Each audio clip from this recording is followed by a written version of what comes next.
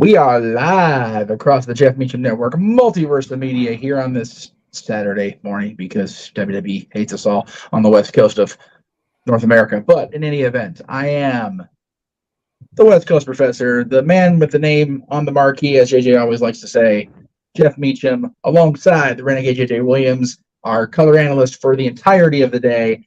And joining us during the pre-show here is our good buddy Chris Rotz. It's good to see everybody, gentlemen. I'm going to briefly bow out of here so I can try to figure out why this connection isn't working for me. And in the meantime, we will have the graphics go up during the pre-show discussion, and I'll be back as soon as I can. Sounds good. All right. So, Chris, welcome to the pre-show here on the Jeff Meacham Network Multiverse of Media. I know you're excited to discuss Night of Champions. You're a little bit upset you couldn't join the Simply Predicting panel with our good buddy Noah Foster. But let's just get into this. I think we're going to start off with the ones that have no titles on the line. First one we'll discuss is Trish Stratus and Becky Lynch. I feel like for this one, I feel like there's going to be more to this story than just this one-off match, because I remember reading rumors that they wanted to do this at SummerSlam. And the fact that they're doing this here in Saudi at Night of Champions, I think they're going to do a slow build to a bigger match at SummerSlam. And for that to happen, and for the storytelling of that to make sense, I think Trish Stratus has to win here. That way Becky has that fire, that desire to get revenge on Trish. Because Trish has been all about, being the trailblazer, the leader of the women's revolution, going all the way back to the Attitude Era. So if Becky wins, she just kind of silences her, and that's the end of it.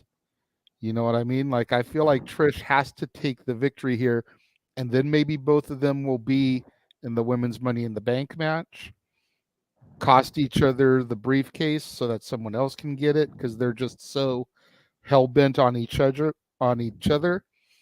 which will then lead to SummerSlam. What are your thoughts here? My thoughts here is it's going to be an entertaining match, to say the least. I did hear the same thing, that this was supposed to be at SummerSlam, not a Night of Champions.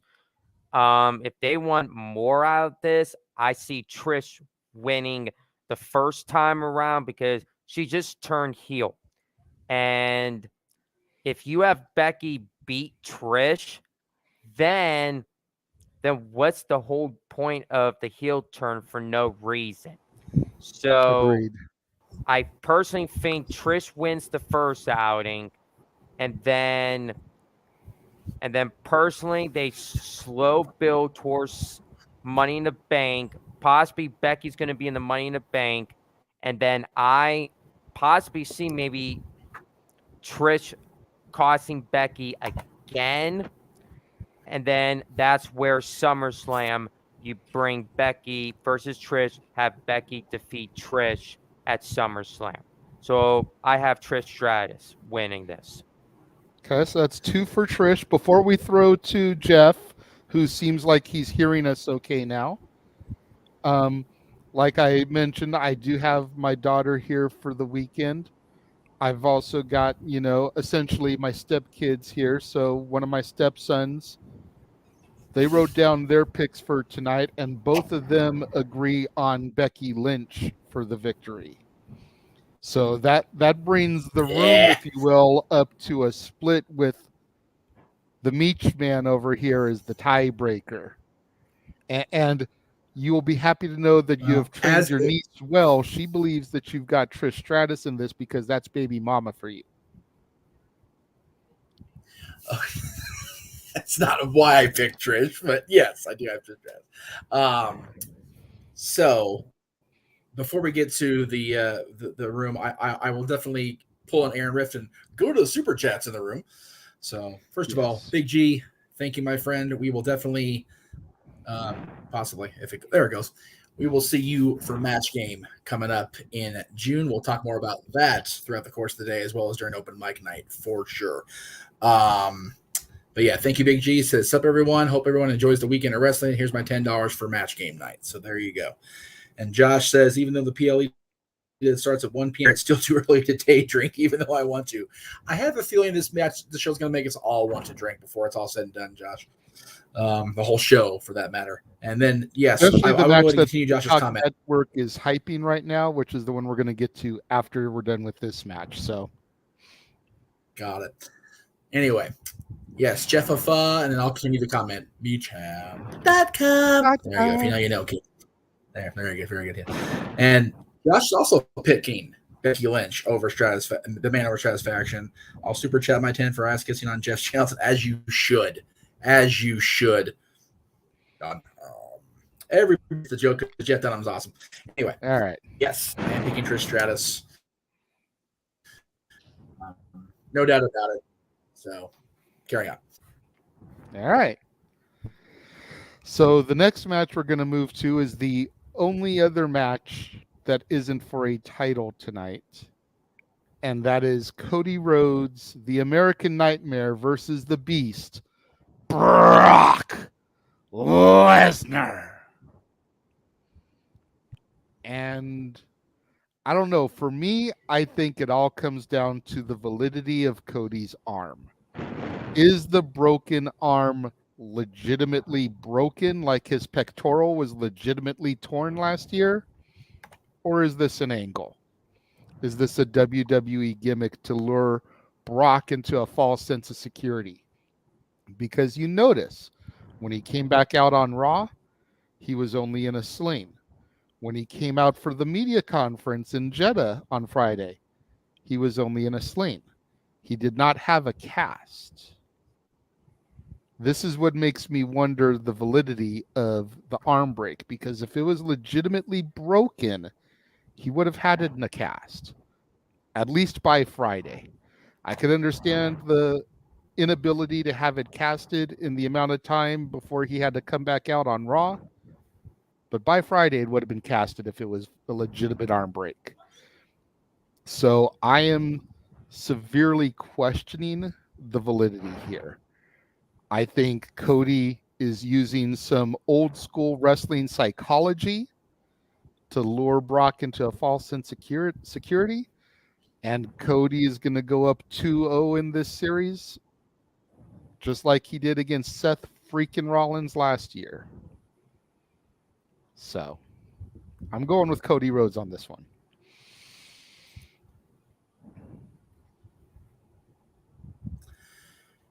As am I. I'm sorry. I take that back. I'm going with Brock. I think they're going to play up the validity, although it's not obviously valid. It's valid in terms of storyline, and I think they're going to play it up. And I agree with Matt that Cody is going to not quit, but he will indeed pass out from the sheer pain of it all, of a broken arm. But then again, Matt himself is changing his pick after he had to say so. I'll still stick with Rock at a 1-on-1 situation going into a road match, a tiebreaker, if you will, coming up during a Trish discussion. I think Brock's going to win here. Of course, he's not a nostalgia actor as is, but I do believe that Saudi Arabia is the acts from the past. Brock is definitely considered one of those at times, and I think that they'll put him over here, and then we'll get to SummerSlam for the definitive win from the, hopefully by then, if JJ's theory proves valid, I'm working on it. Well, my thoughts on this one is every time WWE goes over to Saudi and Brock is fighting there, he's been undefeated ever since. And that is telling me is Brock going to win this. This is the thing. Cody has a broken freaking arm, and is not legit. It's kayfabe, and I personally believe Cody Rhodes should win this and continue that momentum on finishing his story that he wants to finish. So I have Cody Rhodes winning this here today. Okay. Damn, okay. Echo.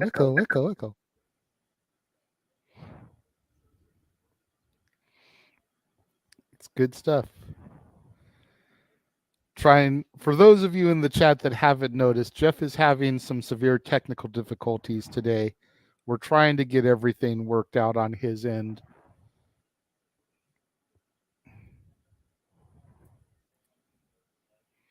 Hey, Cape Rayer, good to see you.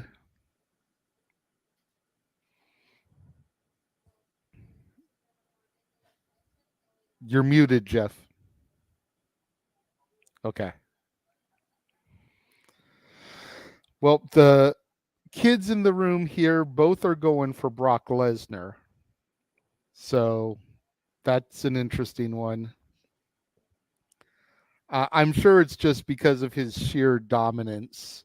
I also know that, at least one of the kids is not huge on Cody Rhodes, because every time I try to sing his theme song, she mutes me and tells me to stop, that I'm only allowed to do the whoa part. You're still on echo?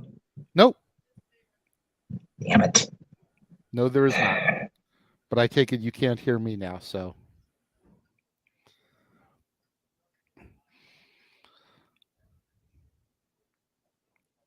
Well, while Jeff tries to figure out stuff on his end, we will move on to the Intercontinental Championship and the match between the Reign General Gunther and Mustafa Ali.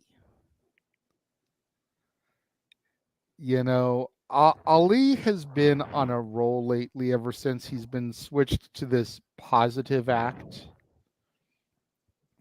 Almost emulating Joe Hendry in a sense, and the Positively Page gimmick.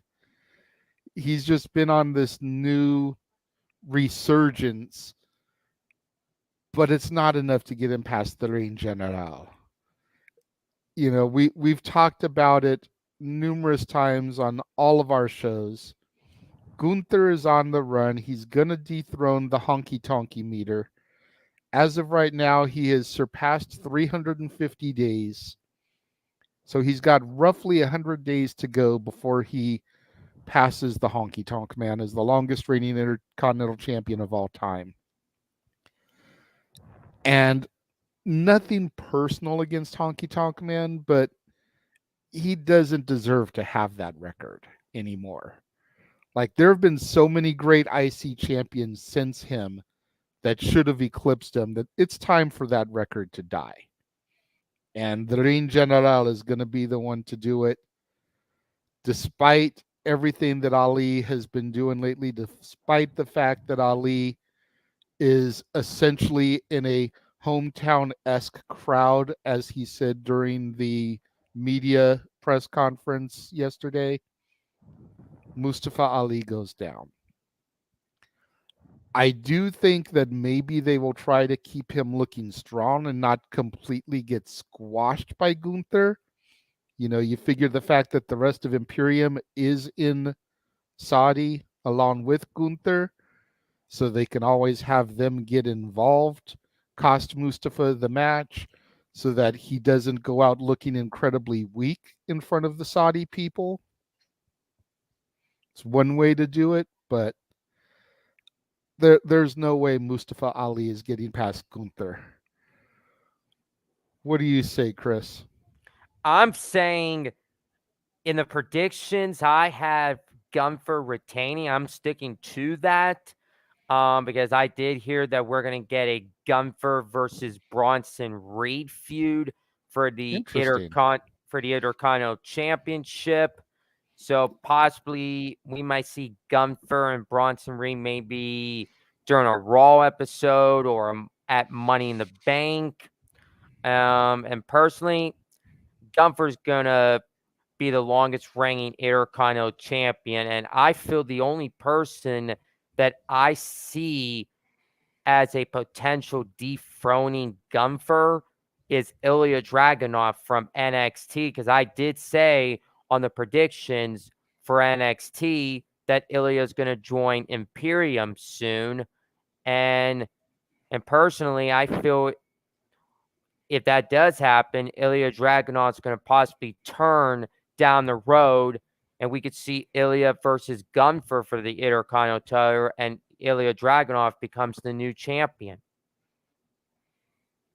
That's not a bad take. I've also thought about Ilya Dragunov coming up, but I think that Gunther will probably lose it before Ilya gets the call up, because I think if he was going to come up, he would have done it during the draft.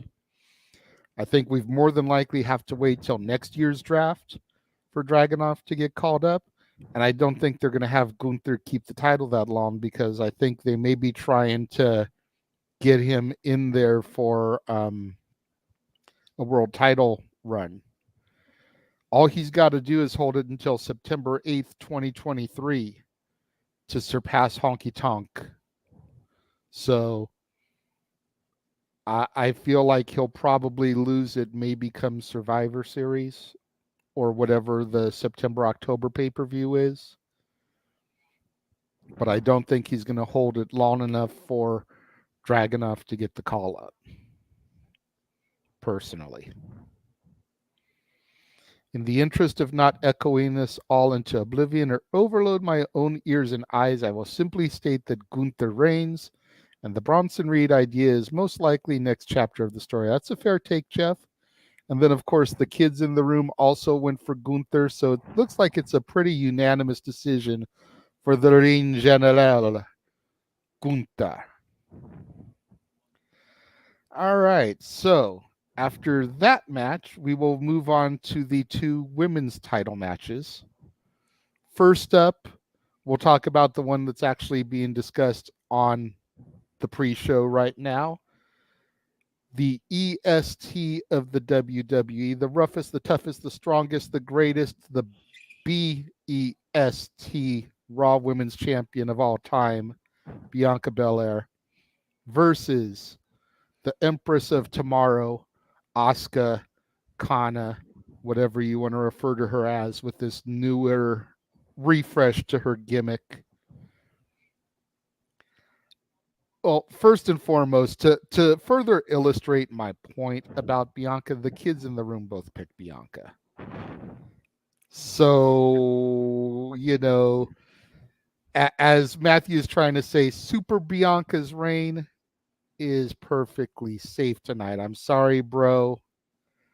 I know that the people in the room want to see Asuka win. It's not gonna happen. Not yet. Long-term story telling, everybody. July 30th, Bianca will become the longest reigning black champion in WWE history. That is just a little over 2 months away. And as grand of a stage as Saudi Arabia is, it's a grander stage for her to lose it at SummerSlam at Ford Field in Detroit. And she will have made history by that point. Y'all just gotta ride it out. I'm sorry. Chris? Well, I'm going to tell you this. I in the predictions, I have Bianca Belair retaining. I'm actually sticking to that because WWE, they haven't done the title swap with her and Rhea Ripley. When is WWE going to think about, okay, they both got drafted to different brands. When it's time to do the title swap. And I understand if they're weighing this out, they're going to wait, because I do see Bianca extending this title reign much longer. And I personally agree. SummerSlam, Bianca's going to possibly lose it. And the opponent that I do feel it's going to be the rightful challenger to Bianca Belair at SummerSlam, I personally believe it's going to be Bianca versus Charlotte at SummerSlam. I feel, in a way, Charlotte is going to possibly be the one to dethrone Bianca Belair for the women's championship. I definitely think the safe bet is Bianca versus Charlotte at SummerSlam, but I have been saying pretty much since the Rumble, I've been saying that it needs to be Raquel versus Bianca, because Raquel is the one that can go pound for pound as far as strength with Bianca to truly prove who is the strongest in the WWE.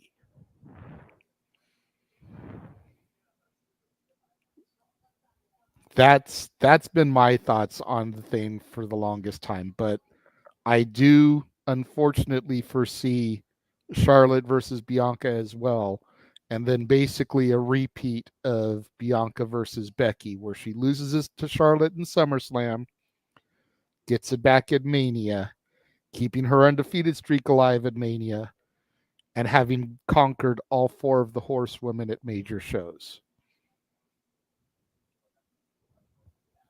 Jeff says, while I agree the Raw title is overdue for a fresh champ and the character is becoming Cena-like, JJ's history lesson still reigns loudest of all. Bianca retains here, and Charlotte is next. Woo! There it is. I mean, I've said it 100 times. Bianca is the new Cena for the WWE. She is that superstar that the kids relate to. And Cody Rhodes is arriving, ladies and gentlemen, with his arm still in a sling, not in a cast. Just throwing that out there for anyone that's not watching the Peacock Network right now. But Bianca is that new Cena character. People just need to understand it. And so, somebody in the chat room, let me know when WWE went ahead and pulled the trigger and turned Cena heel. I'll wait. So the next one we're going to discuss is the other women's title match, and that is the BOAT, Natalya, challenging Mommy Rhea Ripley for the SmackDown women's title. And I'm just going to say, first and foremost, despite the fact that I am rocking her shirt because of my love of Natalya, happy birthday, by the way, Natty, I'm going with Mommy all the way. It's way too soon for Mommy to lose the belt. As great as it would be to see Natalya win the title on her birthday, that just ain't happening. Simple as that, as Noah would say. Go ahead, Chris. Well, in the predictions, I did pick Mama all the way. Rhea Ripley is definitely winning here. And we just got to see who she's going to face at Money in the Bank. But I wouldn't be surprised if Rhea Ripley's next challenger, and I did hear this, that Rhea Ripley's SummerSlam opponent is possibly going to be a returning Alexa Bliss. So I do hope that does happen, but Rhea Ripley's retaining, and that's that. Yeah. Again, as the simple man would say, who will be here at some point to do the play-by-play commentary, probably be joining us within the next 20 to 30 minutes. It's as simple as that. See, Jeff says, as much as I'd love to see Natty be a champion again and on her birthday, one, it's a WWE birthday, so Natty's screwed anyway. And two, Rhea's reign is still new. Mommy retains. There you go. Period. And the chittens in the room also picked mommy. So again, yeah. Dennis even drew hearts around mommy's name. Oh, that's sweet. So yeah. The needless to say, unlike Raymond, who everybody does not love, everybody loves mommy. Oh, wow. I heard a not everybody from the other room. Damn. Okay. Well, the next match that we're going to do is more than likely going to be the main event. Oh, wait. Hold on. Super chat. CJ says, JJ, any advice? I am still having trouble finding my love for the current product, especially when I can watch the Braves instead. I mean, I don't know what to say, CJ. If you're still having trouble finding love for the current product, then you just need to step away from the fandom for longer. You obviously haven't been away from the product long enough to be able to appreciate what's being shown on TV. And that's the bottom line. I don't want to sound like I'm being crass. I don't want to sound like I'm being rude or a dick. But, and Jeff, I don't know if you've got that image loaded of all of the stuff going on this weekend, but there are 4 major events going on this weekend. Over 30 matches total between yesterday through tomorrow. And my personal feeling is, and I know Jeff echoes the sentiment, and again, CJ, I apologize if this sounds like I'm being blunt and rude. That's not my intent. But if you cannot find one match this entire weekend to get emotionally invested in, then you don't need to be part of this fandom right now. Because there's too many people that are toxic in the community that are trying to bring the community down by ragging on every little thing. And there is so much going on this weekend, whether it's, PCO last night at God knows how old he is, 50 something damn near, challenging for the world title. Whether it's somebody like Joe Hendry, who I know Noah and some of his people believe in, who I do not believe in.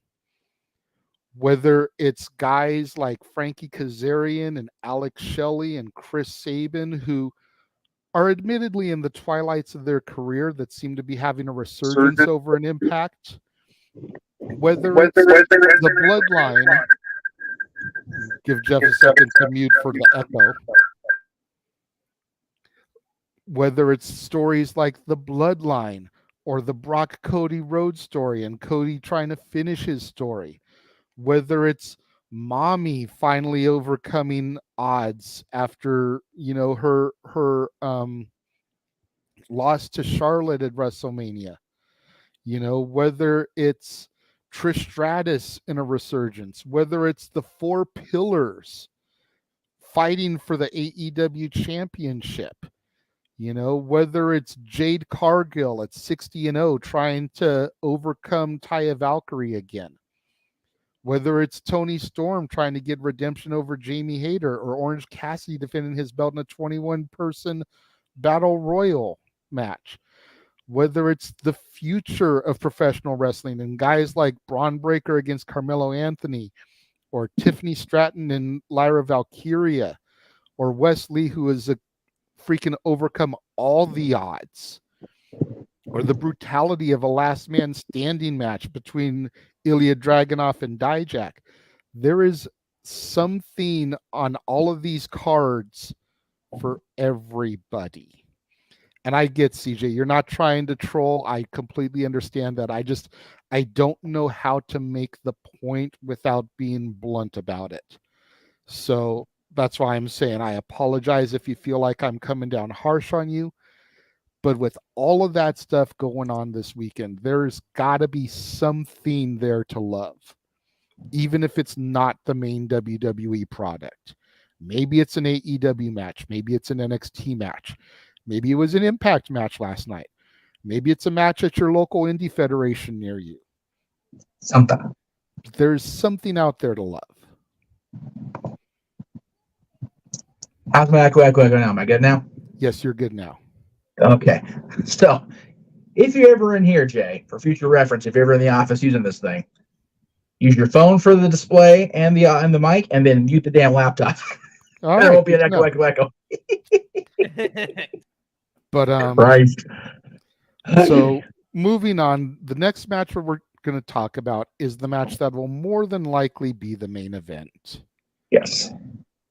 However, I am going to save the match where we know we are going to crown a first ever champion to talk about last, because God damn it, it's Night of Champions. That's right. However, And the fact that the next match has the undisputed WWE Universal Champion in it, and he's not defending his belts at Night of Champions, bullshit. is why I'm discussing it as the next to last match. And I'm getting Yes. the death glare over here from my daughter, who acknowledges her tribal chief, who has currently got her Roman Reigns blanket that you gave her, Uncle Jeff, draped over her. Right on. The tag team title, though, Sami Zayn and Kevin Owens versus the Bloodline, Solo Sikoa and Roman Reigns. And this is going to be the hot button conversation, I think, because at the end of the day, do you make Roman 4 belts, even though we know he's about to take another hiatus? Yeah. Do you take the titles away from Sami and KO, who just won them barely 2 months ago? Barely 2 months ago. A month and change.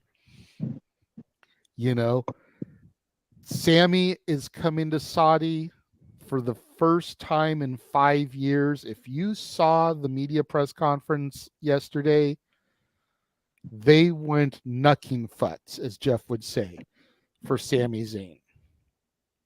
And that was after going crazy for Roman and the entire audience acknowledging him. But as soon as Sami's music hit, they shit him out of the building. He grabbed his stuff and he left like a punk. Roman Reigns takes his first pin in 3 years tonight by Sami Zayn. The 1000th day of his title reign, Roman gets pinned. He doesn't lose his belts because his belts aren't on the line. But that starts the stopwatch. That starts the doomsday clock. How long until he gets pinned and loses those titles? Because the infallible, the God mode superstar just got beaten. Yep. And I'll go ahead and throw to you first, Jeff, because I know Chris specifically requested to go first on the match that I'm saving for last. Yes. So go ahead, Jeff. So, first of all, in the chat room, unless WWE actually says such and such match is kicking off the show, we don't report that. And Raymond, you know that by now. So, appreciate the input in the chat room, but until WWE.com or social media says this match is starting the show, we are going with what we're going with. And we will hope that that is wrong. Now, as far as this match, God, I want so bad a couple different things. First of all, part of me wants Roman and Solo to win just to have the internet completely shit the bed about it. They completely lose their damn minds about it. I am an agent of chaos. I very much am becoming more like Virtue every day, where I just want the internet to have a complete meltdown over every damn thing, because they do anyway. So I would love to see that happen. But I am very Jeff 2016 like in standing by my co-hosts and the theory that has been presented that the entire internet has picked up on and ran with and not given you a damn bit of credit for. Cody however he gets there, whether it's the Money in the Bank briefcase, whether it's being a trade to Raw, whatever the case may be, Cody Rhodes will be in Madison Square Garden on July 7th, and he will become the WWE champion at that point. That is my firm belief. SummerSlam at the latest, as far as the Cody Rhodes story finishing. I just love the idea that the story ends in Madison Square Garden where it started. So that's where I'm sticking with that. Based on that, we've got to get Roman looking like he's got a chink in the armor, however tiny it may appear at first. This is that chink in the armor. I do say that Roman didn't have to take the fall necessarily, but their team will lose. I think Solo taking the fall doesn't necessarily, show Roman's complete weakness, but Solo taking a loss, a pin, after Roman declaring the Usos not as strong as their brother, and Solo taking that fall will push Roman further into that mode of, oh God, now what? Now what? And he starts unraveling in his own mind. Because one of the great people will tell me I'm wrong on this one. I really don't care. One of the greatest WWF championship runs, and yes, I said WWF, stick with me here, was Steve Austin in 2001. He was so desperate to come back and become the champion again, he sold his soul twice in the same year to make sure that he was still the champion and that he was appreciated by those he was working for. Stone Cold completely unraveled in 01 just for the sake of holding on to the title of the man. Roman Reigns has been champion 1,000 days today. The idea of him losing that reign, ending that championship run, is going to drive him mad. And it starts here in Saudi Arabia with their team losing and Sami and Kevin Owens retaining the tag titles. Catherine, good to see you, my friend. I'm glad you're up. I know it's early even in Arizona because it's too damn early on a Saturday. This is bullshit. I'll say it till we're done. But Catherine, good to see you. Josh, of course. Solo takes the fall. Roman goes off and beats up Solo. And again, that's exactly what I was saying. Ashley, we will go ahead and let you talk to Noah when he comes in. I see your chat though. And again, CJ, you're very much like the Kings with me. That the Kings can go 0-82, and I'll still watch them on television. It'll be a begrudging watch. I'll probably be drinking heavily during the games, but I'll still watch. So anyway, yeah. As far as Solo taking the pin and everything, I think back to a couple weeks ago where Roman got so befuddled and left the ring, and he kind of brushed past Solo. Yeah. And shoulder bumped him, and Solo just looked at him like, "The fuck you just do, homie?" Right. That's what makes me think that Roman will take the pin and Solo could save him, and he won't. Yeah. Solo is definitely the key here. However it lays out, he is the keystone. You remove that keystone, the wall crumbles. Chris, what are your thoughts on the tag title match? It's going to be entertaining. This is going to probably be the main event at Night of Champions. But overall, in the predictions, I am going with Sami Zayn and Kevin Owens to retain. And here's why. What I saw last night on SmackDown, Jimmy Uso was hesitant on giving the tag team champion the Roman Reigns. I personally believe the Usos are going to play a big factor into this match today. And Paul Heyman said the Usos are not going to be there. Well, the Usos are going to be there. I believe Usos are going to turn on Roman, and then that is how we'll get to London for the tag match with Roman and Solo versus the Usos, or they might go in a different route and have Roman Reigns versus Jimmy Uso for the undisputed Universal Championship at Money in the Bank. So either way, Roman's not going to be a 4-title belt holder. Sammy and Kevin are winning this, and it's going to be amazing. I completely agree. Catherine says, JJ, love your Natty by Nature shirt. I'm guessing you want to see her take gold tonight. I'd love to see her take gold. I know you just joined the video stream. We've already discussed that match. I would love to see her take gold tonight, especially since today is her birthday. But I'm going for mommy on this one because I got to pick the one I think's actually going to take it in the predictions league. I can't just throw away a pick because of my heart. You know, Steeler Lee says, I still think it should have been Jey Uso beating Roman for the title in a first full circle storyline. It's always possible that that's where it could still end up going, and we're just being completely deceived by this Cody Rhodes thing. Cody Rhodes could be the ultimate red herring. Yeah, you know? It's a very distinct possibility, Jay. Like I said, I believe in the Williams theory. I believe in the Renegades story, but I just anything's. We're not booking the territory, kids. Yeah, for real. It's we're not. So, of course, the children's in this house here are split. One is going for KO and Sammy. One is going for the bloodline, and I think we all know which one is going for the bloodline.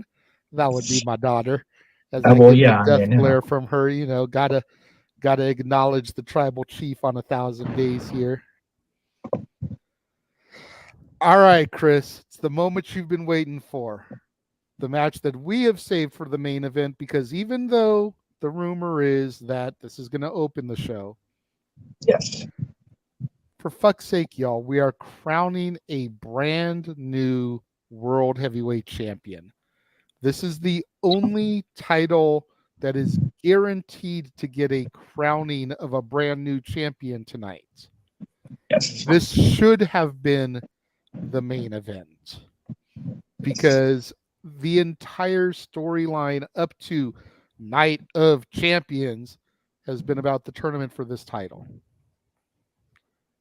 You wanted to go first about this, Chris? The floor is yours, sir. Well, I got the World Heavyweight Championship belt right here. Here's a stat for you. Every time they ask Seth to be in a match to crown a new champion, here's it is.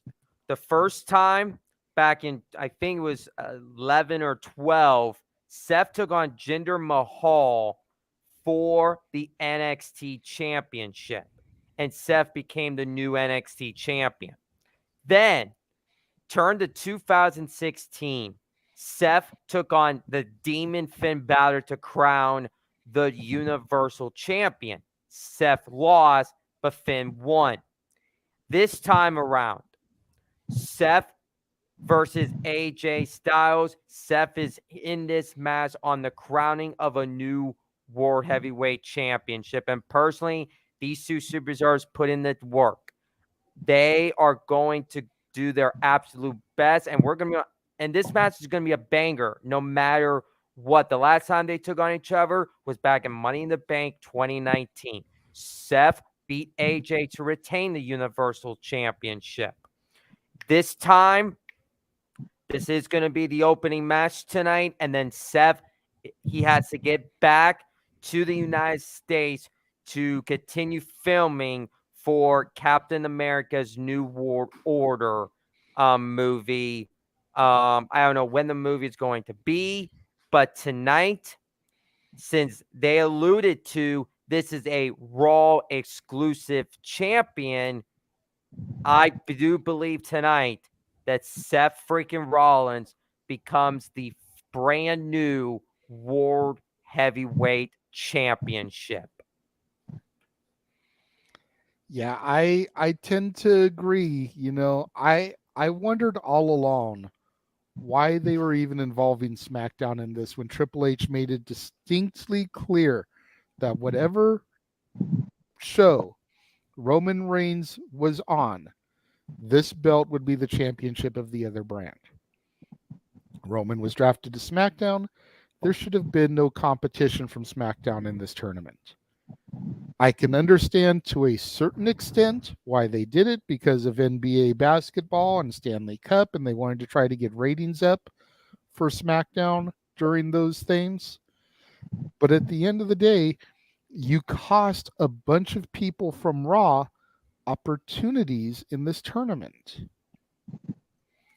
They should have just kept this as Raw people. And AJ Styles being the phenomenal one, being a world champion in just about every company he's ever freaking been in, with the exception of World Wrestling All-Stars, I think. You know, Yeah. It's like, how do you bet against AJ Styles? But if you put the belt on AJ, does he stay on SmackDown with it? And now SmackDown has another world title? Right. Do they send him over to Raw and completely break up the OC? If that's the case, why'd you draft the OC as a whole? Right. Do you do some kind of trade if AJ wins and AJ and the OC go back to Raw and SmackDown gets, I don't know, maybe the American Nightmare, Cody Rhodes, so that he can finish his story with Roman at Madison Square Garden on SmackDown? You know, it's like there are options of ways they can get around this if they give it to AJ. And I was watching the Simply Predicting panel for this that Noah did. Arlene made a great point about Seth freaking Rollins and the filming for Captain America and the press junket that's going to be coming once the movie's complete, and he goes on red carpets and does interviews. That belt on his shoulder while doing those interviews is hella promotion. However, we're already in May of 2023. This movie, at its soonest, probably won't come out until this time next year. Right.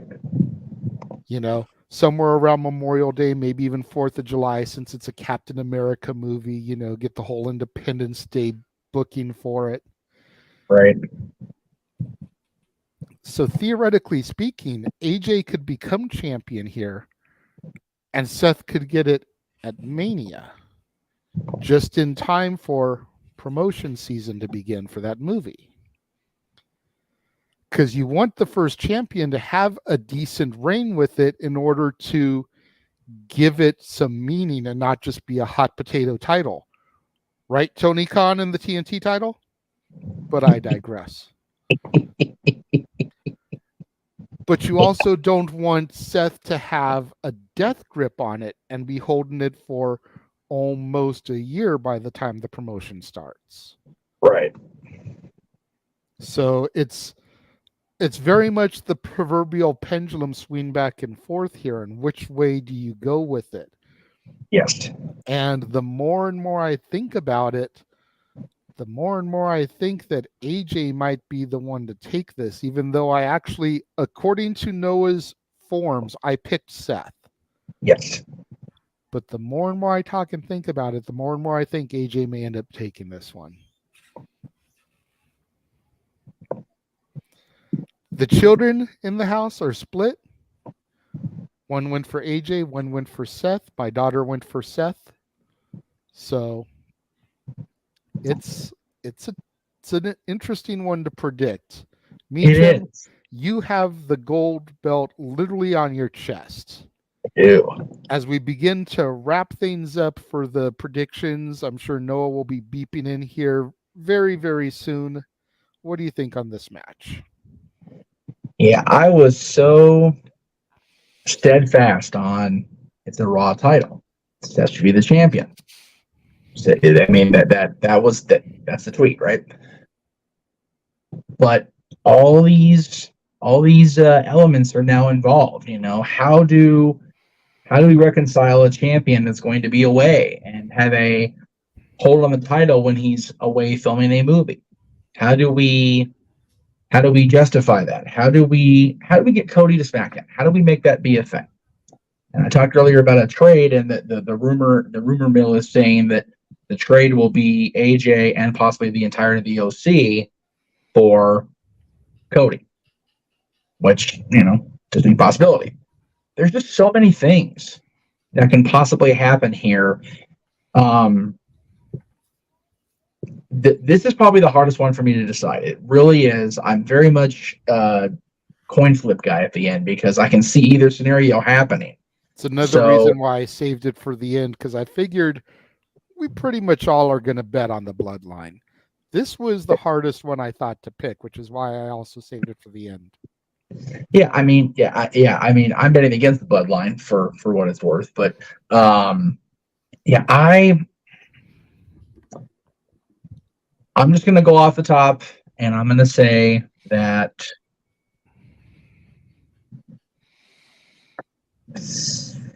AJ is the new World Heavyweight Champion. All right, I think we're going to have a phenomenal champ.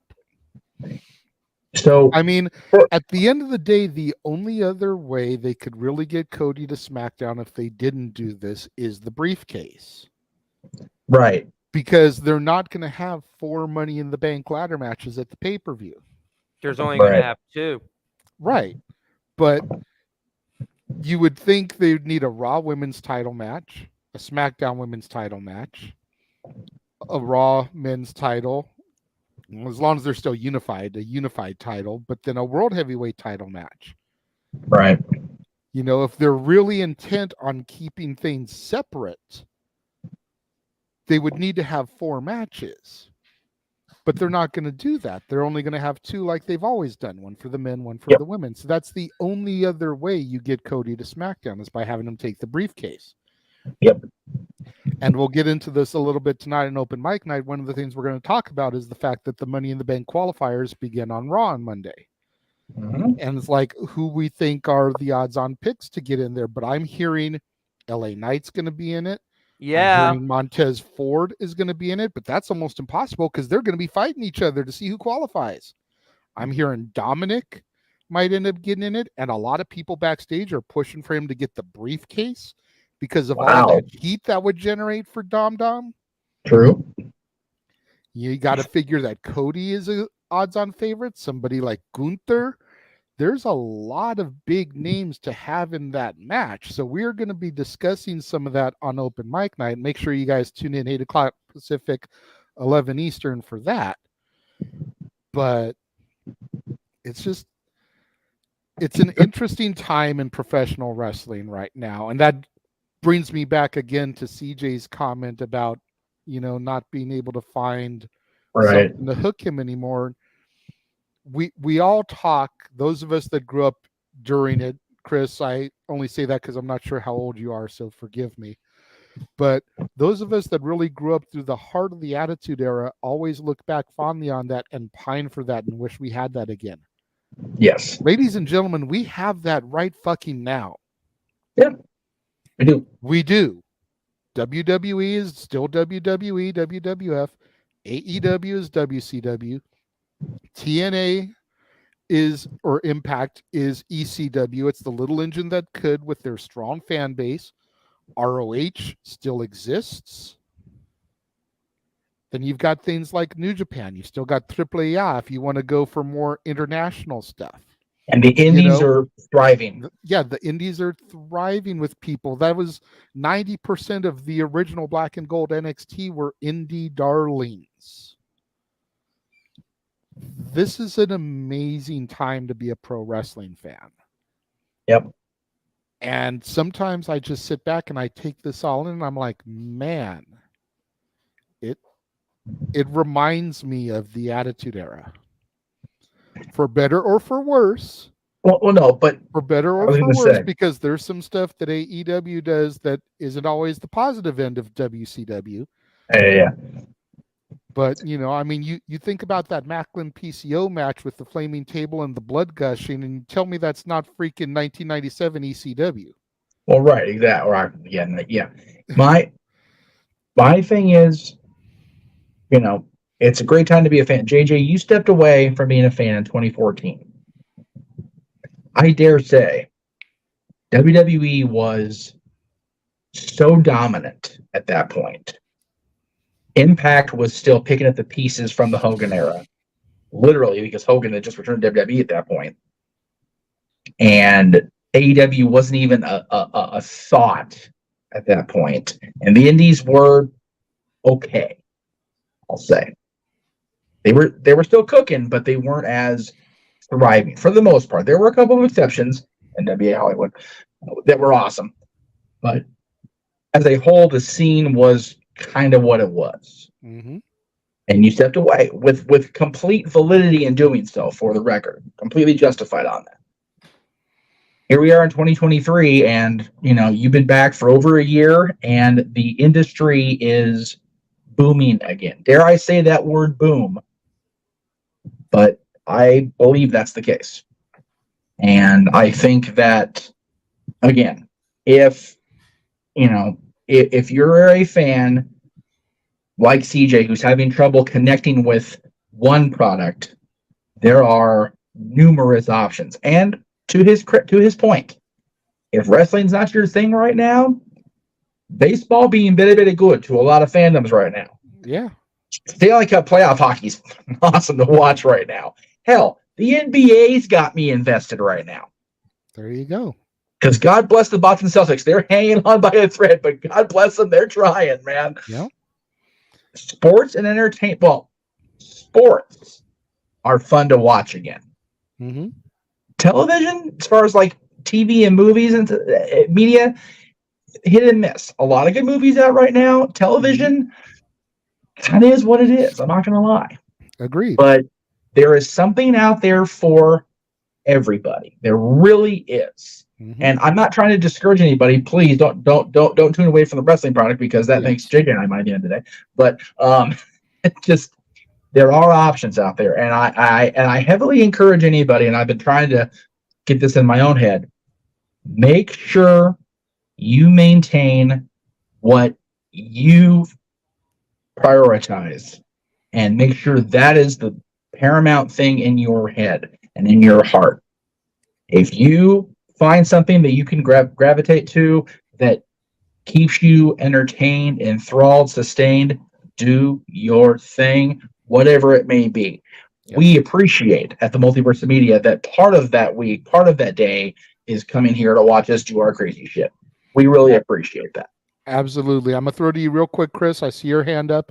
Like the simple man always says, just enjoy life and enjoy professional wrestling. Simple as that. Go ahead, Chris, because I know we're going to lose you here in a couple minutes. Yeah, I have to get off now. It's been a pleasure having you guys allow me to be on for the pre-show. If you guys are watching tonight, I'll be on at immediately following Night of Champions for AEW Double or Nothing with Noah Foster. So always watch that. And thank you for allowing me be on, and hopefully I'll get to be on with you guys more often. Sounds good, man. Hey, do me a favor, since I'm not going to be on that prediction show. When it gets to that specific match, ask Noah how it was singing with my baby tonight last night. Or I'll have him sing it tonight. Don't worry. Oh, I don't think he will, but no, I don't think he'll sing it again. But just bring it up to him and see how he reacts. Enjoy the show, everybody. Thanks, Chris. For coming on, Chris. We enjoyed. Appreciate you, brother. And then there were two. Noah saw my message, so he should be here soon. He'll be here soon. It's all good. He said, I'll be there as soon as I can, helping my mom. It's been a stressful morning. I'll be there as soon as I can. Never a bad thing to help mama. Absolutely not. So, JJ, since we're here, it's just you and I. We are the Disney nerds. I'll go ahead and show you what I'm going to be wearing Monday. I finally came here in the mail up here at Teresa's. Nice. Exact color that matches the pole. Go ahead. Exact color that matches the pole. I just can't find the pole because it's at the old house, and the old house is what it is right now. Got it. Yeah, you know me. I usually wear either my Good Guys or my Encore Pirates shirt, but I got this Guardian we had through the Disney Movie Insiders. So, hey, man, tell you what, the insiders are doing the thing. So I did see the comments in the room about the Raw ring announcer. That just shows CJ's not watching the product, which is fine. Samantha Irvin is my favorite ring announcer since Lillian Garcia. I said what I said. Yeah, I mean, on any given Sunday, if you will, I'm on either side of the coin with her.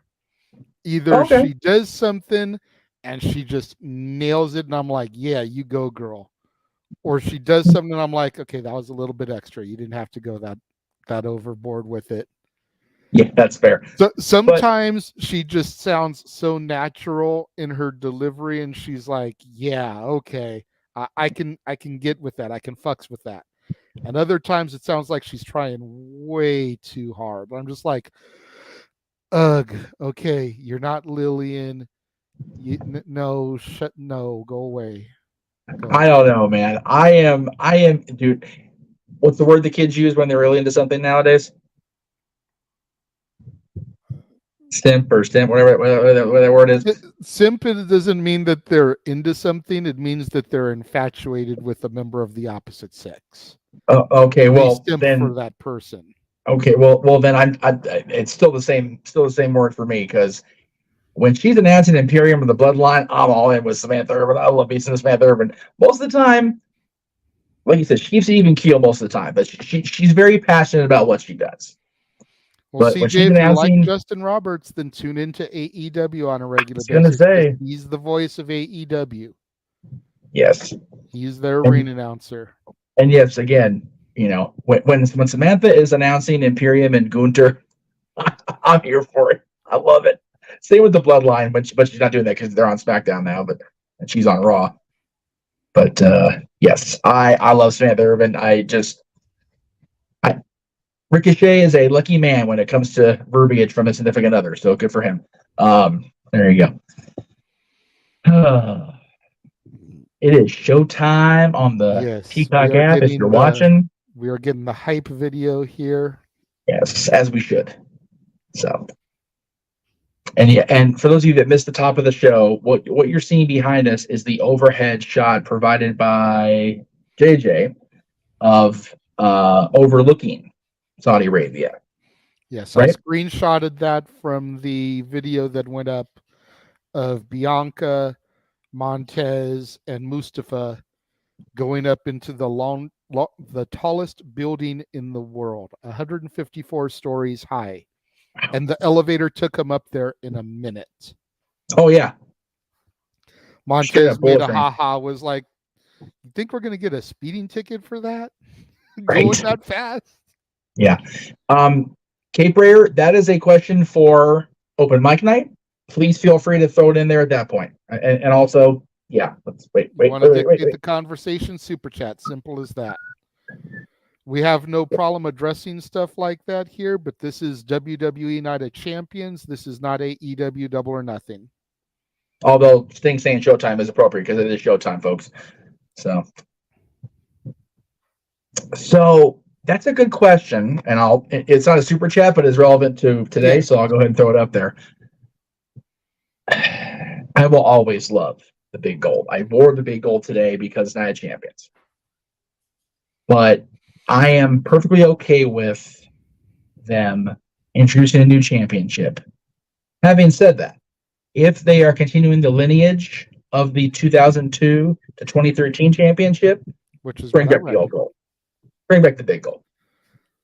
I think that it's time to modernize it and create a new looking title belt, even with keeping that lineage, because again, got to think of marketing, got to think of the title replicas. How many people already have the OG big gold? How many people are going to go out and buy this new version? Right. This looks, I said it a while back, nobody really picked up on this take of mine. To me, it looks like an amalgamation between the big gold and the WWF championship that superstar Billy Graham held, which ironically, he just passed away about a week ago.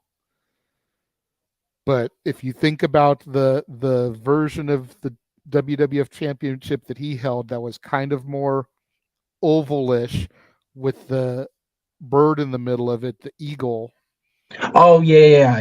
You know what? I'm thinking big green for some reason, but basically replace the eagle with the WWE logo, and you think about the shape of this belt. That's true. Very reminiscent to me of that. Yeah. And it looks like they're showing the brand new championship on my screen, so that is more than likely what we are starting with this evening. God darn it. I mean, I get it, but And there's the belt at ringside. Michael Cole, Corey Graves on commentary. I still remember when I first started getting back into watching, I went to a pay-per-view, PLE, whatever you want to call them. It's still hard for me to call them PLEs because I called them PPVs for years. I know, right? But I went to a show at Mikey's house, Stat Boy Mike, for those in the chat.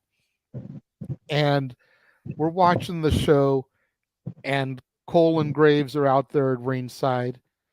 And I was just randomly, I was like, who is that jabroni out there? And he's like, that's Corey Graves. I was like, no, I know him, the guy next to him. Basically making a Michael Cole ha-ha. Damn, that's terrible. And here we go. Jeddah, Saudi Arabia is about to get simply phenomenal. Yes. AJ Styles makes his way to the ring. OC-less, as a true man, can do this on his own, no accompaniment. He doesn't need any goons or stooges running interference for him like some people do. I'm getting the death glare from my daughter, but it is what it is. Stop me when I'm telling a lie, sweetheart. Right. She's like, I'm going back to my phone. Fuck you, Dad. Right. Yeah, I'm my phone. Bullshit.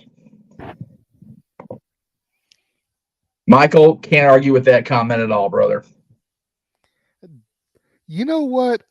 I think there's going to be a bunch of these. I think Mustafa Ali and Gunther is going to be a lot better than people are anticipating. I think everyone's anticipating Mustafa Ali just going out there and getting squashed. Right. I think that's going to be a much better match than people are giving it credit for. Yeah. Is it going to be on the level of Tyler Black, a.k.a. Seth freaking Rollins, and the phenomenal AJ Styles? Probably not. But the way that Gunther hits, it's going to be a lot better than people are anticipating. Yeah, I agree. I really do. Trying to figure out a way to move this into the other room so I can actually watch this damn show. Because, I just don't want to, there's a bunch of shit here. I don't want to move everything either. Well, once Noah gets here, I will go off screen. That way you guys can do your thing. But JJ, I guess you're calling the show for now. The actual match. It is what it is, man. I'm going to try my hands at play-by-play commentary, and you can just react to what I'm saying if Noah doesn't get in here sooner rather than later. Well, as the competitors are making their way to the ring, I'm enjoying. Woo! Thank God, Saved by the Bell. Jeff is starting to get worried, Noah. It's good to see you, my brother. Good to see you all too, Jeff, JJ, the chat. Hello, everybody. Welcome to Night Champions. How we doing this fine Saturday afternoon? Saturday morning. Good, shut the hell up. Me and Jeff and your good buddy Chris Rotz had a good conversation about all the matches for the pre-show. And it looks like we're starting off with the crowning of a new first ever World Heavyweight Champion, as Seth freaking Rollins and AJ Styles go toe to toe. AJ's already come out to the ring. We haven't had Seth's entrance yet. Let's fucking go, right? I'll be back momentarily, gentlemen.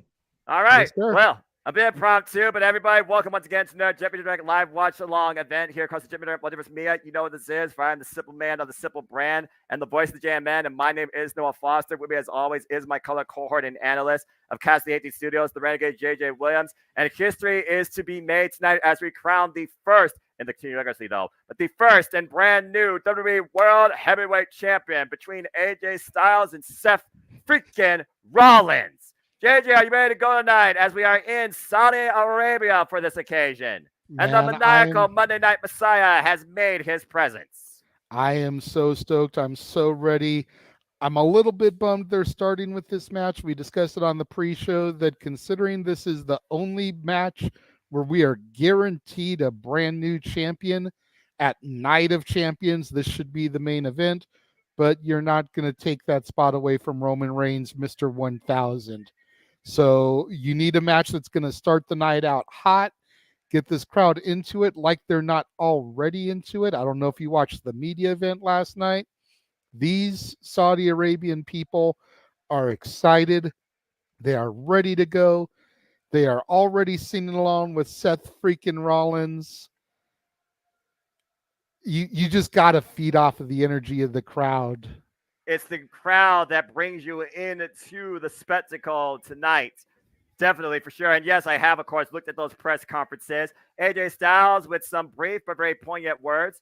Where is Seth freaking Rollins? As Michael Cole was talking about, he was taking global media appearances and was only on that movie set for about 2 weeks. But another thing we got to keep in perspective here, JJ, they said that this is supposed to be the Raw exclusive championship. But we've also seen post-draft superstar shakeups.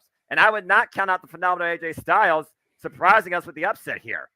Yeah, we discussed that on the pre-show. I mean, I know I picked Seth freaking Rollins in the predictions pool, but I said to both Jeff and Chris Rotz, I was like, I'm starting to lean a little bit more towards AJ Styles right now because AJ Styles is simply phenomenal. As long as Seth has that belt and time to do promotion for the movie, like Arlene pointed out on your Simply Predicting panel, then we're all gravy. AJ could hold this belt until WrestleMania. You could move the OC over to Raw, Cody to SmackDown as a result. That puts Cody there for the SmackDown at Madison Square Garden.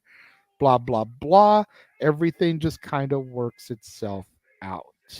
Well, let's go down to Mike Rome. Unfortunately, not Savannah Urban. Mike Rome for our introductions on this historical moment.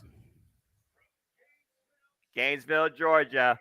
He is truly phenomenal. He is a former WWE champion, two-time TNA King of the Mountain, 3-time NWA World, 2-time IWGP World Heavyweight, 2-time Impact World Heavyweight Champion, the phenomenal AJ Styles.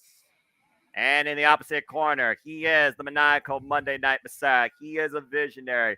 He is a revolutionary. He is a former Money in the Bank winner. He is a former Ring of Honor World Champion, the first ever NXT Champion, 2-time WWE Champion and Universal Champion. He is a Grand Slam Champion. He is Seth freaking Rollins. The field is set. Accolades a mile long, WWE and beyond, but only one of these two can call themselves the first WWE World Heavyweight Champion. And to your point, Noah, this is not the first time that Seth freaking Rollins has been in the finals to crown a first ever champion. He defeated Jinder Mahal to become the very first black and gold, your NXT, damn it, champion. He lost to the Demon Finn Balor when Finn Balor became the first ever Universal Champion. And Seth freaking Rollins finds himself in familiar territory once again in the finals for the WWE World Heavyweight Championship, but this time he is across the ring from the phenomenal AJ Styles. And these two, of course, are no strangers to each other, as again, the last time these two had a singles match one-on-one in regards to a championship, it was Seth freaking Rollins defending the Universal Championship at Money in the Bank 2019. Seth won that match in 20 minutes. Raw, June 13th, 2022, though, Seth freaking Rollins beat AJ Styles in a 15-minute exhibition-based match, and that was a Money in the Bank qualifier. And right now, it looks like we might get a bit of a lockup here, maybe a test of strength.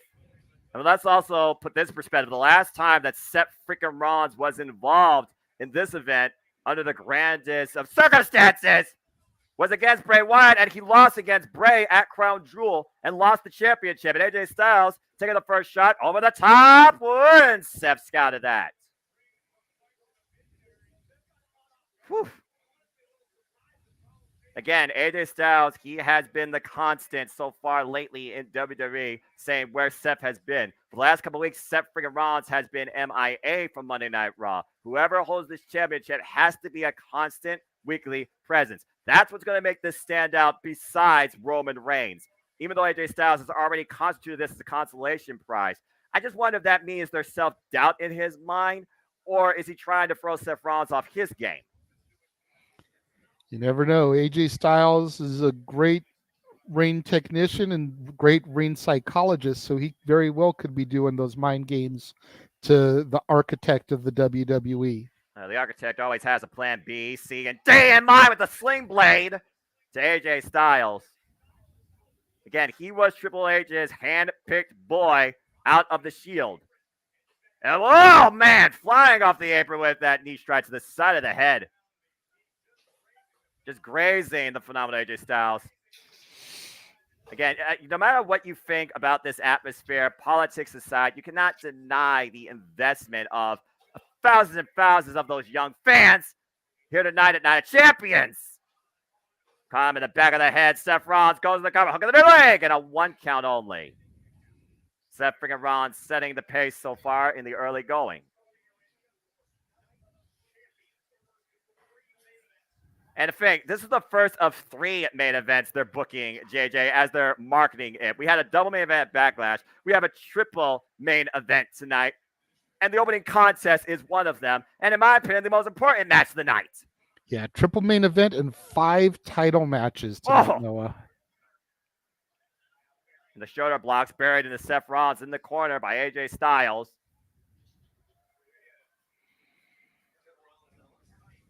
Against Seth Rollins right now with the snapmare. AJ Styles, slow to follow. The knee drop to the side of the head.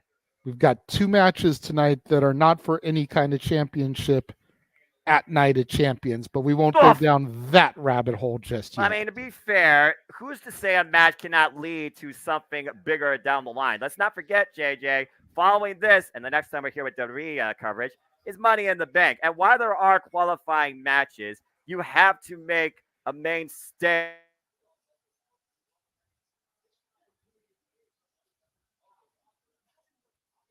Uh-oh. TCL, Mom, it's the way to go. No. On behalf of my mother, we wish the entire JMN Multiverse of Media a happy Memorial Day. Yes. And they said thank you. God bless my mother. Anyway. And today is also Natalia's birthday, which we'll get to a little bit later when she took on Mommy for the Women's Championship, the SmackDown Women's Championship. Yeah, I hear you. I heard you a little bit there. AJ Styles and face first, second turnbuckle. Well, again, the ultimate birthday gift. Imagine Natalya coming out tonight, the new SmackDown Women's Champion, despite the fact being defended by Raw superstars, but I digress. Brand identity, LOL. Anyway, there's a little tiny disclaimer across the bottom banner that your TV will never show you or your WWE product. Oh man, what a chop! Driving AJ off the top rope. Catching himself by holding on to the top rope with one hand. Again, I wonder who comes in here with more confidence at this point. Seth freaking Rollins, who literally says that this belt was made for me. AJ Styles, who's looking to restart his career and end on a high note. And right now, both men perched in the top turnbuckle. Dangerous territory here. AJ Styles slips up from underneath. Oh! Seth Rollins sent face first. Very creative reversal there by AJ, sliding through Rollins' legs to get him to fall down off of the turnbuckle there. Both men right now with just open shots, overhead shots right now. Who's going to get the better of this exchange? AJ Styles has hummed with the likes of so many in his illustrious career in WWE, driving Seth Rollins suplex in the corner, high on the back of the neck. The Saudi people firmly behind Seth Rollins tonight, Noah. You could hear the chorus of boo yays as they were trading off punches there. Yeah, that tells you a lot about this match's identity. But again, the playing field appears to be leveled. If you take the crowd out of it right now, big shot. It's just a physical exchange right now. Neither man is really going for a continued onslaught. They're just trying to get the better of the other to test the strength. Test your will, test your might. This isn't Mortal Kombat, but again, everything's on the line tonight. Oh my gosh, phenomenal fury by AJ Styles with that exchange. Sliding in with the forearm. Seth Rollins once again taken out of his game. AJ Styles in the driver's seat. Yeah, you were talking earlier about how Seth was dictating the pace early on. AJ has very much countered that. Oh, wait, you leading say that. Things now. Looking for the discus. AJ Styles ducks underneath it. Oh, face first. Is it enough here? The shoulders finally One, down two. to our position. Nope. No. Again, Matt, we're doing well. Thank you for joining us this afternoon, wherever yes. you are. Thank you to everybody out there. Ill Beats, Matt Kells, Matthew Hollister, Kate Rare, Catherine Faith, Arlene. I appreciate all of you on the Jumping Star Buzz Media. Again, please subscribe, comment, tell a friend. Super chat this man. Super chat, good old JM. They monetize, if you will. They need the love and support all they can. So again, show your love and spread the word as we always bring you coverage on all things wrestling on JMN Multiverse of Media live watch on event series.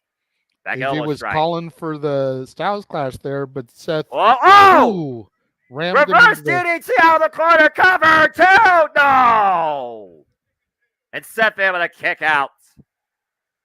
And like you said, was trying to set up maybe for the Styles Clash. Instead, changed on the fly with the springboard out of the corner into the reverse DDT on the crown of Seth's skull, but not enough for the 3.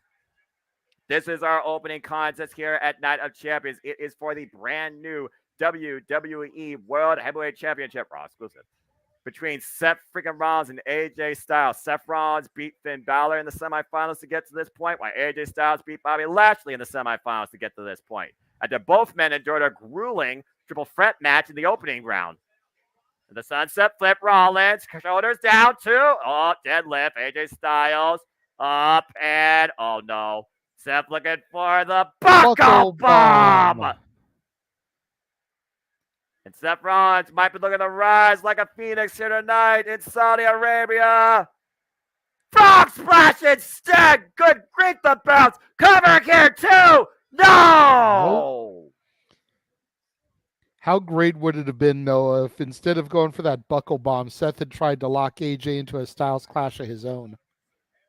I'm going to rule that out, JJ. Again, sometimes you got to use your opponent's best weapon to your advantage. Instead, Seth Rollins relying on Old Faithful. Beautiful frog splash, high elevation, the bounce on it, though, again, probably just enough time for AJ to kick out. Look at this ruckus crowd. Look at this atmosphere from Saudi Arabia. The people of Jeddah. Oh, discus forearm. And rounding AJ Styles up for another. Oh, wait a minute. AJ Styles counter rip up on the shoulders. Oh, man. Uchikaroshi cover. 2 to win. No. The knee delivered to the back of Seth freaking Rollins' neck. That Uchikaroshi off the kind of attempted looked like second Theory's distance. 8-count down. It did look a little bit like that, to be fair. But it's not enough here. And to think, Night of Champions, your boy 8-Town Down is not defending the United States Championship. Yeah. And they're not crowning the new women's champions. They're doing that on Raw on Monday night. Well, yeah. Calling for the Styles Clash. Going to try it again here. Oh, wait a minute. Nope. Seth Rollins flips out of it, though. Wait a minute. Look at all the pedigrees. The game over. No, AJ Styles counters. Wow. It's a Gurry off the chop. Again, both men scouted each other well before this match. This is not their first singles encounter. These men go back to the independent circuit. That's right. Tyler Black. But AJ Styles has always been AJ Styles. He's only grown more phenomenal since his rise in the industry. And we're talking about, again, TNA, NWA, NJPW, and, of course, WWE. He wasn't involved in Ring of Honor. He got his mainstay in Impact, well, what's now Impact Wrestling, TNA. Don't forget WCW, too, towards the end of its run there. AJ Styles was a member of the tag team Air Paris. First ever Cruiserweight tag team with champions. the second rope avalanche. Whoa, counter the Styles Clash attempt with a Frankensteiner. Test of strength there for Seth freaking Rollins. And now putting AJ up on the top rope. Uh-oh. What's Seth looking for here? Again, both these men have scouted each other extremely well up to this point. And looking to hook him up. Might be looking for a reverse superplex. AJ Styles fighting back, though. Back elbow strikes. Again, you wonder who knows the other at this point better. Like last night, Deon Purrazzo New York. Wow, look at the freaking step up by Seth. As I say that, just jumps up like a cat. Hook and AJ up. Oh, man, what a superplex reverse variation. Follow through. Is this enough with the sidewalk slam too? No! Incredible sequence. A huge variation from the superplex into the Falcon Arrow. Hooking AJ Styles up and over, planting him down off to the side of his body. Hook on the near leg, still 2.5. And Seth Rollins is beside himself there. You can Ooh. see there's a little blood or bruise or something there on Seth's back. Now, again, the scars of this battle are starting to show on both of these men. If not physically, mentally for sure. Just saw our first physical bit of it, though, on Seth freaking Rollins. Because AJ Styles refused to be beaten here. Well, they don't call him Phenomenal because it's a cool nickname. And now Seth, once again, going to the top rope. I called for it earlier. Will he finally rise like a phoenix here in Jeddah, Saudi Arabia? Going for broke. Whoa, roll through. AJ Styles, get out of the way, though. Boot up. Getting just a little bit of now. distance and space there from Seth. Got Let's some see what hooked up AJ can tornado do. Try to one up DDT. Seth. No. No. Oh, a headbutt. Was that a Rumberg style wound? Maybe the ropes and the mat. Yeah, possibly. Again, those are steel cables after all. That's a good point. Looking to hook him up, maybe. Deadlift German suplex from the outside to the inside off the apron. AJ finding back, though. Affirming his bail. Nope, counter.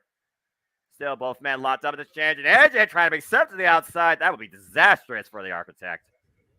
Test of wills here. Who's going to get it? Now, both men up on the apron. Still hooked up with each other. And, oh my God!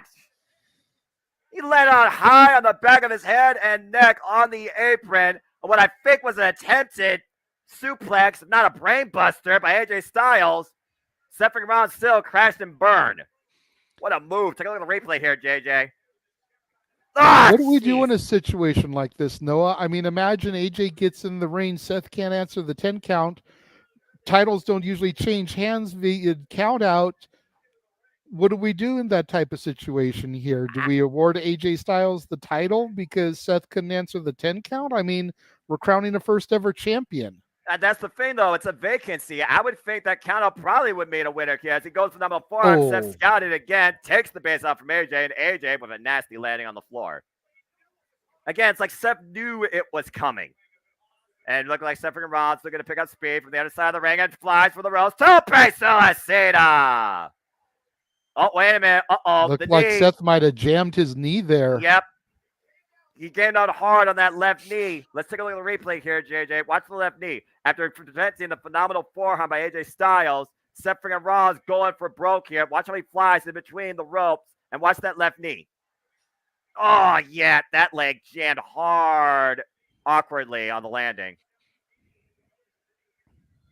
And, of course, Seth Rollins is no stranger to leg injuries, knee injuries. Let's not forget, he freaking had to vacate a championship due to injury. And right now, both men make it before the ref's 10 count of 5. But Seth hobbling, vertical base, has definitely been exaggerated here by AJ Styles. So AJ's trying to exploit that. Might be looking for calf crusher. AJ smells blood. The calf crusher's in. AJ Styles realizing Seth Rollins has a vulnerable point and Seth nowhere near the ropes. Has to turn his body, has to crawl his way through. Will AJ make Seth submit, turning him back over towards the center and still maintaining hold of the ankle and the calf? There is nowhere for Seth to crawl right now. That is the veteran instincts of AJ Styles, and it feels weird to say that because Seth Rollins is a vet himself. The torque on the leg right now, though, JJ, that pain has to be excruciating. Well, wait a minute, hooking AJ up, though, by his head. What's he looking for here? Sleeper. Trying to break the pressure, break the hold. AJ Styles, though, seeing what Seth Rollins is going for, and forces AJ to break his hold. Oh, AJ going right back. Oh, God, what a clothesline.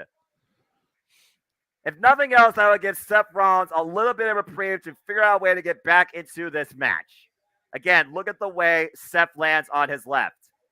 Oh, man. It's like a crunch you could hear possibly if you were right there. Just collapsed, compressed. He could have very easily blown his kneecaps out. Exactly. And to go back to your point about experience, let's put this in perspective. Seth freaking Rollins is 36 years old with 19 years of wrestling experience. AJ Styles is 45 years old with 24 years of wrestling experience. And right now, I think AJ's in the driver's seat because Seth Rollins has a vulnerable point, has a weak point. Especially if Seth Rollins goes for that curb stomp. AJ can lure him into a false insecurity and capitalize on that. Yep. Just something to figure about down the line as we continue this match. Off.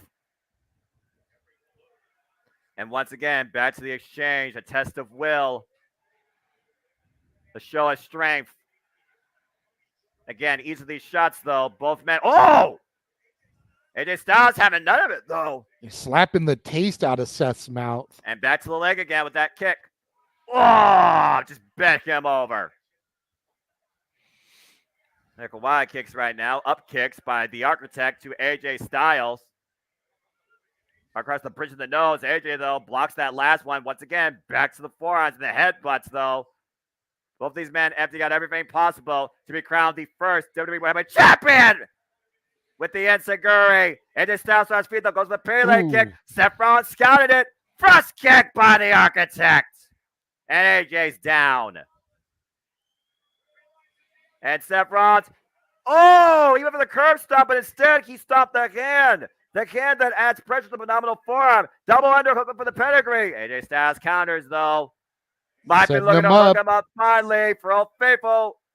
Nope. And again, third time this match, Seth Rollins has scouted. There's the Pele kick. And now Styles has a chance. Hooking him up. Pedigree by AJ Styles. Is it game over? The cover. 2. No! Wow. I thought that was it, Noah. AJ thought that was it. And you can see AJ's got a little bit of blood from the crevice of his forehead there. Right above the bridge of the nose. Probably. Why that pedigree may have been phenomenal. It was not enough to claim victory. 2 9/10. Oh, man. And again, we talked about earlier, sometimes you got to go to your opponent's well to get the win. Hashtag WNOC if you want to be a part of the conversation across the Twitter. And of course, tell your friends about this reactions, engagement, and commentary across the JMN as we do this all the time. Always live. Styles trying to go once again back to where he once was, trying to become a free-time WWE World Champion, his illustrious career in this company. AJ trying to lock and load, getting ready for that phenomenal forearm. But again, was damage done enough to the right hand while Seth is crawling up towards him, looking at his opponent eye to eye. Oh!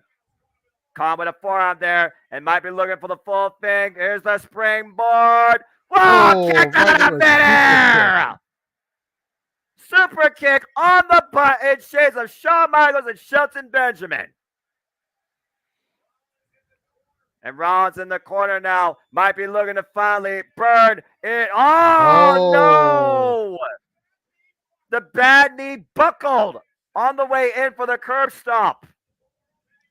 The World Heavyweight Championship hangs in the balance. Can Seth Rollins endure? And once again, calf crusher counter. Meanwhile, double underhook. Seth Rollins. Pedigree to AJ Styles. But again, drives that knee hard into the mat. Not looking for the cover here. Once again, looking for the curb stomp. Can he burn it down? Following it. Curb stomp connects. Can he cover? Cover! Hook of the leg, too. Seth freaking Rollins has done it.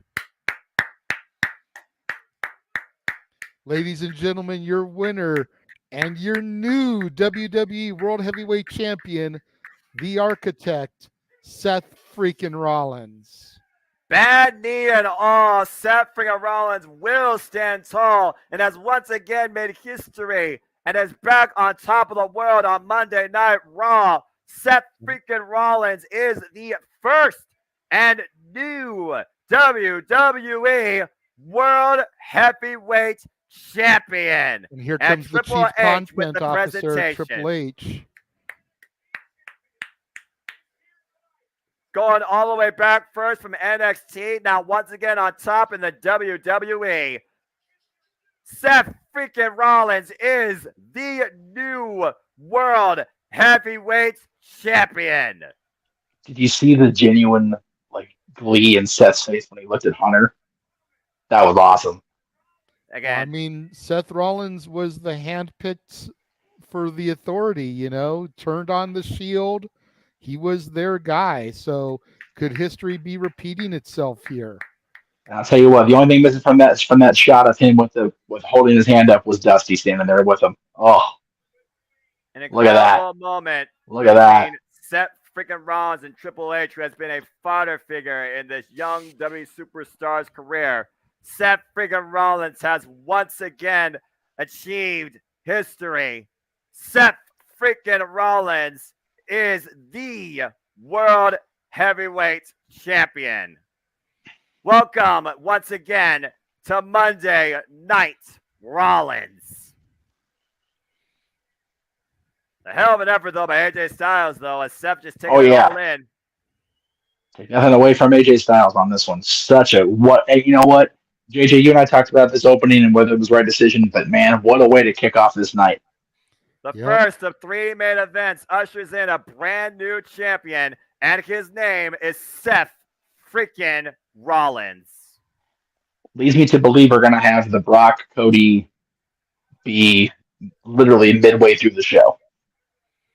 Let's take a look at the moments closing this match, though, JJ and Jeff. It was that super kick out of mid off the phenomenal forearm that allowed Seth to set up for the first curb stomp, but his knee gave out. After AJ went for the calf crusher once again, AJ Styles got caught with a pedigree, but it wasn't for the pinfall setup. It was finally to hit that curb stomp. I don't know, just on pure adrenaline intensity, but Seth freaking Rollins managed to connect with it to pull out the victory. Yeah, again, I'm pretty sure that was the knee that buckled on him when he did that powerbomb on Kane overseas and ultimately cost him the championship back in 2015. So, talk about again, Jay, long-term storytelling. Even in an oopsie moment where his knee buckles on him, he's still continuing his story that was told a long time ago. Yep. Disaster aside, Seth freaking Rollins achieved high. Seth freaking Rollins makes his way out of Saudi Arabia tonight as the brand new WWE World Heavyweight Champion. Raw has finally got their guy. You mentioned, Jeff, about the Brock Cody match coming in the middle of the show at some point. Right. Or could we actually see that as the legitimate main event? There's been a lot of people talking about Triple H potentially being behind Brock's attacks on Cody. So we've got the good guy side of Triple H starting this show, presenting the new title to Seth Rollins, raising his hand, and heel Triple H, revealing himself as the man who has been putting Brock behind the Cody attacks to end it. True. Actually, it was when he came down. It was on the left knee. If you watch the replay, it was the left knee, the one that they buckled on him during this match, and also during the match against Kane I was referencing earlier. Absolutely deserves it. The replicas, I think, are in the same range as the other ones. They're not overly priced differently, for what it's worth. Also, I was going to say, as Seth was walking out, and I was trying to mention it, the belt definitely looks better in presentation on screen than it does in rendering or like PNG images that you see on the shots on the river. It looks way better on actual physical display. So the new belt is $500 on WWE Shop, $499, which is about on pace with everything else right now, unfortunately. But that website I found that has, speaking of Cody, there he is. In the training room, again, have that arm looked at. Oh, there you go. Getting fitted for what looks like a hard cast there now, JJ, finally, after all these days. Or at the very least, a very heavy brace.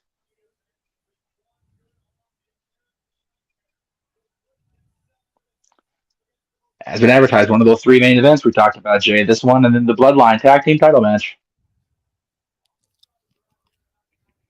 It's going to be interesting rest of the morning and afternoon. Oh, there they are. They're the Profits. There they are. That is one blinged out cup Montez is carrying. I'm here for it, though.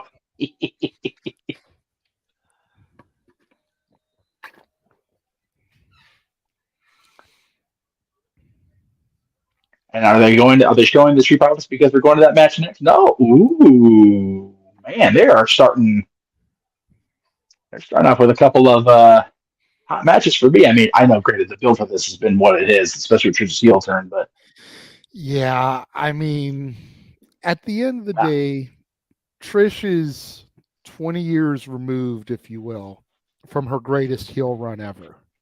absolutely. She's a mama now.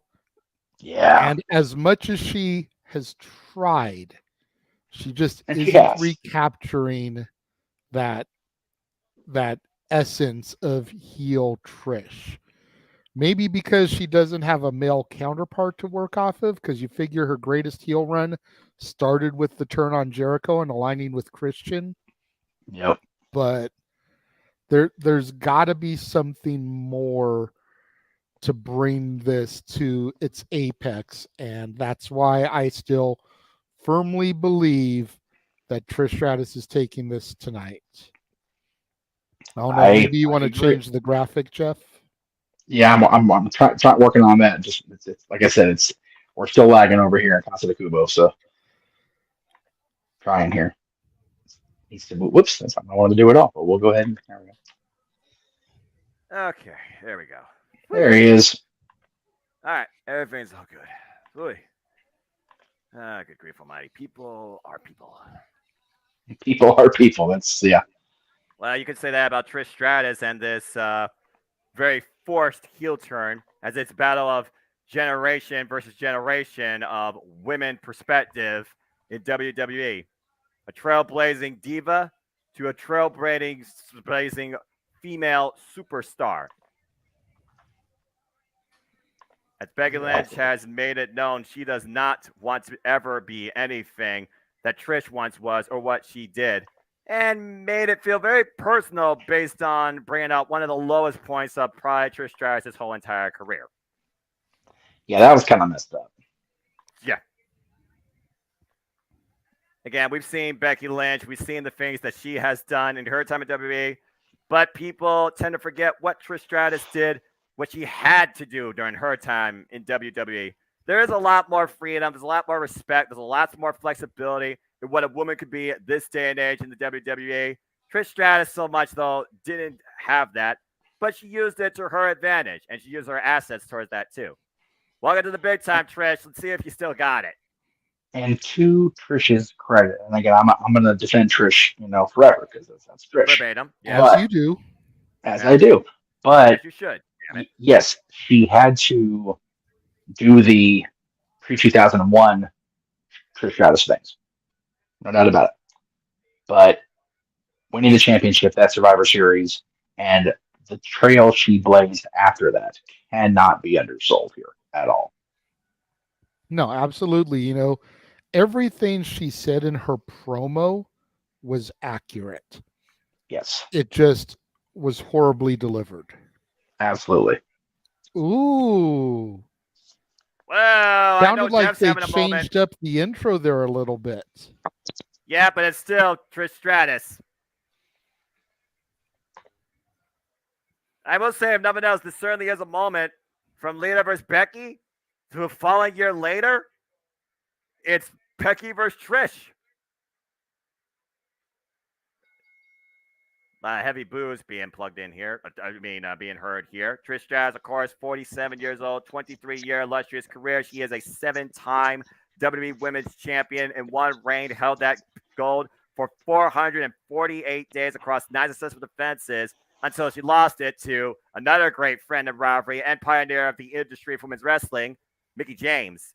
And here I thought her very last match was Unforgiven 2006 against her frenemy for life in Lita. We haven't seen her, though, since that one-off in 2019 at SummerSlam where she lost against Charlotte Flair. It does seem like that time has passed Trish by, and she can't seem to go over any of the current talent in this reign of WWE. I feel like there is a point, though, that she does believe that we should be thanking her, and maybe that's one of the reasons why she is back, to get that by force if necessary. Not for nothing. I know they make the women dress more modestly in Saudi Arabia. Trish is making it work. Josh, I mean- correct me if I'm wrong, but the outfit from SmackDown versus Raw 06, does that say "Thank you, Trish" on the back? I'm not sure. I don't think I've played that one before. I can't recall, if I'm perfectly honest with you, bruv. So what I was going to say I is, just had to give him a little crap because he called me I out know. on the theme music for being the same one on Spotify, even though the little Kim part sounded slightly different. But then he wants to say she's wearing the same outfit from SmackDown versus Raw, and I'm pretty sure that didn't say "Thank you, Trish" on it. So, you know, definitely the same color had scheme. to bust his balls a little bit. Love you, man. Absolutely. Becky Always Lynch, busting the balls. Becky Lynch, Becky Well, looks great. like she's about to get behind the wheel of a race Yeah. car here for NASCAR weekend. I mean, I don't know if the Daytona 500 is coming up anytime soon. And from a distance, you thought she was in Kill Bill attire, but yeah, she's ready to pull out of the pit stop and go straight to work and get that checkered Well- flag. She is looking to race towards the finish at the expense of Trish Stratus tonight. I didn't even Two- think about Kill Bill until I just saw that. That's 100% accurate. Good eye, A. Yeah, I was going to say, yeah, it definitely is a Kill Bill outfit, but also, if it was a racing thing, the Indy 500 is tomorrow. Well, there you go. Could be a So little there is hybrid. that. A little hybrid, but also, so Josh, to Josh, the point with Josh's thing, the color scheme is definitely one of the favorite Trish outfits, the black with the pink trim. There actually is a figure somewhere in my collection that Trish autographed for Dylan's mother. That is that color scheme. So definitely a favorite combination of Trish's, the black with the pink trim, Canadian, throwing back to the hearts. Right. So, CJ, again, that's a hot take, CJ. I Yeah, don't I know if Becky is overrated. I definitely agree that Charlotte is overrated. And I think, Oh, yeah. Jeff, even though you're a Charlotte fan, you can Oh. agree that Charlotte's overrated. she's definitely Becky- overrated. Yeah. Becky, I don't think gets the due she deserves a lot of the time, nor does Bailey. I think Sasha and Charlotte are the two most overrated of the horsewomen, and Bailey and Becky are the two most underrated of the horsewomen. That's just Yeah, my Trish, though. personal Oh! opinion. Well, yeah, Trish. Jeez. Becky Lynch is overrated, and Trish with jaw jacket just got her jaw jacked with her right fist. She did, and yes, I must stay on, but I'll try to keep my comments minimal because I just want people to see my reactions to Trish. Again, Becky Lynch literally said there are things that Trish has done that she would be ashamed to even tell her daughter of. The men bringing the fight so far, Jesus. Trailblazer, Trish Stratus bringing her corner to corner. Good grief. But I mean, again, if we that's also got to keep this in mind. Out of nowhere, Lita and Becky Lynch won the WWE Tag Team Championships. Make that what you will. And Lita got attacked, and we didn't know who it was. At one point, Trish decided to take the Lita spot, and it was in that moment that Trish not only cost Becky those tag titles, but also basically let it be known she was the one that attacked Lita. Again, we all know that Trish Stratus can be manipulative, opportunist, and aggressive. without question. Personal, still ring If step.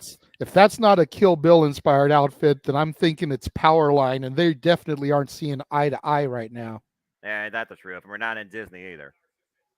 Again, the narcissistic nature that Trish Stratus has been exhibiting since her return to WWE and her turn on Becky and Lita. Some would say underwhelming, some would say forced. In Trish's eyes, it's probably something that's been needed. It got her to this point.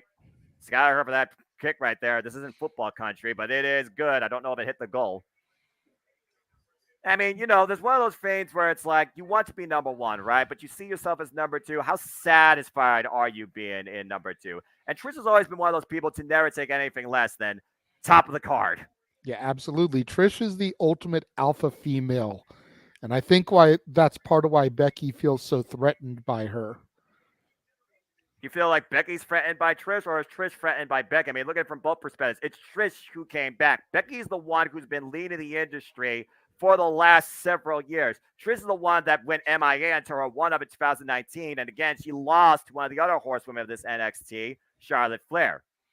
No, I give you that, and that's an excellent point. You're right. Trish did come back, but Becky could have just ignored Trish like you're just a cute novelty act here to entertain us, and just completely ignored it. Well, She decided to play into it and allow Trish to get into her head, which is And why Trish I got say caught Becky with that feels shot. threatened.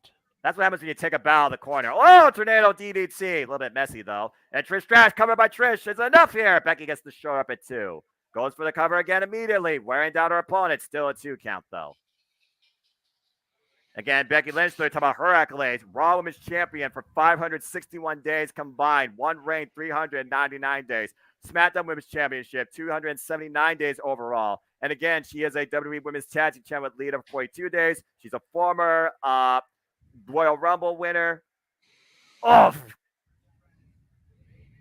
Again, she is one of those that led the next generation and the evolution of the women's division in WWE through the black and gold NXT.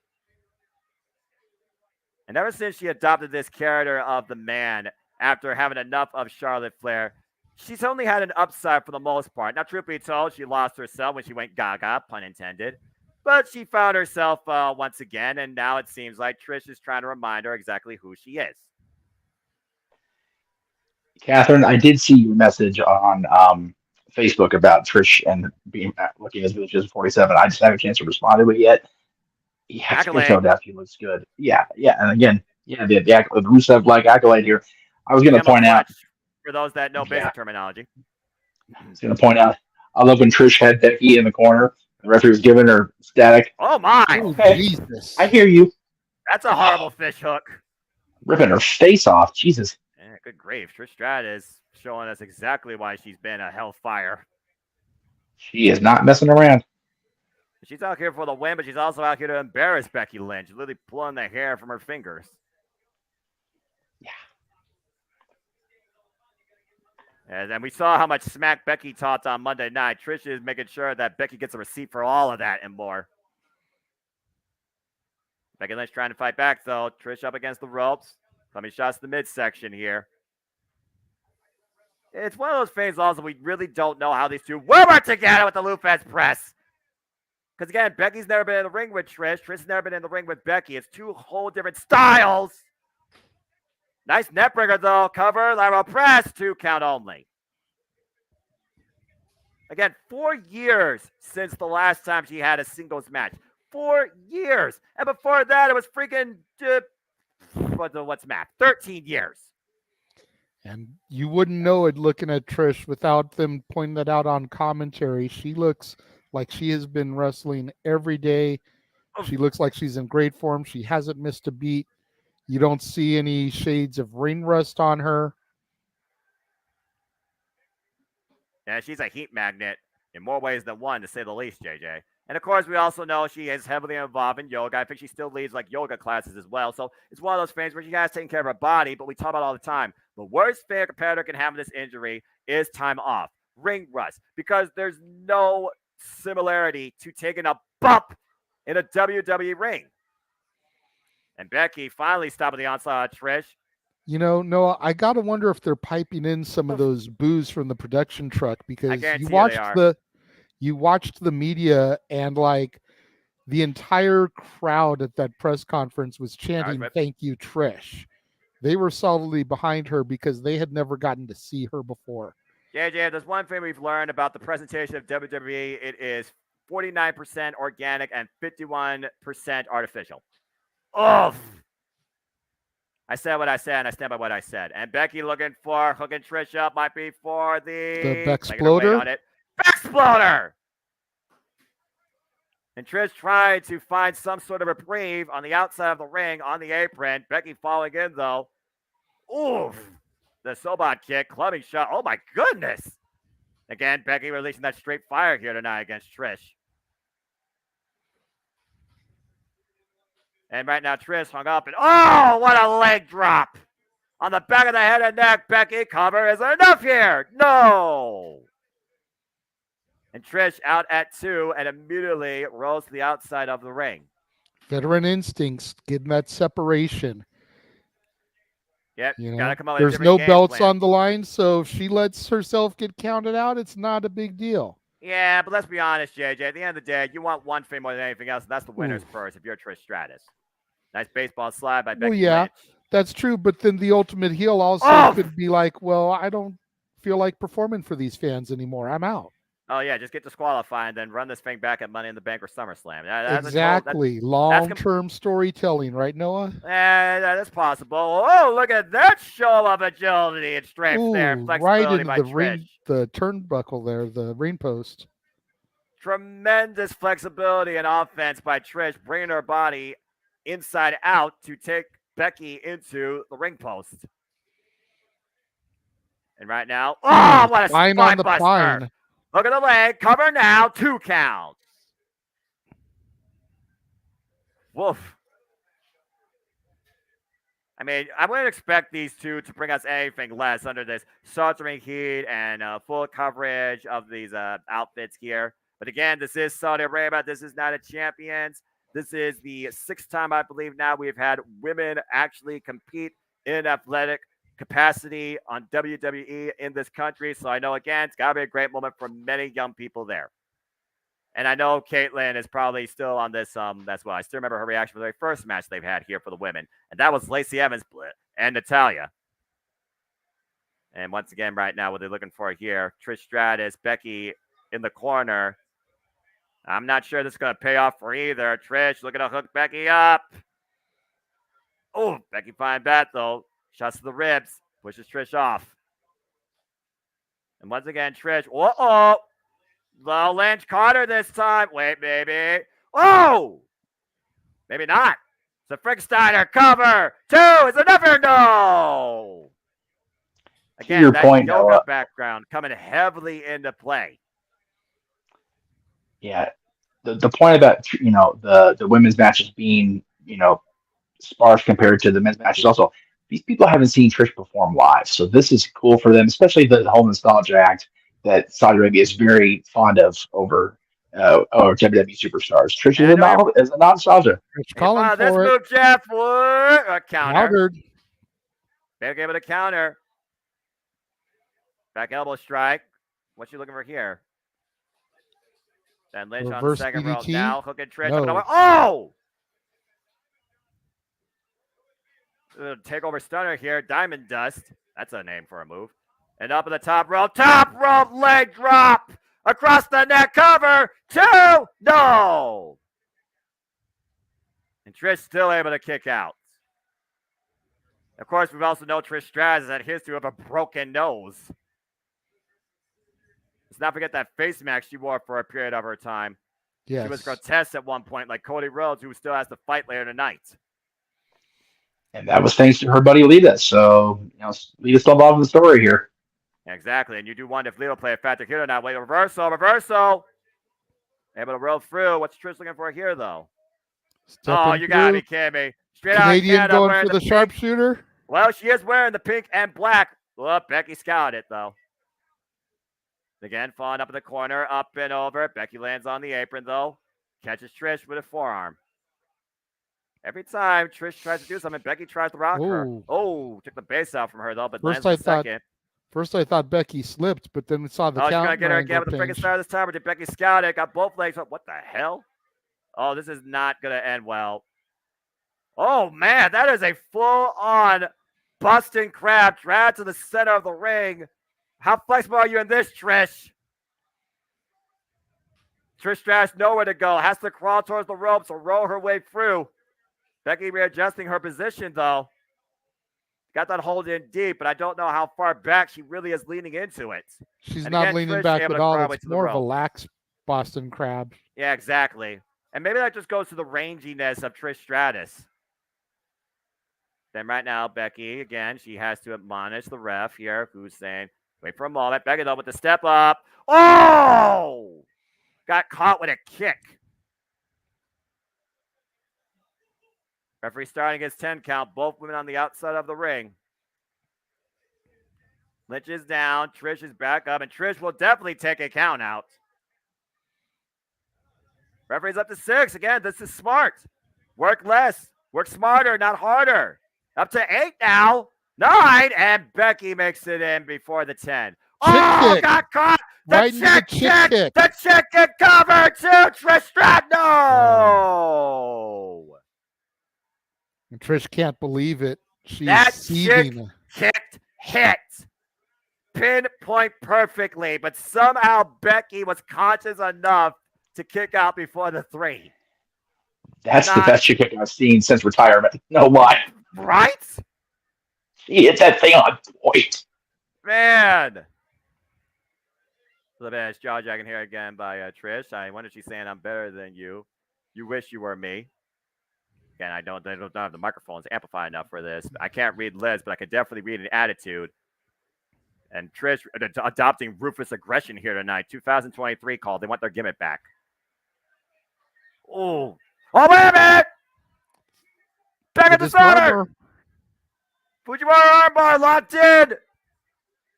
Again, Trish got too cute here. She got too cute for her own good, and it might cost her. Oh, I'm pulling on the hair of Becky Lynch. Doing everything possible to stay in this match and find an advantage. Bringing it into a cat fight here if we're not careful. I know. Where's Joey Styles when we need him? This is a physical altercation here right now. Whoop, missed the chick kick that time. There's a roll up, two. Ooh. Kick out by Stratus, hooking her up though. And a slam! Cover! 2! No! Trish finds her way to get the foot on the rope. That was a rookie mistake by Becky Lynch. Trish was way too close to the ropes to be crying for the pinfall. And she should didn't have hook drugged her the to the near leg center of the either. ring. She didn't hook the far leg either, the leg closest to the ropes. Becky trying to figure out now what she needs to do. Will she take accountable? Will she follow in? And Trish Stratus looking for something here. Oh, Trish, don't. Oh, Trish was trying to look for something. Didn't get it. And meanwhile, wait a minute! Zoe Stark! Zoe Stark! What the fuck? C360! You gotta be kidding me! Zoe Stark just clocked Becky Lynch. Not like this. Come on now. That's some dissatisfaction. That's bullshit. Cover. Hook up both legs. You gotta be kidding me. Trish Stratus just beat Becky Lynch thanks to Zoe Stark. Highway robbery in the highest form tonight. What the hell? Why? Why? What the hell's that motivation?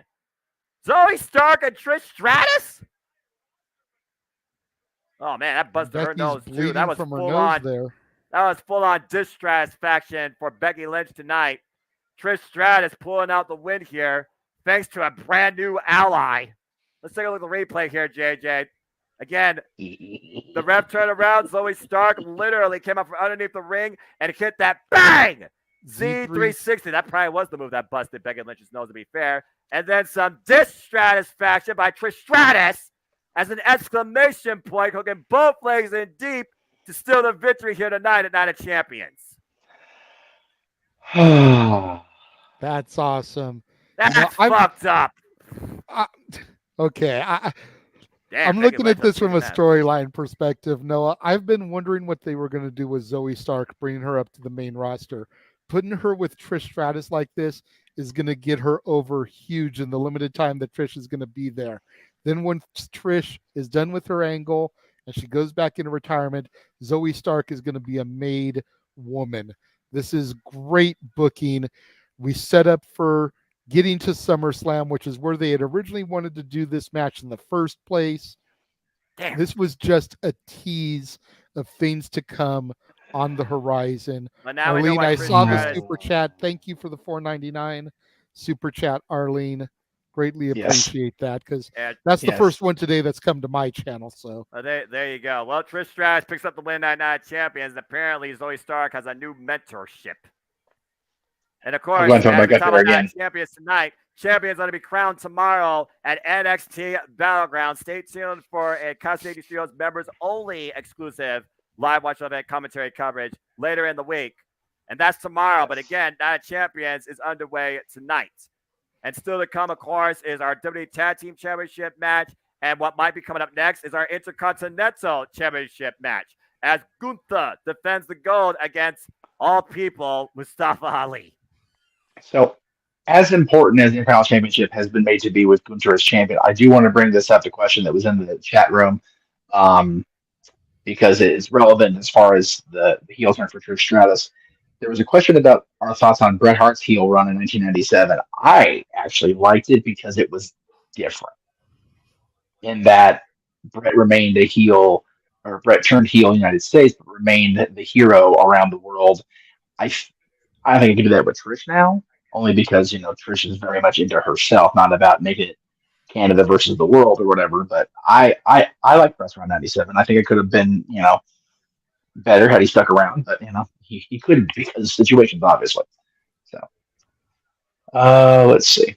It's a fair take. But just a friendly reminder to everybody in the chat room: if you want to dictate the conversation in between matches, please super chat. It's as simple as that.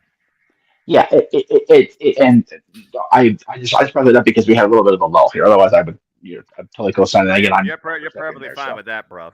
Well, no, JD's 100% right. I need to stick to what we agreed to. Zoe's promos. JD and I talked about Zoe on NXT. Her promos kind of are what they are. So Trish being that person for Zoe. Well, again, it only benefits Zoe having Trish Stratus around because Zoe's kind of had a stutter step start here.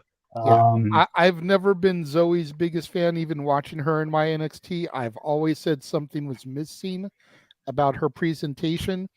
Trish Stratus could very much be that puzzle piece that helps Zoe get to the next level. Just don't make her promo so force feed crappy, awful, like you've done lately, all right? Jeez, oh, peace. Yeah. How about a little bit of originality? Josh with the take so far. Oh, there it is. The pre-match build was what it was, Josh. You're right, but that match put it to rest. That was a great match. Yeah, she held up. She definitely held up. She did. Very proud of Trish today. Happy for her. I'm working on getting the other graphic match graphic. Stand by, kids. Apparently, we're getting a bit of Mustafa Ali's retrospective being here in Saudi Arabia. Yeah, taking in the sights and the culture. That's also very cool for him. I couldn't find his video on the social medias, but during open mic night, I do have a video I will be playing that is very similar to that package that we just saw. I know it's probably going to get us copyright dinged, but I think it's very important to humanize the WWE superstars and professional wrestlers in general. Remind people that sometimes they need to just be allowed to be people too and human beings. And it was very cool to see some of that footage that WWE has posted from this week in Saudi Arabia. Yeah, I'll give you that. And again, Mustafa Ali, he won this opportunity in an over-the-top rope battle royal on Monday Night Raw. Mustafa Ali, who has had 0 main roster championships of any sort of variety in his career. This has got to be the biggest match to date for Mustafa Ali. He previously contended last I remember for the WWE Championship in an impromptu triple threat at W Fastlane 2019. Again, pressure's on for Mustafa Ali. A bit of a homecoming feel for him of sorts, even if he's not from here, but definitely he embraces the culture. Again, 2 weeks ago, we saw what happened between Ricochet and Bronson Reed on Monday Night Raw in that Battle Royal. It was Ricochet and Mustafa Ali that worked together to eliminate the big man. And then Ricochet, Bronson Reed, both on the apron. Mustafa Ali takes both out, drop kick out of the corner, and Mustafa Ali was victorious. Gooper a little bit surprised by that, and so was Imperium for that matter. I know I was. Again, that's your award. Your award for winning this, you get chopped to hell by Gunther. Congratulations. There's not going to be no positivity after this match is over from Mustafa Ali. But I know he doesn't have a losing mentality.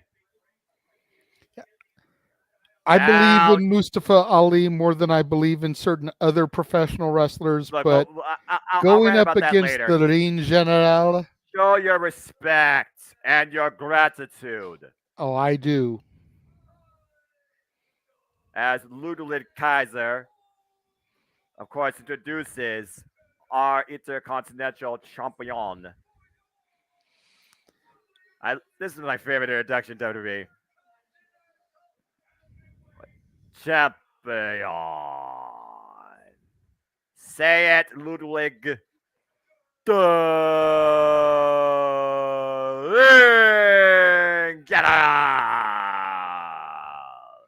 Gunther.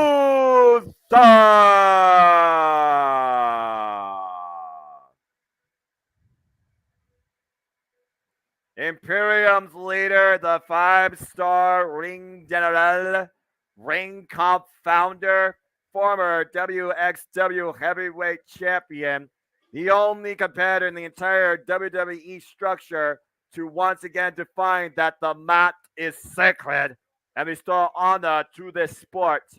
One of the most prolific intercontinental champions in this title's illustrious history, celebrating, of course, his 15th defense here. He has been champion now for 240 days. He is the Ligne General Gunther. Again, no matter what Gunther does, no matter who he's in the ring with, he brings out the best of his opponent, and he brings a style unlike what we see out of so many others. He is a throwback.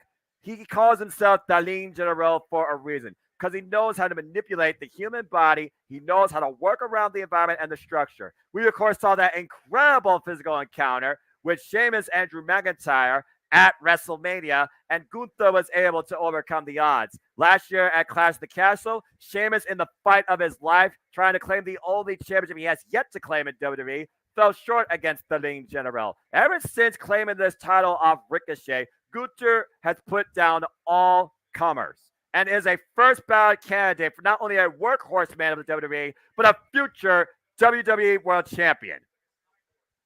No doubt, no doubt. The only mistake you made in all that, sir, is that he has been Intercontinental Champion for over 350 days, not 200. Oh, wait, I was reading a different stat. I was reading Pat Patterson. I'm sorry, folks. Again, I'm super excited. It's okay. No, it's all good. He is only about 100 days, give or take, from surpassing the Honky Tonk Man. Yeah, but what I was actually talking about was, let's talk about this title since it's not champions. We're supposed to actually respect the championships, right? Hey, what a crazy concept. The Intercontinental Championship, of course, was first incepted in August 1979 by Pat Patterson, who held it for 240 days. Gunther is, get this, the 184th champion in this title's illustrious history. Previous accolades Gunther held, he was the Progress Unified World Champ for 417 days with 15 successful defenses. He was NXT UK champion for 870 days across 9 defenses. He was, of course, like you said, he is the current WWE Intercontinental Champion right now at 350 some odd days. 10 successful defenses, including against the likes of Sheamus, Shinsuke Nakamura, Rey Mysterio, what's his name? Xavier Woods, Drew McIntyre, Braun Strowman. And right now, Mustafa Ali looks to try and beat the Ligne General here tonight at Night of Champions.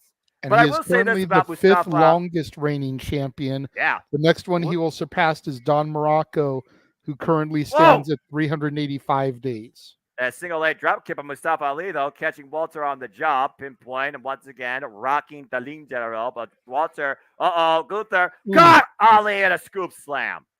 Power slam. Again, this is just a man that just picks his moments and literally just slows down the match. He is the Ring General for a reason. He is the guy that dethroned Pete Dunne at NXT TakeOver New York and his crazy reign of 685 days in his freaking WWE main debut on the big stage. Oh, God, there's the first chop. Yes, give me more. I'm sorry. Mustafa Ali, by the way, God, had a previous chance for a championship. Oh, man. In 2019 against Shinsuke Nakamura on SmackDown, aka SmackVille, it was in Nashville, Tennessee. He lost in 8 minutes. Oh, I'm going to enjoy this match. Again. Yeah, I still think people are sleeping on this match. I mean, obviously it's been all Gunther early on. Mustafa trying to mount a comeback, but Gunther just not allowing it. This match is going to be better than people are expecting, though. Gunther Mustafa Ali has the eye of the tiger right now, especially being in essentially a home country style of situation. If you're trying to apply a Rocky story to this match, JJ, I'm afraid you're going to have a sad ending. I'm just going to say that for the record. Hey, even Rocky lost the first time. He didn't win the title until the rematch. Well, we'll see if Mustafa Ali is actually, medically cleared enough for a rematch after the punishment. Hey, I saw that. after the ring general's done with him. But I will say this to your credit. The ring general tests himself as much as he tests his opponents, no matter the opposition. So I will count Mustafa Ali in this for the time being. Just know when it matters and Gunther believes that he's reached his potential, Gunther is going to put him down with the last symphony. Oh! It's shown in the midsection. Oh my God, what a boot! Take a count out for your sake, Mustafa Ali. Oh, well, Gunther's not going to let him do that. Obviously. I look at it in a professional sports sense, and I know you don't really follow sports, but Jeff will get the reference. Our LA Kings, for example, when they play teams that are worse than them, they kind of take the brakes off and just try to coast, and they end up getting their asses kicked a lot of times. But when they play against people and teams that are better than them, they usually step their game up and they play to the best of their ability. Right now, Mustafa Ali is playing against somebody who is insanely better than him. So he has to step his game up to try to prove that he deserves to be in that ring with the Ring General Gunther. Well, there's a 9 count in play here and just breaks it. And ever since Walter Gunther has slimmed down, he's only become even better with his in-ring presentation and execution. Oh my God! Shop the man back to Chicago where he's originally from. Why not? Good grief. Who needs a plane? The punishment that the Lean General brings with those chops. Short range. Again, Gunther knows he is in full control right now of his opponent. Well, Mustafa Ali ducks underneath the third, though. You don't win a chop exchange with Gunther. Don't try that. Whoa, ducks underneath it, though. Speed might play to Mustafa Ali's advantage. Former member of 205 Live in the Cruiserweight division. A little bit of life now. Mustafa Ali trying to fight back into this. Gunther sub against the ropes. Again, got him on the rest 5 count. And meanwhile, Gunther drives Ali into the corner. Looking to follow in. Mustafa Ali in between the ropes. Catches him with a high kick. Mustafa Ali with an opportunity. The roll through. Ooh. Neckbreaker! And Ali right now feeling something. He's got a chance. Going to the top rope. Higher than the tallest skyscraper. Oh, God. Got met there with a chop. Took just 1 second too long on that. Attempted, I imagine, frog splash. And what is Gunther thinking here? Double underhook, butterfly superplex, maybe? Can't get the fingers clasped there. Mustafa Ali fighting. Mustafa Ali right now. Oh! And the top turnbuckle and might be looking for a sunset flip powerbomb. Mustafa Ali, dominant position. Got Gunther hooked, but the power of Gunther refusing to let go of his hold. But he did. Sit out powerbomb! Champ is down. Challenger right now in control. And Mustafa Ali once again using his capabilities back to the top rope in the drop zone. Ali, 450 splash! Cover 2! No! I think that was about as close as it's going to get, Noah. That was Mustafa Ali's opportunity, and he was unable to seize it. Beautiful sit-out powerbomb and the floater into the top rope into a beautifully, perfectly executed 450 splash. Immediate cover, but not enough. Looking for the tornado DDT, but Cooper's power coming into play here. Again, was that his best shot? Oh, God, what a clothesline. That's it. That's it. That's freaking it. Gunther's done with this young man. Wham! And that is the final note on this symphony. No, it's not, Noah.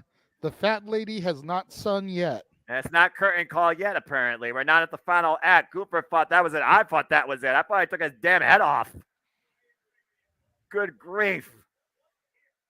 Again, Mustafa Ali pulling out all the stops and showing how resilient he is as well. How bad does he want this? Knowing that another opportunity may not come again for a long time. Again, this is his first championship opportunity in 4 years. Oof. Again, you said yourself, JJ, was that 450 the last true shot Mustafa Ali had left? At this point, he's just staying on instinct. Oh! You're saying, listen to me, you don't belong. Well, Ostapali's out to prove a point, but he just got popped. Wait a minute. Counter. Super kick to Gunther. Gunther stood for the time being off the second rope. And they're trying to hit on DDT. Ali's going to try it. Again. Maybe second time will be worth it. I don't know. I think he's going to the well once too often here. Yeah. Oh, wait. The rope through, though, JJ. Meanwhile, oh, my God. What a drop kick by Gunther. Straight to Ali's face, hooking him up. Jack Power bomb, high step 2. That's all she wrote. And Gunther once again proves the match is sacred and is still the Intercontinental Championship. That was a hell of an effort by Mustafa Ali. It'd be interesting to see where things go with him now, because he was putting those videos out saying that if he couldn't win, he doesn't deserve to be here. Well, we're going to have to see where this story develops. Did Mustafa Ali prove something not only to himself but to Gunther tonight? Again, that ridiculous drop kick and that power bomb always gets it done by Darling General. JJ, to your point about proving something to himself and to Gunther, I think he proved something to Gunther. Did you see the look on Gunther's face when he came out of that pinfall? Gunther's a believer, man. Well, say what you want about Mustafa Ali. He definitely reached high when it came to his potential tonight, looking to achieve what he believed was his destiny. At the end of the day, though, it's another bittersweet symphony, courtesy of Darling General Gunther. Just the disrespect there, sweeping him away. Now, let's see what's going on backstage, though. We got Kevin Owens and Sami Zayn.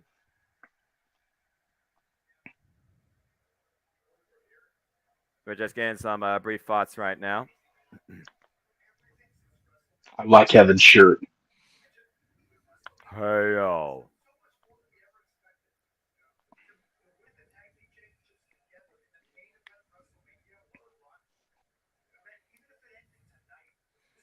Uh-oh.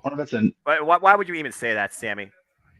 Then why would you even say it? Why would you even say it? What? Oh, boy. Uh-oh.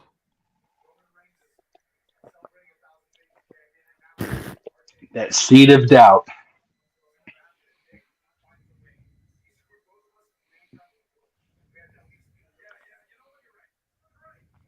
Be aware of the situation. Kevin's just so flipped with this crap with Sammy. Yeah. And again, tag team, the sum of the parts versus the parts of the sum.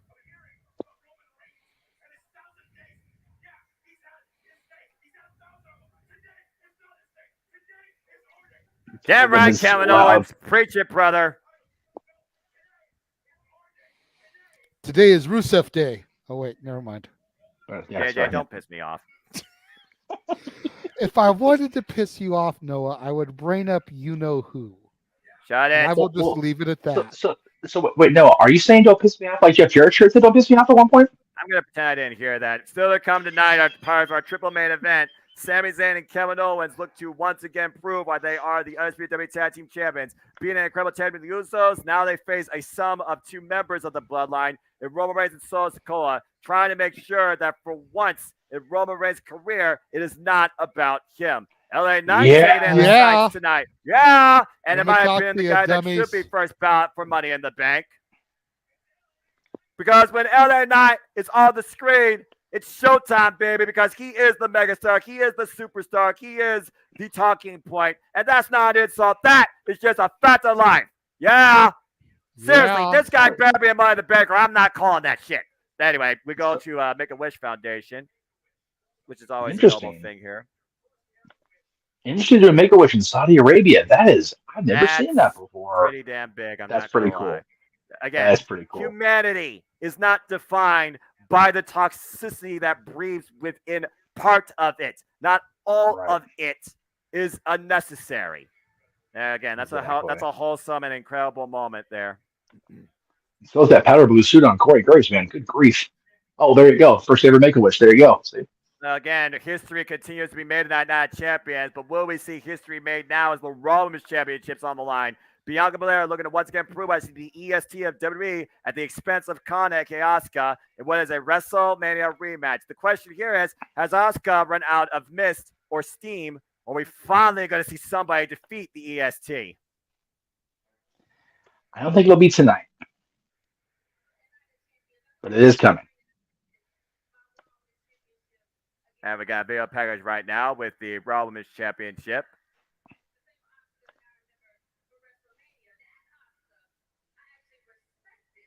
Apparently, there's no more respect between Asuka and Bianca Belair after what happened at WrestleMania. Excuse me.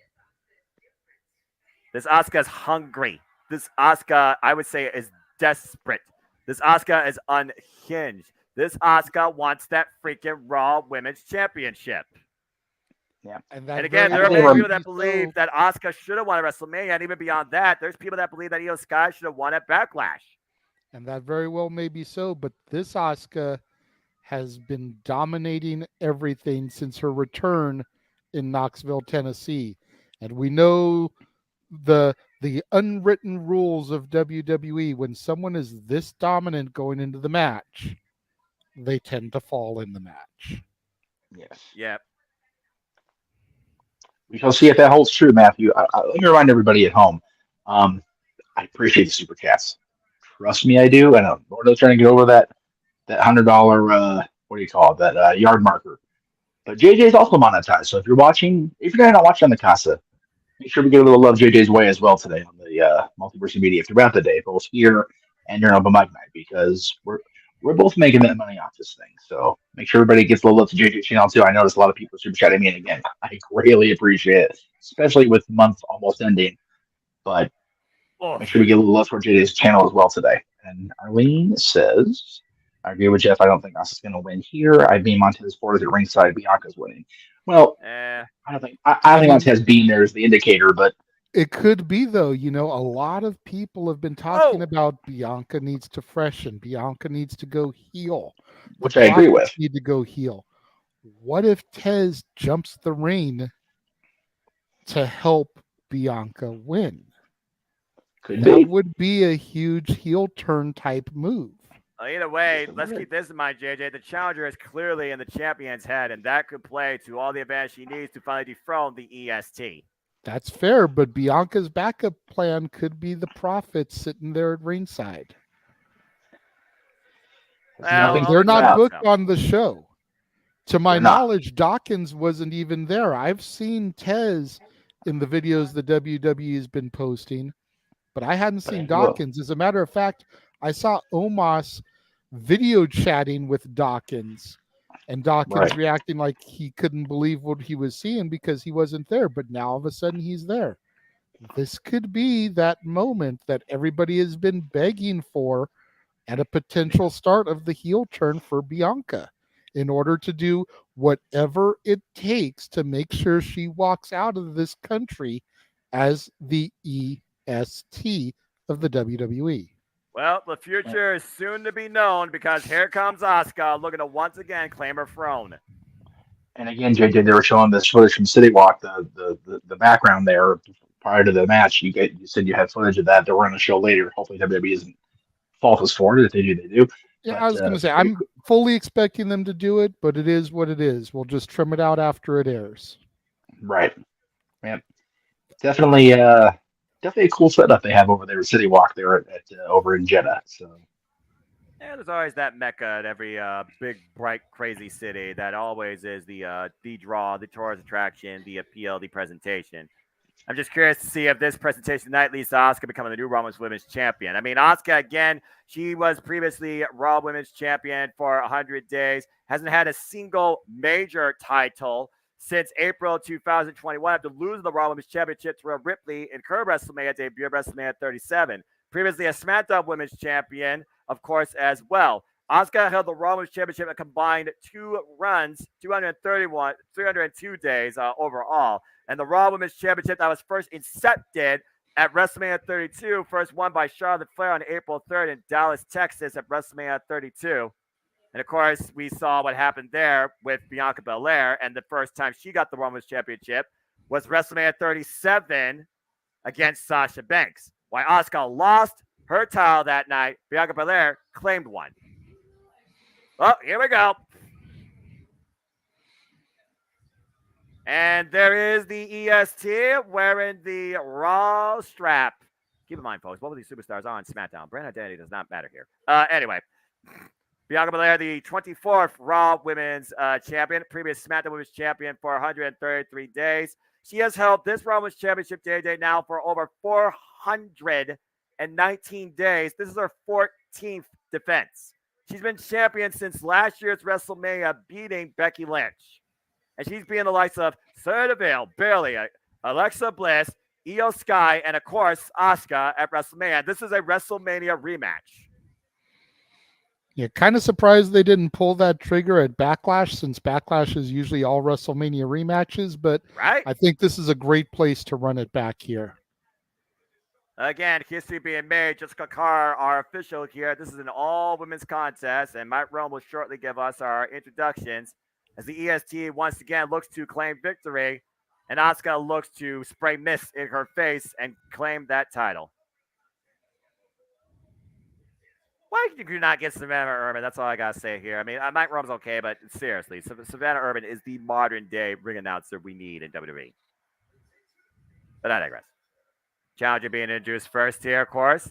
The Empress of Tomorrow, Asuka, the former undefeated NXT Women's Champion for 520 some odd days, only the title being called up, quote unquote, to the main roster. Bianca Belair, who also had previous attempts at the NXT title, never was able to get that championship. But already has been making history since coming to WWE and being part of Monday Night Raw. Jessica Carr holds the strap up proudly. This is going to be very interesting to see how these two have changed their style since their first encounter at WrestleMania for the title. The inside has got to be on all-time high. Here we go. Bianca Belair immediately going in. Asuka with the waistlock. Oh, headlock takeover. Headshot takeover. Head scissors. Escape. Once again, Bianca Belair doesn't leave the clothesline. Takes the braid, and we've seen how many times that braid has come into play for the opponent to have a temporary advantage. Went for the Shining Wizard. Miss. Kip up. Thank you very much for the super chat there, Catherine. We appreciate that. Appreciate you, Catherine. Appreciate all of y'all as always. And right now, just the ground and pound transition by both champion and challenger here. Again, like I said, the EST has had her mentality shaken by Asuka. Yeah, Asuka has been more in Bianca's mind than she was going into WrestleMania. She took that month and a half, however long it was, to regroup, and she's come back even more dangerous than she was 2 months ago, 3 months ago. That's a fair point. Ooh, good agility there. Oh, like got Bianca caught. said, like Bianca said on SmackDown, this is not the same Asuka she fought at WrestleMania. The same Kana, whatever you want to refer to her as. Exactly. You know, this is not the same woman she got into the ring with at WrestleMania 39 earlier this year. This is a more dangerous individual. Asuka, one of the most lethal strikers in WWE ever since coming from Osaka. One of those strikes could take Bianca Belair's lights out. Or, of course, she also has the Asuka lock, and we saw a brief moment of that in their last exchange on SmackDown. Oh, on the shoulder in the corner.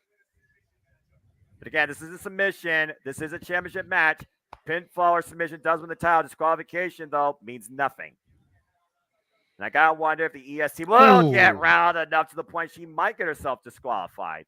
Right now, though, in the driver's seat, asserting her power, her strength. Again, calls herself the strongest amongst some of the other adjectives than an EST. Whoa, nice drop kick. And a kip up. Being the strongest, though, in this day and age, it's got to be more than a physical strength. It's got to be that mental strength, too. Oof. Well, again, pressure is on the champion. I feel more so than the challenger at this point because I feel she's had to have some concern after what with Io Sky and the reception of that was. And I do wonder if that's still on Bianca Belair's mind, too. Handstand, springboard, moonsault. Oh, caught herself, though. Lands on her feet. Asuka to the outside now. Oh! Nice handstand kick there by the champion. Driving Asuka down to the floor. momentary reprieve for Asuka here on the outside of the ring. Again, the braid, though. The braid. That braid coming into play. Tug of war. Ooh. Oh! Using it to whip Bianca right into those stairs there. And shoulder first, head first. And again, you see her grabbing her left arm. And don't forget, Asuka's already trapped that in the Asuka lock. Oof.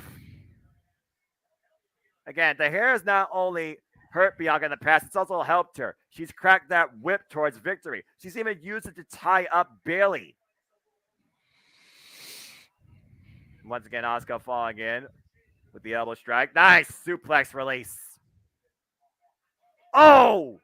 Shining Wizard cover 2. Not quite. Nope. And once again, looking for the disarmer immediately. Fujiwara armbar, but again, preventing the full extension here. The shoulders down on Asuka, though. Jessica Carr in perfect position. Oh, and a kick right to that arm. Great instinct by Bianca there to try to roll her up for a pin, despite being in that armbar. Asuka not relenting, though. She's staying on top of things. Well, the thing about submissions, we talk about all the time, JJ. When you do put your opponent in submission, you do put your own body at risk being caught in a pinfall decision. There with the roll up, the cover, 2. Asuka able to get the shoulder up. Only you had to be able to hook one leg that time, too. What you looking for here? Hooking Asuka up. Brainbuster counter, the roll through. Inside cradle, 2 counts. Oh! And Asuka runs through the champion. Frequent covers here by the challenger, wearing down the EST. Again, Asuka has been a little bit more unhinged lately, I would say, JJ. Yeah, without question. I wonder at this point, Bianca Belair, should she be nervous? And once again, Asuka working that arm, hyperextending it every way possible, trying to take it out of its shoulder. Speaking of arm, of course, we still have Cody Rhodes, who has a broken arm at this point, kayfabe-wise, to take on Brock Lesnar in a fight. And it was Brock Lesnar who caught Cody in submission. Cody Rhodes was able to capitalize and get the pinfall decision. And once again, Asuka right now keeping the EST down on the mat and keeping her focus on that left arm. Yeah, just keeping that pressure applied. You know, Bianca is most dangerous when she's on both feet. Oof. And keeping her grounded like that is the best that Asuka can hope for right now. They're going to hook her up. Asuka count again. A break coming into play and a hard whip down to the mat. Asuka just strutting around, proud of her actions. Asuka's been in control of this match since the get-go to a degree, JJ. Yet, without question, Asuka has been completely dominating. I said at the outset, she's been in Bianca's head ever since she returned during Bianca's homecoming celebration in Knoxville, Tennessee. She has had the complete dominance in this feud going forward from that moment. And look at Asuka, though. Bianca Belair trying to fight back, though. Again, using anything possible she can.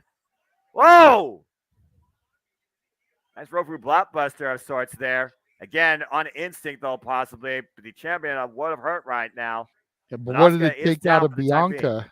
Yeah, exactly. It's like, yeah, she was able to get some offense. Asuka is down, but Bianca can't get to her feet to capitalize. She's been beaten and battered so much since the outset of this match here. She needs to try to get some momentum building, but every time she gets to a vertical base, here comes Asuka. She's finally on vertical base, and so far keeping Asuka away. Once again, looking for something big, maybe luring her in, out of the corner. Nice flip. Falls in with the shoulder block. And again, now Belair is using her strength to her advantage. Nice drop kick there. Asuka trying to get some momentum built. Well, you got to do something, right? Hook her up. Maybe the suplex this time. Ooh. Got it! Nice suplex and a kip up follow-up. Is it me Bianca's or is starting that to feel braid herself. Is it me or is that braid more unhinged than usual too? Oh, yeah, I've been noticing that a lot lately.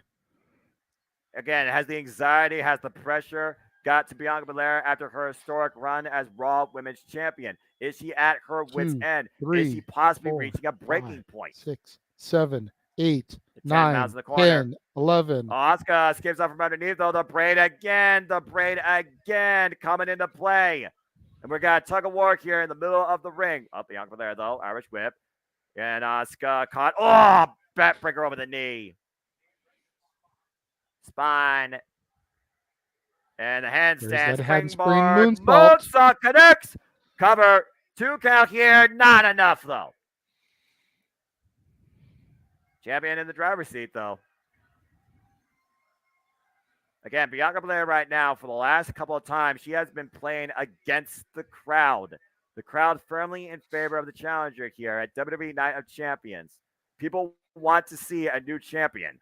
And we were this close seeing it at WrestleMania. And again, the braid just whiplashing her. Good grief. And in fact, through the cutting out, of course, we have the Roman and Sikoa going after the WSW Tag Team Championships against Kevin and Sami Zayn, Brock Lesnar and Cody Rhodes in a fight. Oof. And Rhea Ripley and Natalya for the SmackDown Women's Championship. Those kicks coming in, though. Bianca Belair, up counter in the corner. Oh, man, that kick connects. In the middle rope, though. Oh, Bianca falling in. Grasping her ribs at this point. Again, those kicks are lethal by Asuka. She can break a rib if she wants to. She hits you just right. And Bianca Belair looking for something high risk here. Again, who is the strongest in this lockup? Asuka finding back. Drives Bianca away for the moment. Missile drop kick. And that might be enough. Asuka quickly in the cover. Lateral press 2. Bianca gets the shoulder up. Look at the distance here, JJ. That was a tremendous drop kick. That was gorgeous. That smile has not left Asuka's face since the bell has rung, even when Bianca has been in control. Because she knows she's in Bianca's head. She knows that she's got Bianca right where she wants her. As you said earlier, it is on Bianca to win this match. Even though she doesn't have to win to retain, she can always get a count out, a disqualification, something. It is on Bianca to prove that Asuka is not in her head. Asuka's not ready, or no one's ready for Asuka. Which one works tonight? Oh, look at that gut wrench transition into the deadlift. Whoa, almost looking for a powerbomb there. Asuka fights back though. Caught again. Whoa! Just planted Asuka. Deep stack 2. No. That wasn't a spine buzzer. That was just a straight up. You're going to hit the damn mat. Take a look at this. Bam! It's like a bear hug drop. Exactly. And then cross the legs in the cover, adding extra pressure along with her body. Asuka's still able to survive this match. WWE Night of Champions here, heavily underway. A lot's happened so far. We saw Seth Rollins win the WWE Championship, and we saw Becky Lynch get dissatisfied with the help of Zoe Stark. Trish Stratus beating the man. And once again, looking for the Asuka lot this time. Oh, my God, reverse the pressure, shoulders down. Ooh, kick out again. Looking her up. Oh, the roll through, cover, 2 shoulders down. Reversal by Bianca, shoulders down. 2 count again. We were also reminded that the ring is still sacred. Constant test of strength by both. Oh, and clocker the side of the head. That might do it. Cover 2, and Bianca is still in this match. Good grief. Watch this kick. Bam! Bianca couldn't scout that. That was sudden impact. Good grief. Well, if Asuka wasn't in Bianca's head already, she definitely was after that kick. Oh, yeah, for sure. Again, the braid coming into play. It's the 4th time this match. It's dragging her around the ring by it. On the outside, Asuka still with the braid in hand, bringing the champion now to the outside of the ring. And what's Asuka looking for here? Bianca prevents the collision. The steel ring steps this time. Back elbow strike. Now Asuka eats the steel herself back first. And that's the first time I've seen the smile wiped away from Asuka for a moment. Look at this. Boof. And of course, the KOD is a heavy impact shot to your spine. Oh, Belair in the ring. Breaks the count for a moment. Now Asuka trying to get back in the ring. Belair preventing that. Count up to 4. Both of these women fighting on the outside. Referee Jessica Carr up to 6. Again, they both brawl on the outside. Asuka and Bianca both finally come in by the 7 count. And Asuka again with the braid in hand. Challenger trying to use anything possible for the upper hand, but again, the power of the EST seems to be the difference maker. And now that straight up attitude and ferocity of the champions coming out here. I feel like Bianca's about to go feral. She's got to go something because she's still trying to stay good and obey the rules, Ugh. but you can kind of see a little bit more attitude than we've been seeing lately coming out of the champion. Exactly. And Jessica Carr right now. Ooh, Bianca scouted that mist once again. And she averted disaster here, almost being blinded. Clearly, she saw it coming, though. Asuka, Bianca, up on the Gets her set. shoulders. Could this Looking be for it? Oh, Asuka's got it. Great counter by Asuka. Turn her over. And then the Fujiwara arm bars in again. This time on the right arm, though. Will Bianca Belair tap out, though? Will she reverse the pressure? Will she roll over? Will she reach the ropes? And might be looking for a one-arm deadlift here. The shoulders are down. Let it be Asuka. Asuka gets the shoulder up, though. Oh, the power of the Showing the strongest. strength. Off! One-arm deadlift power bomb. Again, look at the Bianca miss showing- here. She immediately ducked underneath it. Ooh, that would have been disastrous for the EST if that would have hit. But again, you see her grasping her left arm, her shoulder. And Asuka right now, though, trying to get her wits about her on the outside of the ring. And wait a minute. Jessica Carr, once again, checking out the chat. What in the hell is Asuka doing? The mist on the fingers. They're looking for the KOD. Oh! And literally the mist in the eyes. There's the head kick. The official did see it. Kick to the back of the head. The cover. 2. And Asuka has done it. Bullshit. Hi. Thank you. Happy first Memorial Day cookout in your house. Bullshit. Thank you, Mom. Enjoy. Oh, I'm sorry. I heard you. I'm so sorry. You're good. You're well. Enjoy. Asuka. Yeah, you're good, Mom. Thank you. I will do it. Yeah, I will. Asuka's finally done it, caught underhanded, if you will. Bianca Belair was not ready for Kana tonight. The mist hits the eyes, and the final strike. Asuka, ladies and gentlemen, is the new Raw Women's Champion. That was the shittiest title loss in WWE history.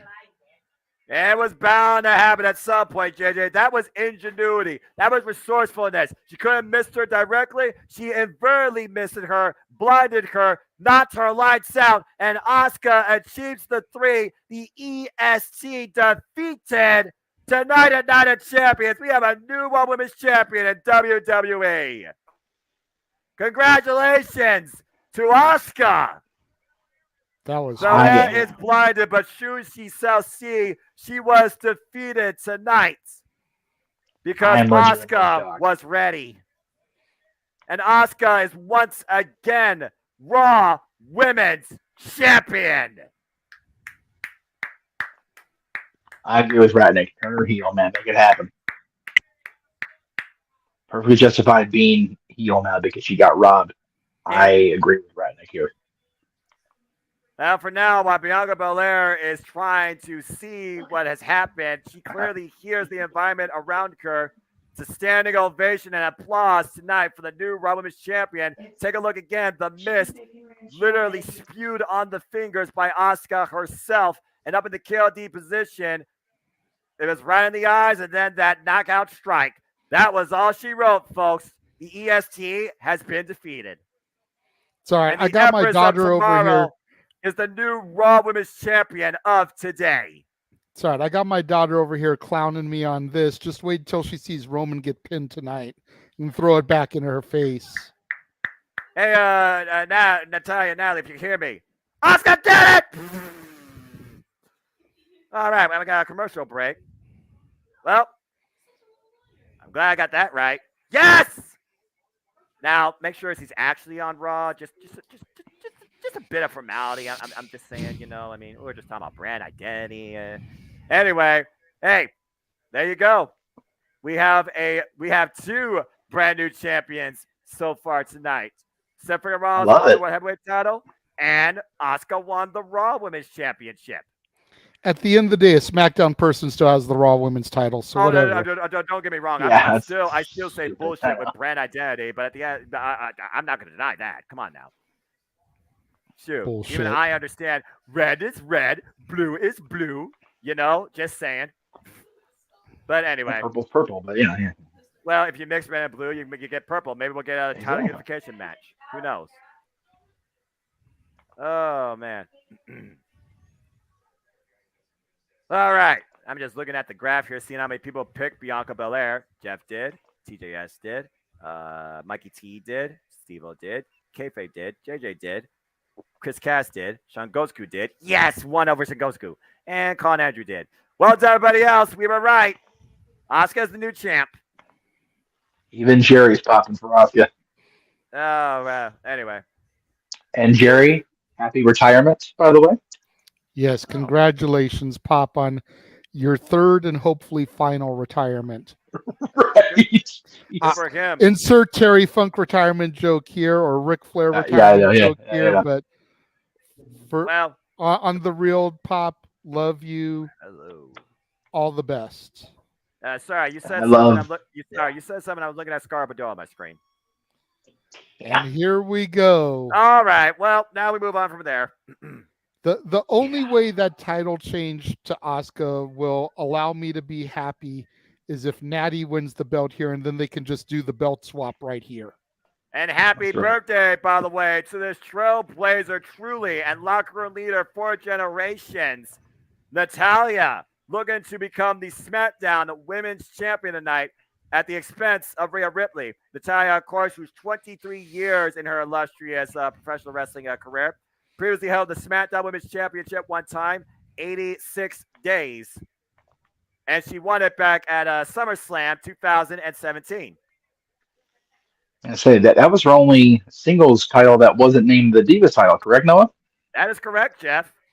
The SmackDown Women's Championship established officially back September 2016. Started with Becky Lynch winning a 6-pack challenge for the vacated championship. Becky Lynch started the lineage of this title. Natalya's looking to once again add her name back to it. Yeah. But again, I love the Nighthawk Parade. This match is out of respect. And clearly, Absolutely. Natalya has nothing but respect for the people here, for the women before her, and for the SmackDown Women's Championship. Rhea Ripley has shown zero respect, however, to Natalya and everyone else around her not named Dominic. Fair.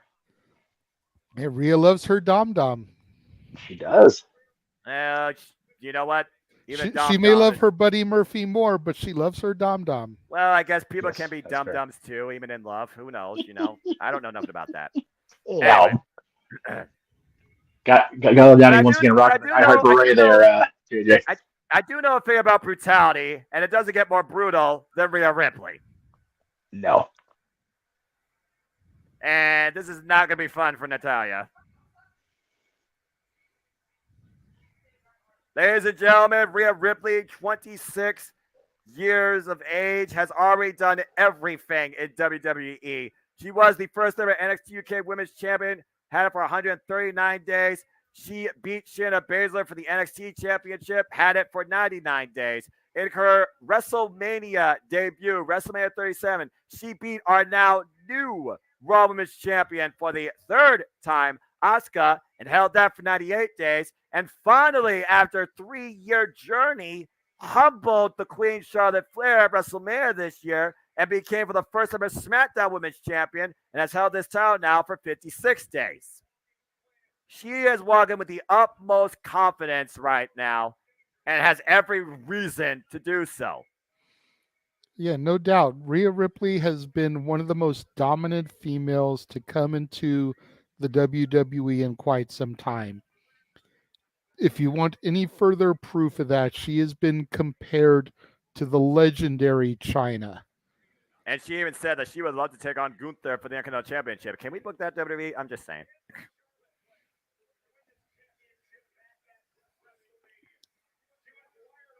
Yeah, I agree, Matthew. Dear God, mommy in a bodysuit. Oh God. Turn on some lights, you freaking freaks. You all are weird. And Catherine, I'm right there with you 100%. I love both these women too. Obviously, I'm wearing my Natty by Nature shirt, but you've got, if you are betting money on this match, and granted, the predictions league we don't have money on, but we're still trying to win. How do you bet against mommy in this situation? Answer, you don't. But let's go down to introductions.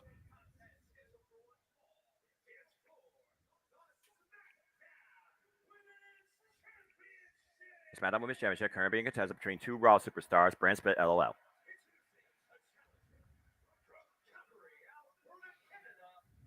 Canada's own Natalya. I remember seeing her live at SummerSlam 2019 defending the title against Becky Lynch.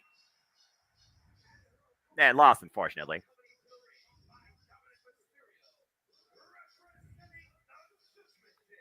Judgment is not going to be in favor of Natalya, so says Rhea Ripley.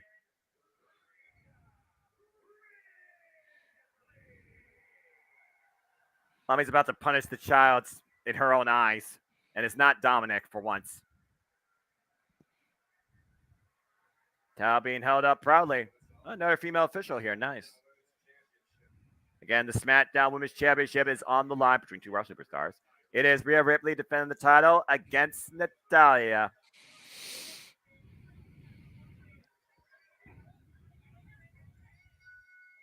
Oh, and already Dominic playing distraction, getting Natalya's head. Bill has Rung and Rhea Ripley on the attack. Oof. And right now, Natalya being punished brutally on the outside by Rhea Ripley, face first into the Saudi Arabian announce table. Excuse me. It takes a moment to get used to saying something like that. No, it's all good. You know, when we've said country redacted for so long, it does take a little getting used to actually acknowledge the country. Look, times change. People mature over time. Companies eventually make things seem more realistically important and respected. So even I can come out and say, I will from now on, like I've been saying, call it freaking Saudi Arabia. Aaron Riff can delete the clip of country redacted. But if he accused me for it, maybe I'll keep the shtick. Oh, God, what a headbutt. And right now, Natalya, oh, you got to be kidding me. Not this quick. Are you kidding Trying me? Riptide already? What? Riptide already? Are you kidding me? Take step two. It's over.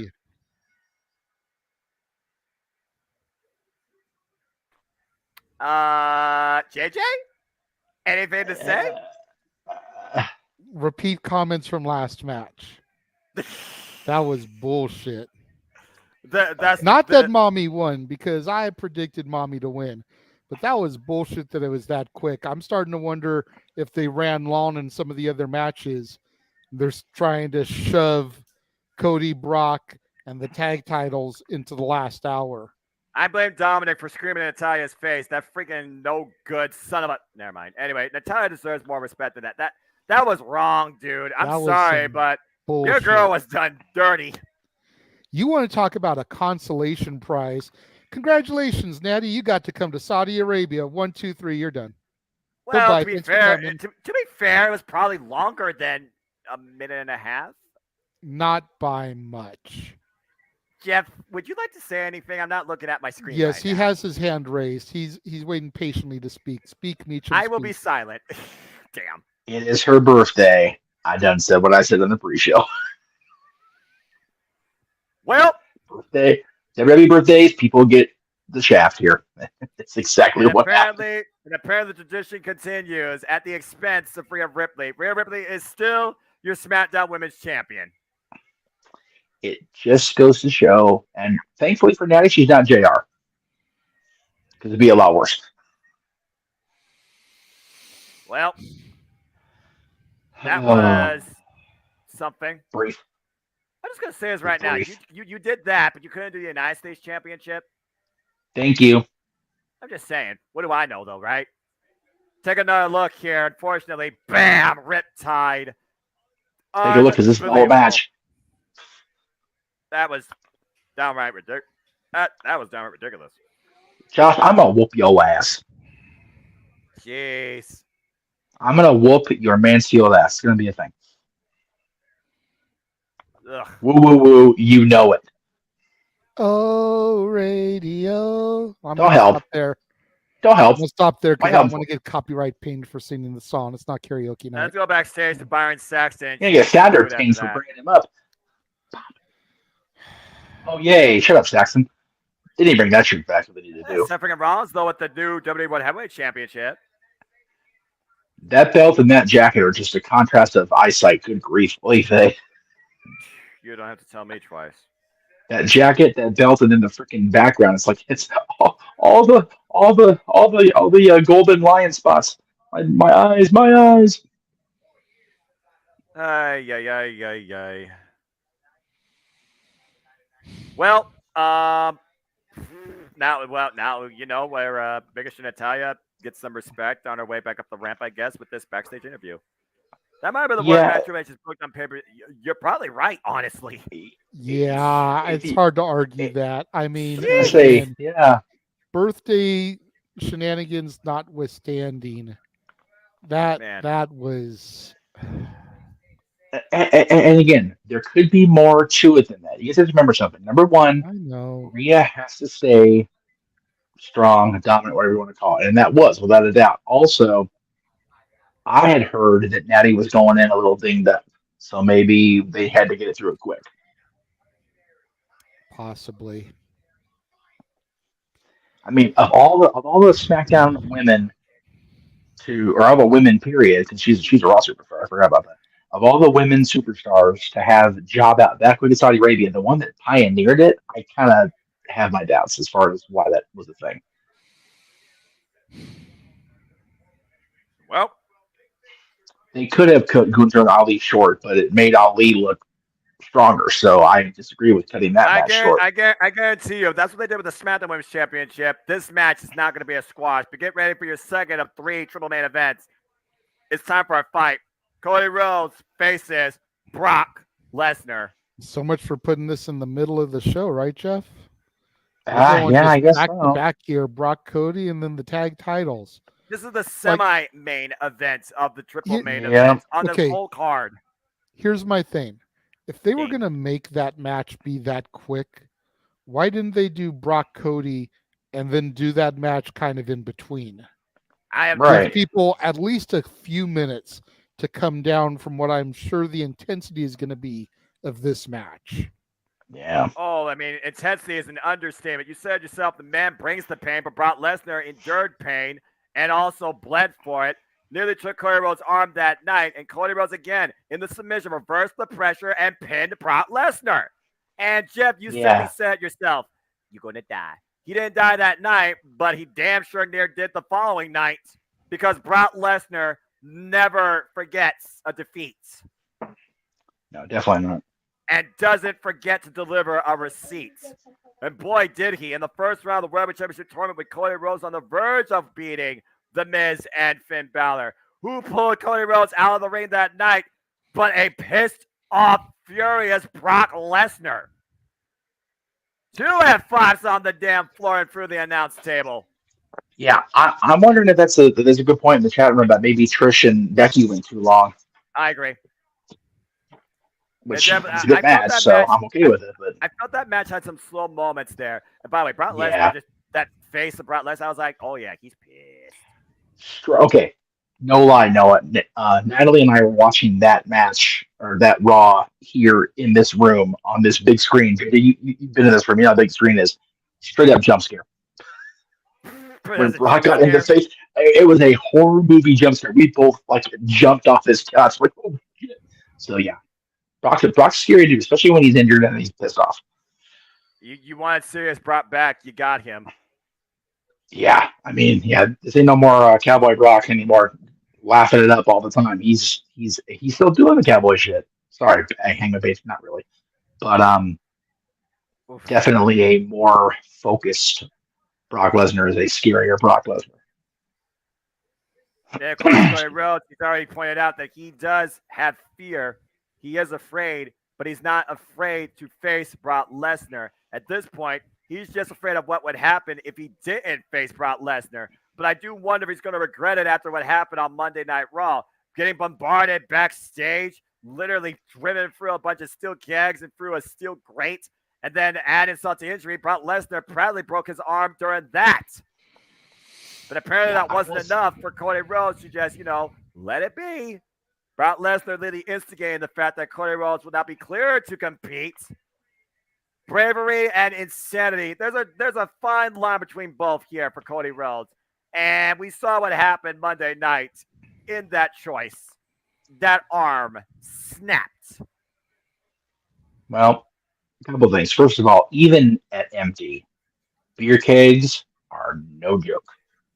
They are heavy. They are bulky. They will break an arm if used like that. Number one.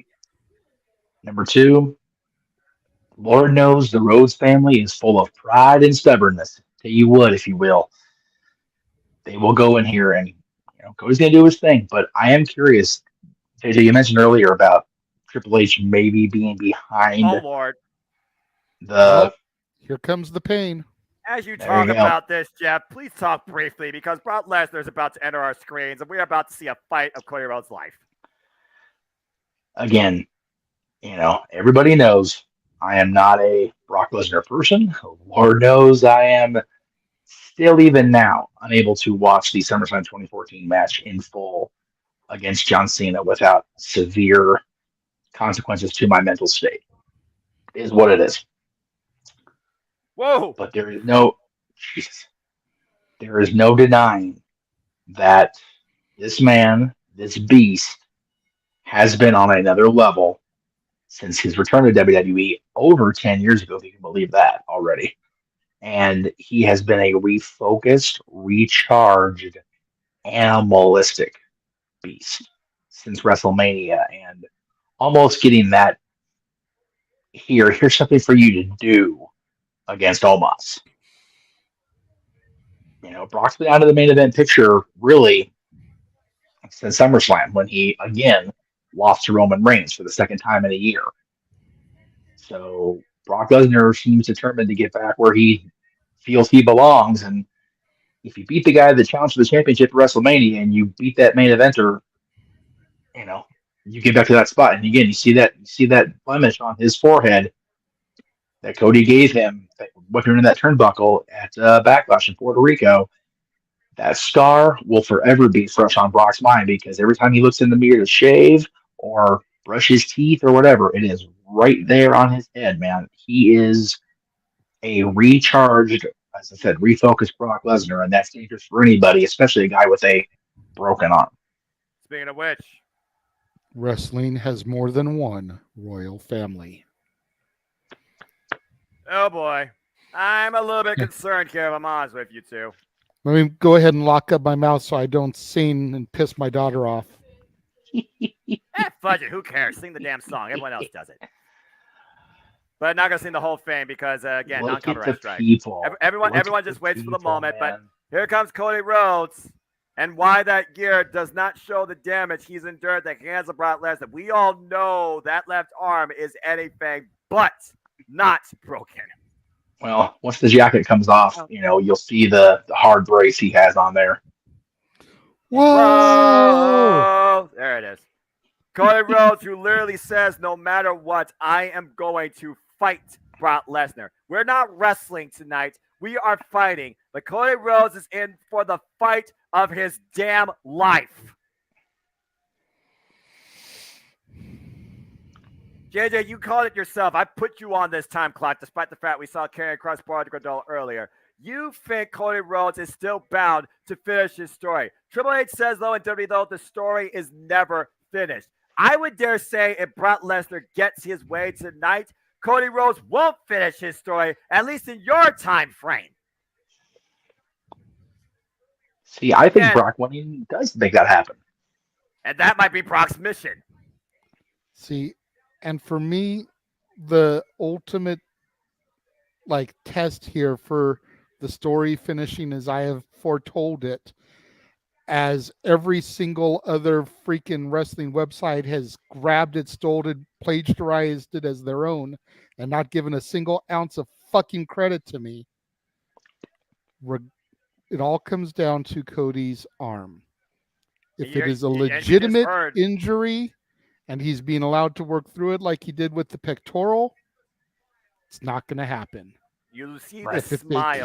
kayfabe storyline injury, as everybody kind of suspects that it is, then it still could happen. JJ, I just gotta point this out though. Brock Lesnar is smiling like a Cheshire cat. This is a completely different demeanor than it was at Backlash. And Cody Rhodes may not be wearing a strap. He's got like some titanium like restraint on his arm tonight.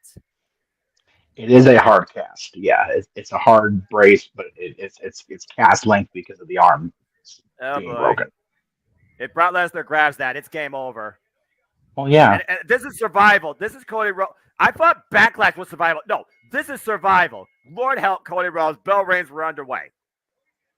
Cody is going to have to outsmart Brock Lesnar here. But I would say that this was a wrestling match. In a fight, he's just got to survive. He's just got to find a way to get a pinfall. Because you're not going to submit the Beast Incarnate. You're just not. Especially with one arm. I was going to say, Brock is circling Cody Rhodes with the Taz mentality. Beat me if you can. Survive if I let you. I guarantee you Brock Lesnar will not let him survive, okay? Few men have literally survived Brock Lesnar after beating him once. And I can name even fewer men that have beaten Brock Lesnar in a singles capacity twice in a row. Cody just lured Brock on the outside, asked him to follow him. I don't think this sprint's going to work out. And Cody Rhodes, though, fighting back. Brock Lesnar, though, back inside the ring. Brock Lesnar back to his feet. Cody Rhodes falling up with the shots. Brock Lesnar, though, picks up Cody. Oh, no. Driving his shoulder hard in the corner in the midsection. And again, just literally taking the win. Oh, no. Wow! And there's your first suplex. Welcome to Suplex City, Saudi Arabia. And I think Cody landed on that arm itself. He did. That suplex did Cody's arm no favors. Oh, Lord. And he might be going Number for it two. again. Ah! Belly to belly that time. Let's take a look at the replay. Look at this first belly to belly suplex. Watch the arm. Jeff, Watch can we what- get a suplex count going up on the screen here, please? Oh, That's number 2 man, already. right. That was right on the arm initially. Absolutely. Again, we're talking about Cody's left arm. Don't think Brock Lesnar will take his right arm. Yeah. And meanwhile, And there's 3. I think we're going to beat Backlash because Backlash was 8 if you were counting. The Superplex high scoreboard still stands. John Cena the all-time high at 16. The question Unfortunately. is will we get more suplexes from Brock Lesnar here than we get super kicks in a Young Buck match? The answer is to be determined. Again, Cody Rhodes up on one knee. Brock Lesnar grabs me in the right arm. Ooh. Oh! And Cody literally He hitting used- Brock over a head with Use the cast. Well, I mean, technically, it's not a weapon if he has to, like, literally, got caught, though, the bear hug. Cody Rhodes still trying to fight back, though, and does so. Breaks the grip. Brock Lesnar rug with that titanium cast, though. Cody Rhodes has a chance. Brock Lesnar driven to the outside of the ring. Cody Rhodes Cody literally Rhodes has gonna found fly. life. Oh, he's going to look to fly and catches Brock Lesnar.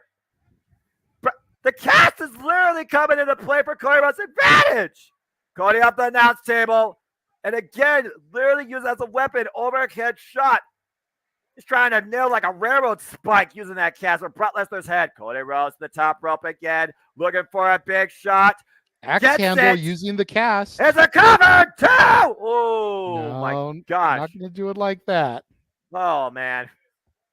Again, every time Cody Rhodes is hitting Brock Lesnar to the head, he's using that casted arm. He's using that weakness Brock sees in him as an advantage. And looking for maybe the disaster kick. Cody Rhodes a disaster kick. Can he follow up, though? Can he get the crossroads? Will his road lead him one step closer to finishing a story? Cody cutter! And a cover! 2! No! Whoa. Cody Rhodes came in here with a strategy tonight, JJ. I did not expect, and it is working fully to his advantage. See, I think it was smart of Cody to get casted. It's one of the things I was talking about as far as the believability of his injury. You get that Cody cast Rhodes. when you got a weapon. Then you make Brock think about it and did I do the right thing by injuring him? Because now he's using everything that I did to him against me. And he just used the crossroads on, but he's not going for the cover. He knows that's going to take more than that to put down Brock Lesnar. Cody Rhodes looking Going for for it another again. one. Got Brock hooked. Second Crossroads. crossroads. But again, he rose through, though, with that arm. So that's hurting him as much as Brock Lesnar, if not more. We talk about here comes the pain. Cody Rhodes bringing the pain, enduring the pain, surviving the pain. Cody Rhodes trying to fire himself up. Get ready for another one, I think. Can he get the hat trick? Third Got one? Brock. No. Oh, Brock Lesnar. Brock Lesnar. Oh, no. Oh, no. Got him Come locked on, in the Sid. Kimura lock. On the injured arm. But can Cody get another pinfall attempt here? Can he run through? Can he find saving grace on the ropes? Cody trying his best to survive. Cody Rhodes is not going to tap out. He's too damn prideful. Referee, do your damn job. He's going to lead destroy Cody's arm. Cody is not going to quit. He's fighting. Oh, no. Down again. I Down think we again. might see a pass out here before we see a tap out, Noah. Cody, you need to survive for another day. Think about your career. You can finish the story in 2024. Cody Rhodes versus the pressure again. Shows up. 2 count. Trying to repeat what he did at Backlash. Rolling And Brock up to a Lesnar scouted pinfall. it, though. Brock literally demanding Cody to tap. How much can Cody Rhodes take? Again, the roll through reversal. Oh, my gosh. From a seated position. The worst possible way to be trapped in this hold. Cody Rhodes screaming out in agony. The ropes literally just inches in front of him. God, look like they're a mile away. All he's got to do is use his free arm, try to push himself just a little bit, scoot his butt. His leg can then grab the rope there. Now, Cody Rhodes might be fainting, like you said, JJ. The pain might be too much. He won't tap. He will just pass out. His body will give out before his spirit. Referee per position. Is the ref getting a response? Is Cody Rhodes out? Wait, no, he's not. No, he's not. How on earth is Cody Rhodes enduring this as long as he is? And once again, Brock dragging him away closer to the middle of the ring. There's no way out of this hold. There's literally no way out. Brock Lesnar has his full body weight on that arm and on Cody's upper torso.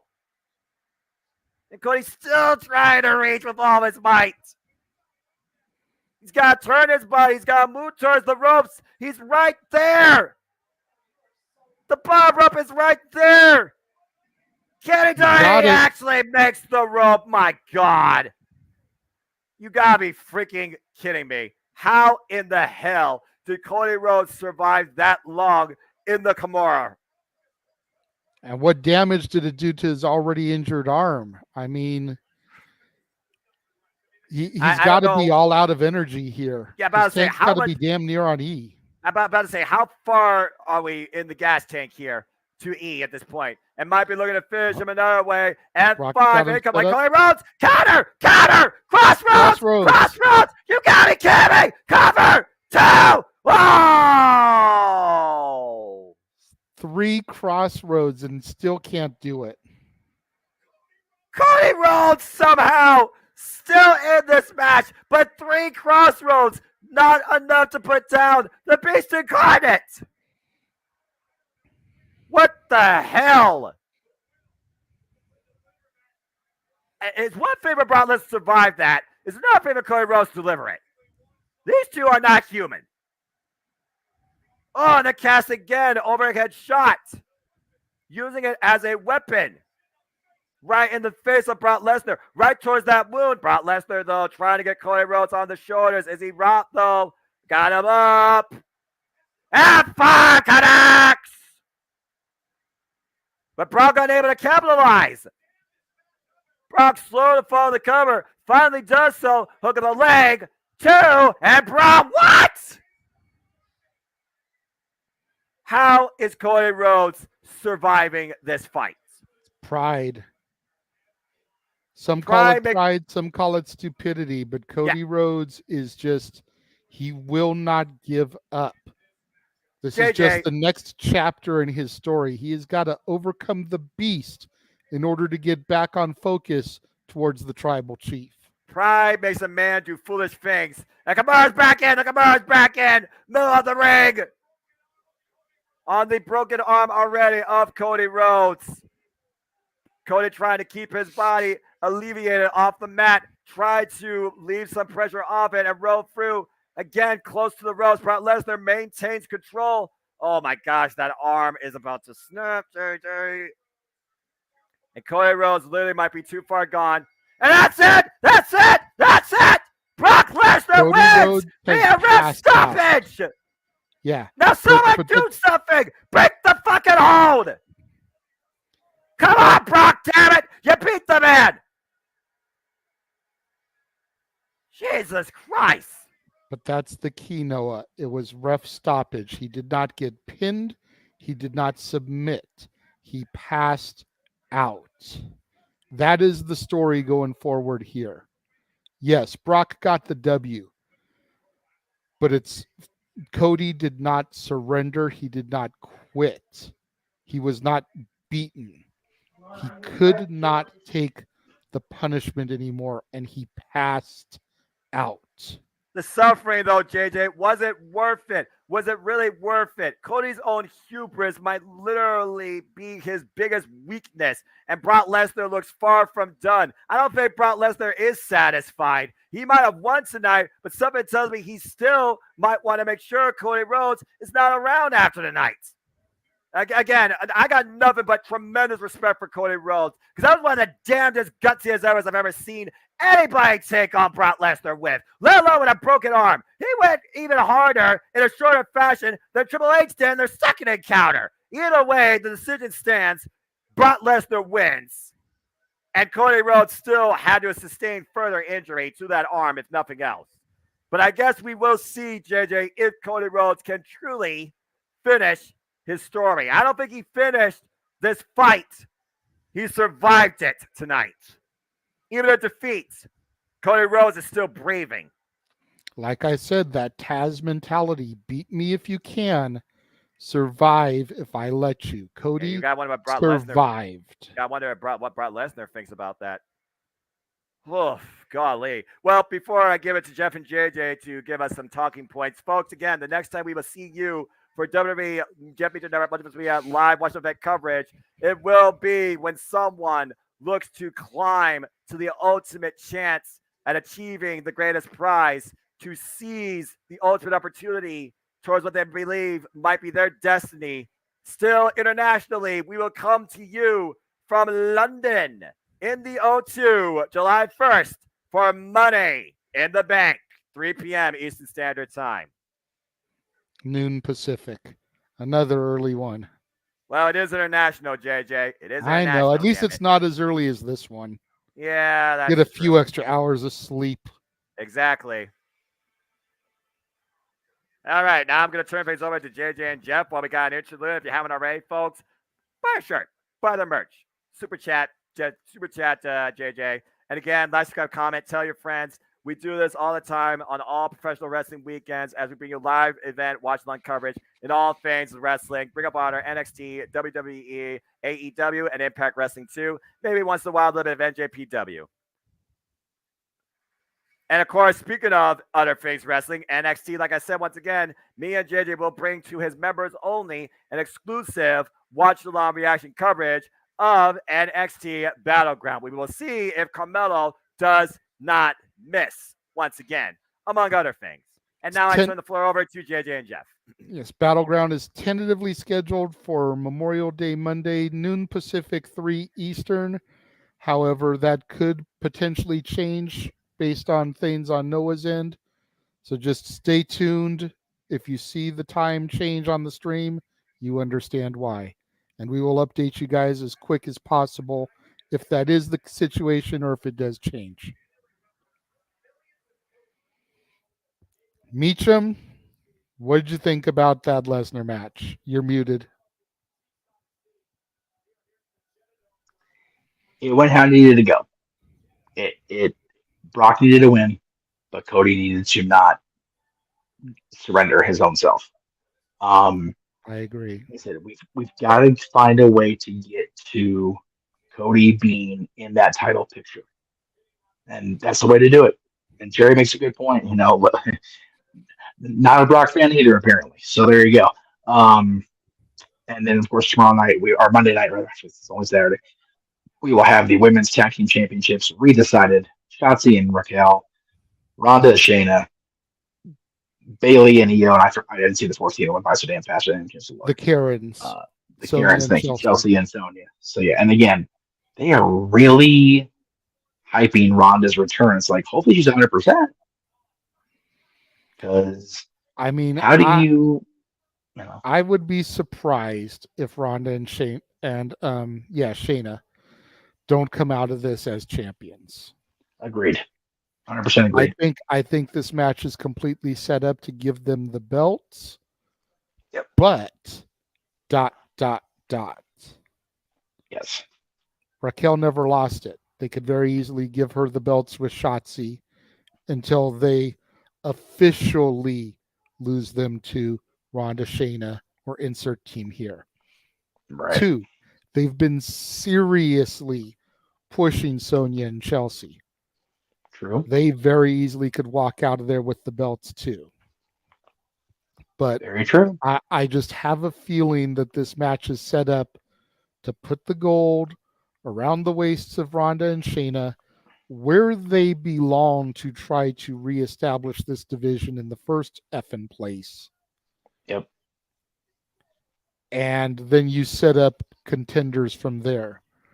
Whoever gets the pinfall, the submission, you go to the back of the line. The other 2, you could potentially get a title shot sooner rather than later because you weren't beaten. Exactly. Hard to argue with that. Although they're having a high video of having Paul put Ronda over. Very very hard to argue with Paul Heyman and his MMA history background putting you over. But hard to find anybody better. King Mike, the match is going to be on Raw Monday night. Yeah, it's gonna be Monday night. They're using this time to hype. Yeah, they're hyping it because it's a WWE PLE. They're using this time to hype stuff. It's not gonna happen tonight because what they do. Yeah. Well, I mean, we kind of made light of it on open mic night, but it's like we already had 6 women wrestling in Saudi Arabia. They weren't going to put 8 more on the card. Yeah, which is probably also why Samantha didn't go on the trip. Samantha Urban, and that's why Mike Rome's doing the whole show. There's Omos. I love how they keep talking about we have big stars in attendance. It's their talent. Yeah. It's like it's not like you've got freaking Shaquille O'Neal sitting there. It's Omos.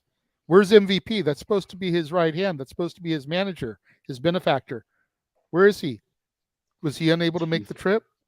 To be fair, his hand is like. To be fair, Omos's hand's like this big, so it kind of covered the. I understand, but you understand where I'm coming from. And there you go. Money in the Bank qualifiers Monday and Friday this week on Raw and SmackDown. So there you go.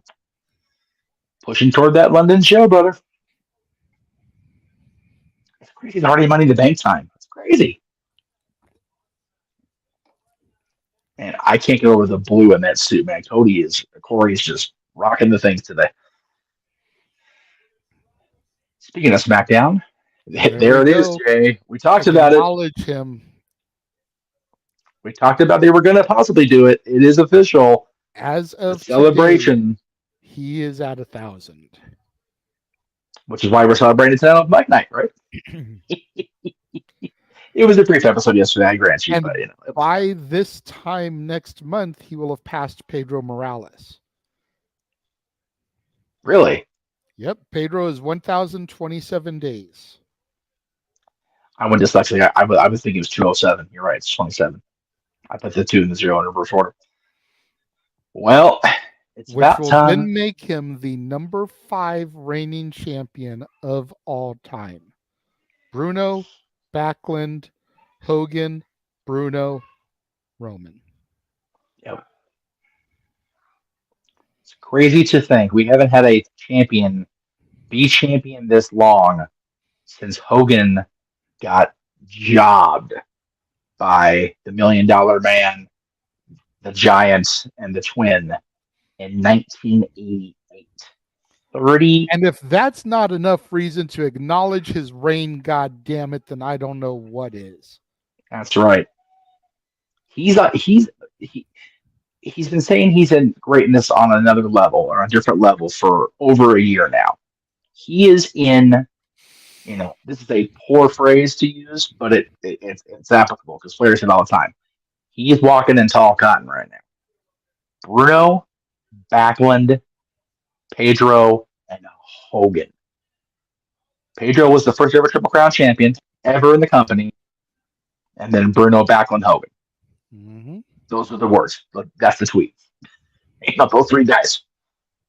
The foundation of the world championship in that company.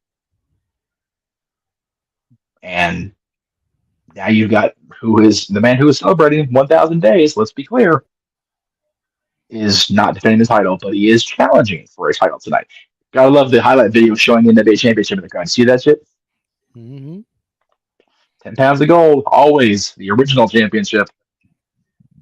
I disagree, Arlene. I disagree. That is how you kick off the third act of this story. Absolutely. I'm getting there.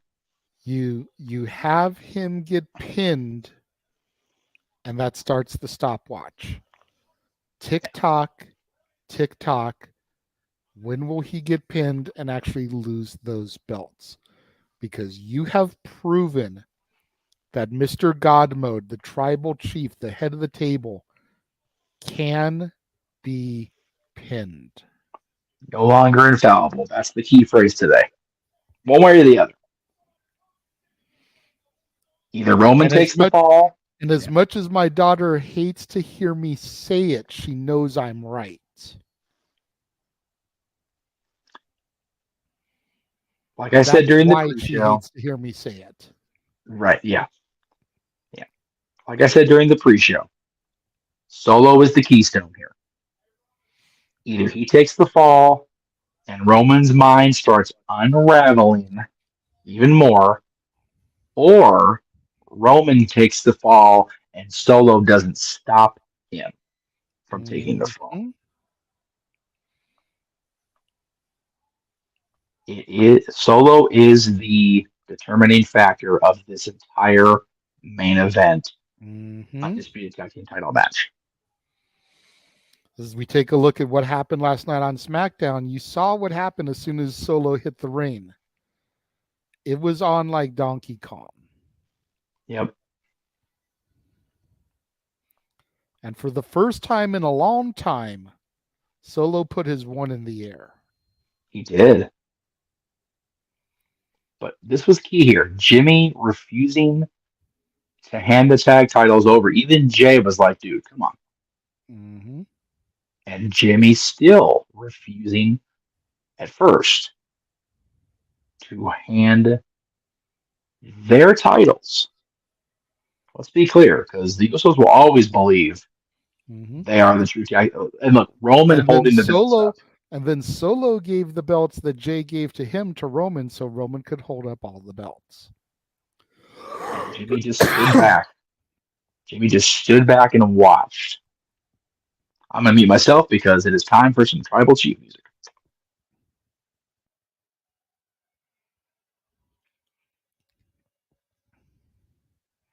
And again, the ones go up in the Saudi Arabia crowd.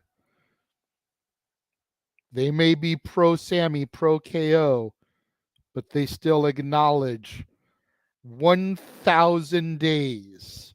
Your tribal chief, the head of the table, the big dog, Roman Reigns, who, as you said, Jeff, has been operating on God mode for at least the past year.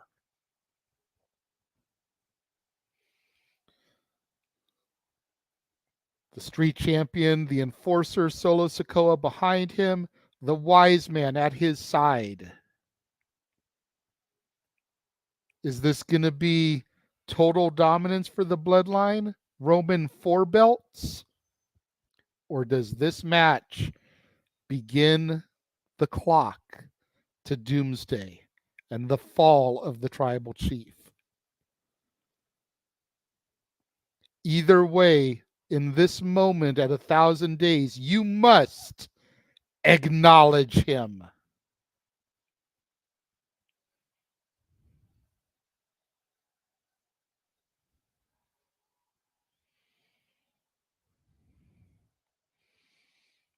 Noah, it's main event time. You ready? Roman Reigns has said it himself that he refuses to deal with embarrassment and disappointment and has felt that the Usos have not lived up to what it means to be called the Bloodline. The only one who stepped up constantly is the one to the Tribal Chief's right side. I would say his new right-hand man, the Street Champ, Solo Sikoa. But we've also seen that at one point, Roman Reigns might literally fear Solo having an individual fight as well. I do wonder sometimes if Roman Reigns is concerned about the world around him. He has the Tribal Chief in the corner, and as of right now, he has Solo. But we saw what happened with that subtle bump after that verbal exchange fell apart last week on SmackDown with KO, Sami Zayn, and the Tribal Chief. Tonight, for Roman Reigns, he's already achieved history. It's just continuing to affirm his legacy. Very rarely do you hear the number 1,000 associated in this day and age of the wrestling industry with a champion. And at the end of the day, Roman Reigns truly is the bloodline. Blood runs thicker than water. I really think we're going to see how much that statement holds merit tonight based on how this main event flows. Because I'm not concerned about the outcome. I'm concerned about what's going to happen in between. Because he may be disappointed in the Usos. But again, are the Usos disappointed in their Tribal Chief? Everything Sami Zayn's been saying as of late, is it finally coming forward? But I won't deny the fact that right now, tonight, is about Roman Reigns and those 1,000-day signs in the audience, like it or not. Everywhere Roman Reigns has gone, he has controlled everything possible. He's made WWE literally his territory. He is the Tribal Chief. He is the guy on the self-proclaimed island of relevancy. But I feel like sooner rather than later, there might be two people exiled to obscurity, and it's not the two I'm seeing in the ring.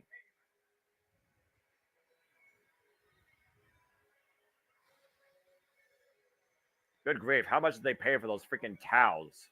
I was There's no going to way they were say, I doing that. don't There's think no those way. are signs. Those are towels, which means merchandise, Noah, like we talked about all along. Are you trying to get me angry? No, I'm just trying to make a point, good sir. Again, if I Eh. wanted to get you mad and get you to rant and rave, I would bring up you know who you'll be discussing during your Simply Predicting panel immediately following this broadcast. Fine, A fine man enough. who lives in his own world, so to speak.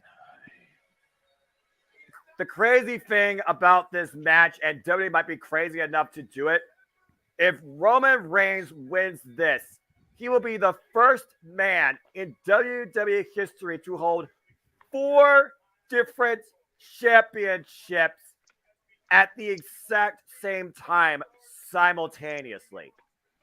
Yep.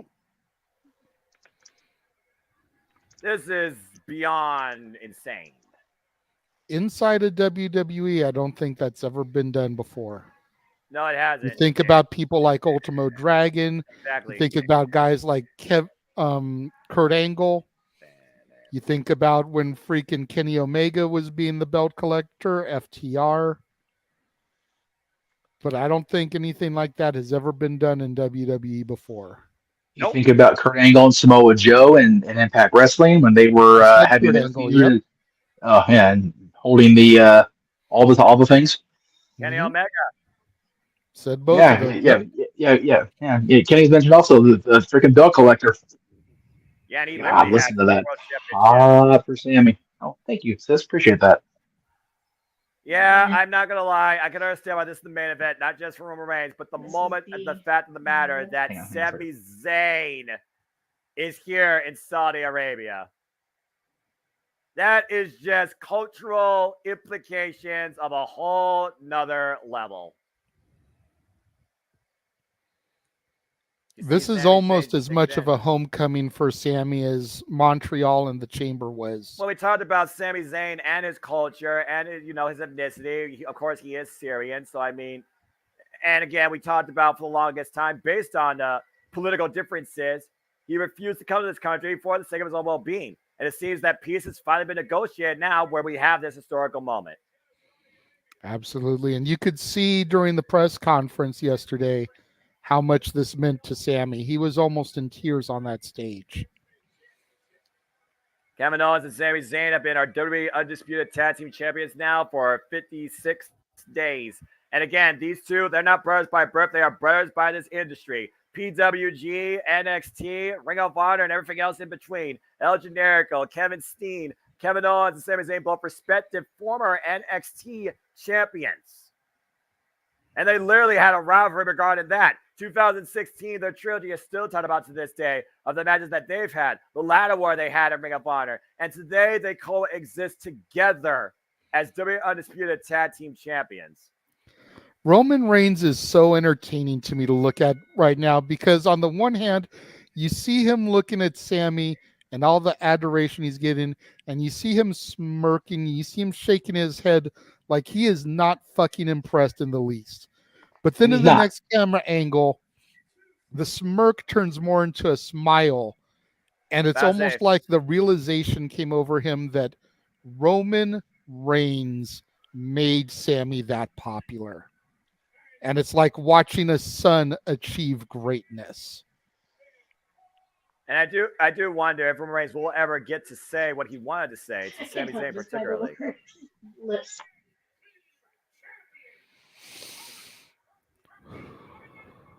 Paul Heyman making sure Mike Rome does not botch this. No, as he should. And, you know, it was mentioned, I don't know if you guys mentioned it or if I having mixed things up here. Paul Heyman has been part of this bloodline for decades. Rikishi himself put a picture out of Paul with him and Sam in the old Samoan SWAT team days in the AWA and Jim Crockett. So Paul goes back with this family generations, and Usos not being there is going to be key. But just because they're not on camera doesn't mean they're not there. Mm-hmm. And I love when Roman does the thing with the bells and swings it. He's such a cocky fuck. I love it. Makes my day. Oh, he just swung it at Sammy. I love it. Rubbing it into Sammy's face. At the heart of this Both match, of theirs. it's truly about Sami Zayn and Roman Reigns. Let's just get that in perspective. Yeah, more Absolutely. so into Sammy, adding more fuel to my storyline here, people. Make note of what you are seeing.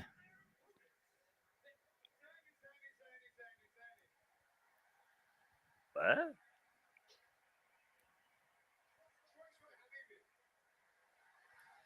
Whoa. Sammy speaking the language. Yep.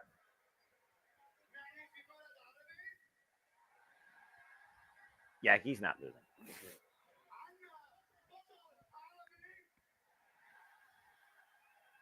That's not piped in, by the way, folks. That's organic.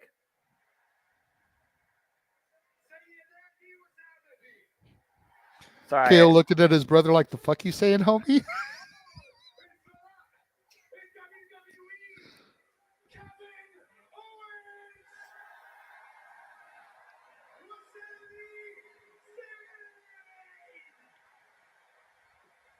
Well, Mike Rome, go back to your day job.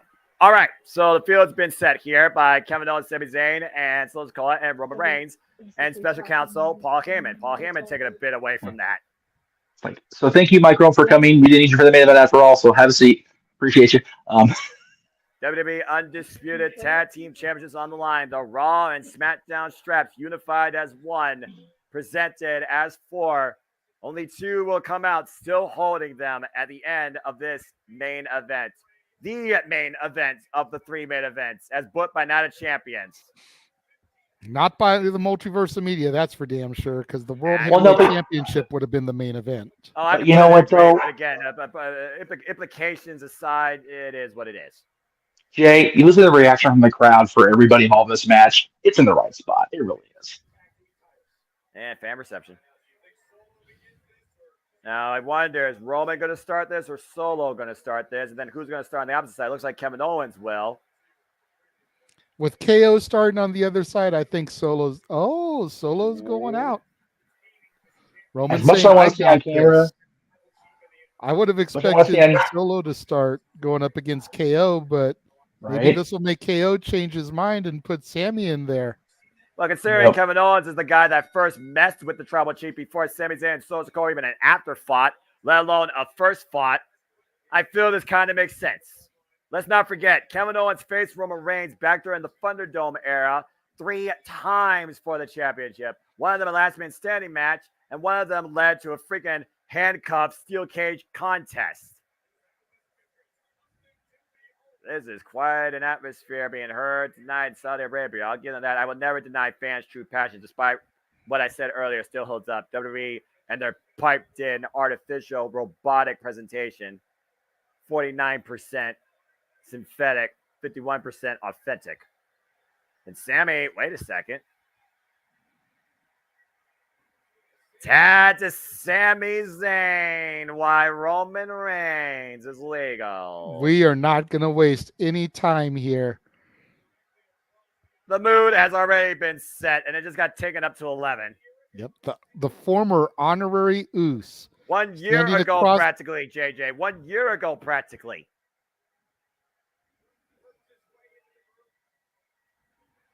And of course, he proved his loyalty to the Tribal Chief, worked his way into the group, was at the side of the head of the table for quite a duration. I don't understand what they're saying, but I'm guessing it's something that the Tribal Chief does not want to acknowledge.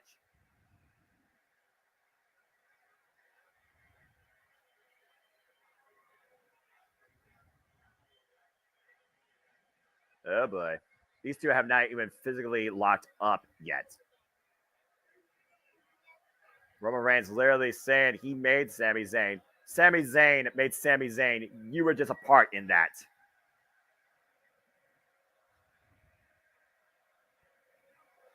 Sami Zayn's been made since NXT, since 2016. Oh, come on. Oh, boy. Well, if you have a problem, you bring in the problem solver. Here comes the street champ, Solo Sikoa.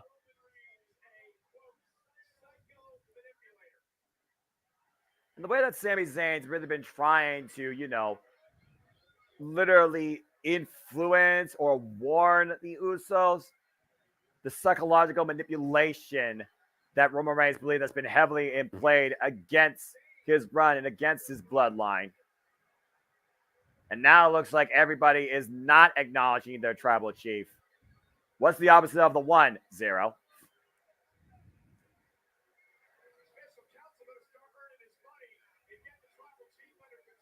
And Tribal Chief might be looking to blow a gasket here. He's not even legal. Literally barking orders as he's been doing his entire 1,000 days to Solo Sikoa now at this point since joining the Bloodline at night at Clash of the Castle last year. Again, if it wasn't for Solo Sikoa, people still say to this day Drew McIntyre should have been the guy that beat Roman Reigns. It's a And fair Solo point. has been waiting. He's been the problem solver. He solved the Riddle problem. But Roman Reigns has said Kevin Owens and Sami Zayn are not the problem. The problem are your brothers. And the brothers are not involved so far in any capacity in this match tonight. Freaking Roman Reigns trying to be freaking Urban Meyer at this point. Continental time, we finally got a lockup as the physical action's underway. This is for the WWE Undisputed Tag Team Championships. Whoa! Went for a swing and a miss. Nice shot by Sami Zayn. Sami able to dodge the early spike. Roman literally encouraging Solo to shake it off. And we're not talking about Taylor Swift. Off! Good grief. The ground and pound style of this guy, a living reincarnation of Umaga. And Roman Reigns taking all the glory, as he does, Glory Hound. Sorry, did I say that out loud? Anyway. Sami Zayn, Irish whip it to the other corner. Soldier Cole falls, and Sammy cuts him with an elbow. Sammy up on the second rope, though, looking to fall in. Pinpoint elbow strike to the top of the head. Solo down to a knee. Again, right now, Sami Zayn keeping him away from Roman Reigns. Oh, good grief. And Solo just dropped Sami Zayn where he stood. I do wonder how much Roman Reigns is going to have Solo Sikoa do his work. Do the work.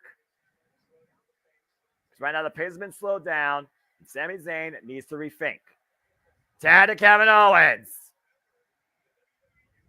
And of course, Kevin Owens will always fight anybody. He's always up for a good fight. He just keeps fighting. It's fight Owens fight tonight. And now champion! Jesus, what an uppercut. That stopped him dead in his tracks. Big headbutt to the top of the head. Follow-up chop, though. Solo Sikoa getting the better here of Kevin Owens. But Kevin, again, he will still keep fighting. He keeps fighting back. It was that Royal Rumble where we truly saw at what point Sami Zayn has seen enough. There's a boot. Ooh, look for a cheap shot on the Tribal Chief. Roman Reigns, though, ducks him underneath. Big chop to Solo right now. It's almost a handicap match of sorts here. Irish whip, Solo holding his own, though. Blind tag to Sammy. Up kick by Kevin. And Sammy drop toe hold. Brings Solo down the mat. Senton! And the champ's in firm control. The Roman Reigns has seen enough and takes a cheap shot to Kevin Owens. With a smile on his face if he did something important. Oh, look at what Roman did, though. Solo flies in and takes Sami Zayn out. And once again, the Tribal Chief manipulating the scene and taking control of everything. If we want to talk about manipulator, Roman Reigns is the ultimate manipulator in WWE. Are you freaking kidding me? It's definitely one way to look at it. And right now, Solo Sikoa has turned the tides of this match. Roman Reigns, another cheap shot behind the rest back. Just driving Sami Zayn's throat across the second rope.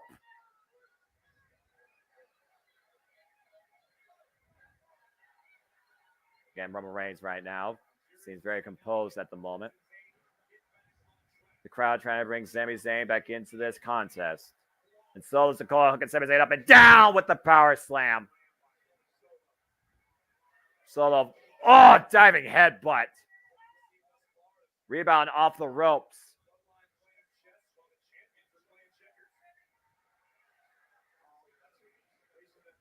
Who are the pawns? Who is the king besides Roman Reigns? You tell me.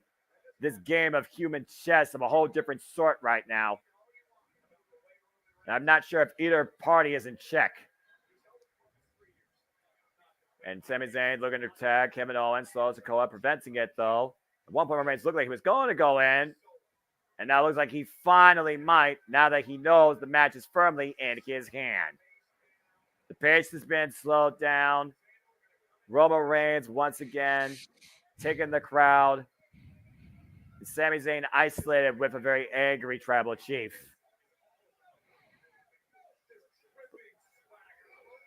Again, the confidence that exudes off Roman Reigns is unmatched, unlike anything we've seen in WWE. Just driving his boot in the side of the head of Sami Zayn.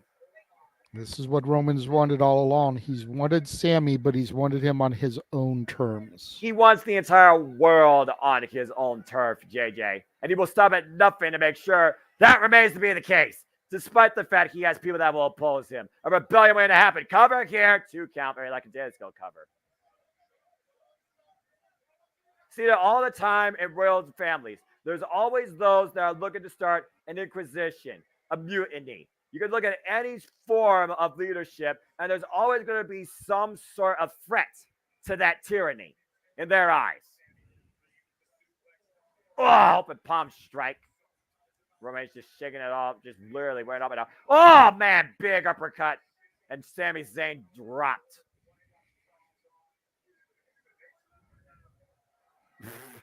The Roman Reigns jaw-jagging here. Again, it only seems like the only one that gets a microphone anymore is Roman Reigns.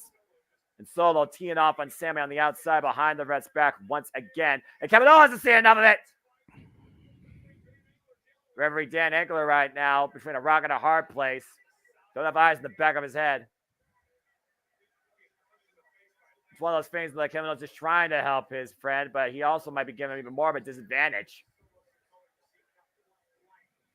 It's like, oh, what happened? My monitor went out. This crowd is not acknowledging the Tribal Chief, and I don't blame them. Despite the fact As they still hold put up the their bring- 1,000 day towels. Yeah, who's fickle now? I'm just saying.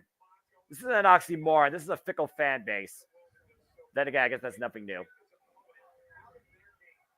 Again, this is what Roman Reigns does. He literally takes advantage of the opponent's greatest strength. In this case, Sami Zayn and Kevin Owens, it's the audience. For Sami Zayn alone, though, it is the psychological nature he has literally put into the bloodline since particularly the Royal Rumble this year. Got one good shot in, and Roman Reigns dropped Sami once again. So you suck chance. And they are true you suck chance, not Kurt Angle endorse. Tad to Solo. And again, I will say this, the Bloodline, oh gosh. The Bloodline is doing a great job of keeping Sami Zayn away from his partner, isolating him one half of the way across the ring. Sami Zayn trying to crawl for it, though. Again, Solo. Solo will not let this problem continue to exist. Oh, man! Vicious Big Samoan Samoan drop. drop. I'll say it once, I'll say it again. Solo Sikoa is the living reincarnation of Umaga. And in fact, he's the younger brother here of the three that we are talking about. Again, no Jimmy, no Jay. I almost wonder if they were banned, courtesy of the Tribal Chief, from attending this event. There's a nerve hold. Just wearing down his opponent, wearing down Sami Zayn. And Roman Reigns once again. I don't know if he's barking orders or just jaw-jacking Sami. That one moment when Cody Rhodes told Solo, you aren't ready.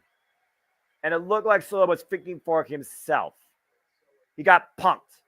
And then Roman Reigns gave him a glaring stare. And Solo Sikoa has been in line ever since. But I do wonder if Solo has any thoughts based on what he's seen out of his brothers lately. And once again, oh, come on. Then finally, Sami Zayn getting the better of the Tribal Chief of these stupid antics. And Sami Zayn teeing off against Roman. Solo Sikoa, though, aware of the situation. Solo Sikoa driven into the announce table. Sami Zayn has a chance. Sami Zayn needs to crawl his way to his partner. It's a long crawl, but this is the ultimate opportunity. Sami Zayn sees daylight in front of him, crawl towards the light. Sami, Solo again, preventing the reach. Intercepted. Again, Kevin Owens right now is stuck. He can do nothing until he's brought into this match. Whoa, what a super kick by Solo. Cheap shot to Kevin Owens. Turning the attention back to Sami now. Now Sami literally isolated between Solo Sikoa and the Tribal Chief. Again, Solo Sikoa might be instigating Sami Zayn. Sami Zayn, though, we know how crazy he can get if you get him fired up. And now Sami Zayn trying to fight back out of the corner. Tornado DDT! Solo is down. But So Sami is can't KO. get the KO to tag. Again, where is Kevin Owens, though? Kevin Owens finally making his way back up to the apron. He wasn't fired up before. He's more than fired up now. Roman Reigns also there for the tag. Both men in respective corners looking for it. Tag to Roman. Tag to Kevin Owens! And KO is in! And Kevin Owens teeing off against the Tribal Chief right now, driving him towards the rope, stubbing a mud hole in him as he should, damn it. And Roman Reigns goes back to the outside. Again, this goes all the way back to not only the Royal Rumble, but 2020 for that matter. Oh, and falling in with the clothesline. And a senton on the floor. Again, Kevin Owens was the first one to really try and challenge the Tribal Chief for the early part of his run in 2020. And again, Roman Reigns kicks a super kick. Roman dropped to the corner now. Kevin Owens in position. So suck it. Before he can go bowling, though, Solo, though, playing distraction, taking off the apron. Ooh. And Roman Reigns decks Kevin Owens. The retaliation. And just like that, the match has been turned around again.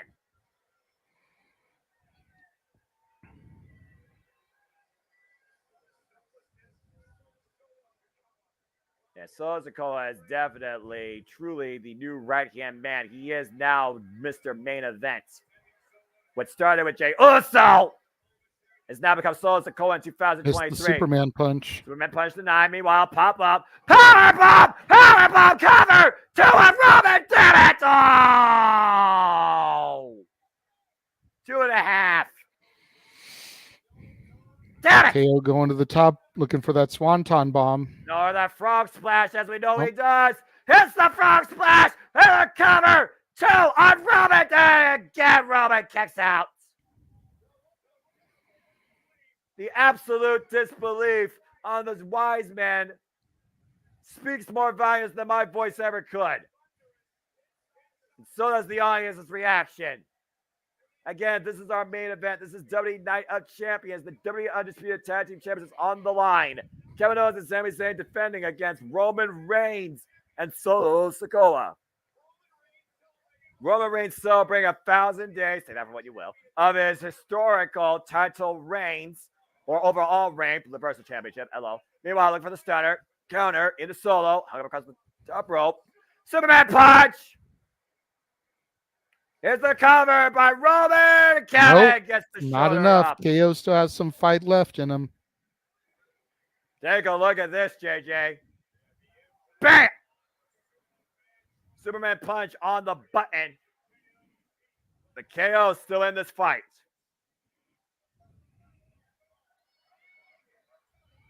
And right now we're at a standstill.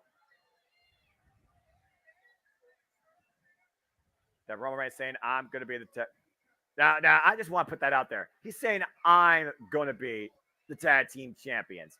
Last time I checked, the tag team consists of 2 people, you egotistical tribal chief. And the crowd's having none of it. And Roman Reigns needs to focus if he's going to try and beat Kevin Owens and Sami Zayn for these titles. Is the crowd playing in the head of Roman Reigns? There's the war cry looking for the spear. Oh, Kevin Owens counted. Look him up. Stunner. Stunner! Stunner, by God! Oh, the spear! Nearly cut Kevin Owens in half. Tribal Chief down, Kevin Owens down. That was a That hell of a spear was sequence on- there. That spear was on pure instinct, JJ, off the ropes, and bam! Cut Kevin Owens in half, but didn't have enough to capitalize. Both men down. We are at a standstill once again. Paul Heyman saying, rise, my tribal chief. Sammy and Solo starting to get back in their respective corners on the outside. Can either man make a tag at this point? Roman is Critical closer. point in this match. Tag to Solo, tag to Zayn. And once again, we're back to where we started. Xander, of course, right now the quickest of the two on his side, throwing shots and everything he can against Solo Sikoa. Irish whip reversal, up and over. Sends Solo up and over to the floor, but still on his feet. Sami Zayn living in the moment, but he needs to stay on the attack. If we're going to finally see a defeat involving the Tribal Chief, over the top pick on hello. Ole. Indeed. And wipes out Solo Sikoa on the floor, but you got to bring it back in the ring to pin him. Sami Zayn again taking a few seconds to catch his breath.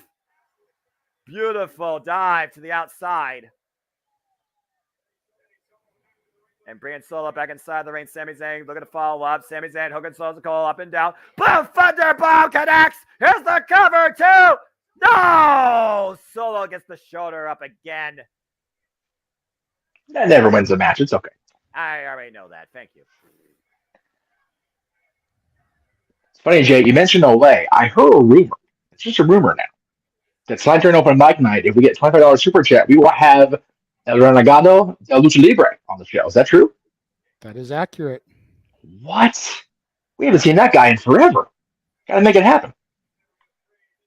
Sami Zayn right now looking to get a first here. Solo Sikoa, who's only eaten one defeat since coming up to be alongside his tribal chief, and that was at the hand of Cody Rhodes.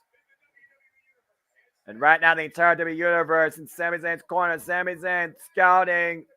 Solo slowly getting up to his feet. Incoming. Oh, runs into a super kick. And Solo looking for Measuring him up for the Samoan spike. Well, Sami Zayn scouted it, though. Blocks the shot. And meanwhile, Exploder! This time, I Sami think Zayn. Sammy's going to get it. He's feeling it, JJ. He wants it. Haluva kick. Kick hits! Cover! 1, 2, and Roman breaks the decision up. God! But back to the point made Desperation. earlier, will Solo do the same thing if the shoe's on the other foot here? Desperation dive for Roman Reigns to keep the bloodline alive in this match for the WWE Undisputed Tag Team Championships. A frustrated Roman Reigns, gotta remember, he is not the legal competitor. And meanwhile, up on the shoulders of prone Sami Zayn. And Roman right now. Again, Roman and Sami squaring off here. Oh, pushed off. Ducks underneath. Oh, watch out, ref. Uh-oh, I know what's going to happen here. Let's Here's the ref. Oh, no! And the Referee official is down. is wiped out. And now we get a shot of the entrance ramp. Where do the shenanigans come from? Oh, you tell me. That referee is going to be down and out for the rest of this match. He got speared in half. Take a look at this. Bluff. Yeah, he's done. Mark that one off your bingo card. Wait, what's Sammy's Sammy locking it here? up. No way. Sammy is locked and loaded. Superman punch. To Robin! The Tribal Chief is down. And Sami Zayn's in position. Sammy, careful, man. Sammy, War cry. This is bold, man. Sami Zayn runs into a Superman punch. Looking for the spear. Got too cute there. Again, Roman Reigns. Whoa, the spear by Kevin Owens! And the ground and pound. Roman's not legal. But there's no official either. All hell's broken loose here in Saudi Arabia. That's probably not too uncommon. And meanwhile, freaking just driving him face first into the announce table and the steel ring steps. This fight just turned to a street fight real quick. Uh-oh. Destroying the announce table. Well, both announce tables, JJ. This is not going to end well. Depends on which side of the fence you're on. Well, how about you just put both men on one table and drive them both through each table respectfully? How about that? KO right now has something in mind for Roman Reigns. Oh, wait a minute, the Usos! There's the Usos. Give me a Jey Uso! Attacking Kevin Owens on the outside. And again, there's no official. It's 100% legal. Super kicks. Cousins once again coming to the aid of the Tribal Chief. And literally, Kevin Owens being buried underneath the announce table. Now turn their attention to Sami Zayn. Sami is outnumbered here. Super kick by Jay. Super kick by Jimmy. And meanwhile, double super kick to Solo. Jimmy and Jay just took out their baby brother, and Roman saw it all. Chat, I want you to put in what I'm thinking right now. There's a simple 3-word phrase. You bleeped up. Oh, man. And Roman Reigns has had enough, I think, of Jay and Jay. Jay, you just touched Roman. Oh, boy. We are seeing the bloodline collapse before our very eyes. Yeah, bloodline's forever, right? Uh-oh. Oh, my gosh. Oh, my God! Roman. Jimmy Uso just super kicked Roman Reigns! What Paul is beside himself.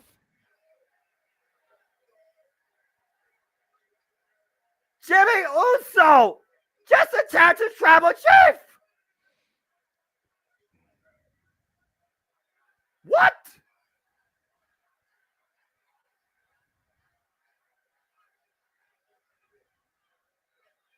Uh-oh.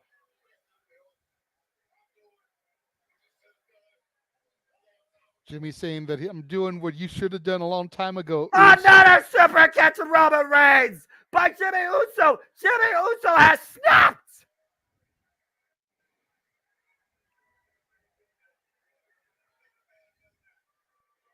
Jimmy Uso proclaiming it's just him and Jay now. That we the ones. The only ones. What's Jay gonna do though? Where's his loyalties lie? With the tribal chief or with his brother? I don't know, man. Again, Jay Uso came in back on behalf of his brother. Jimmy Uso, though, a voice of consciousness for Jay Uso as the Usos make their way up the entranceway. The Usos have officially left the island of relevancy. Meanwhile, back inside the ring, oh, wait a minute, Kevin Owens! And a stunner Solo! Solo's the call still legal compare, by the way. Haluva kick. To Solo! Here's the cover! Get the damn ref in here! There's still no referee. One, two, three. They retain!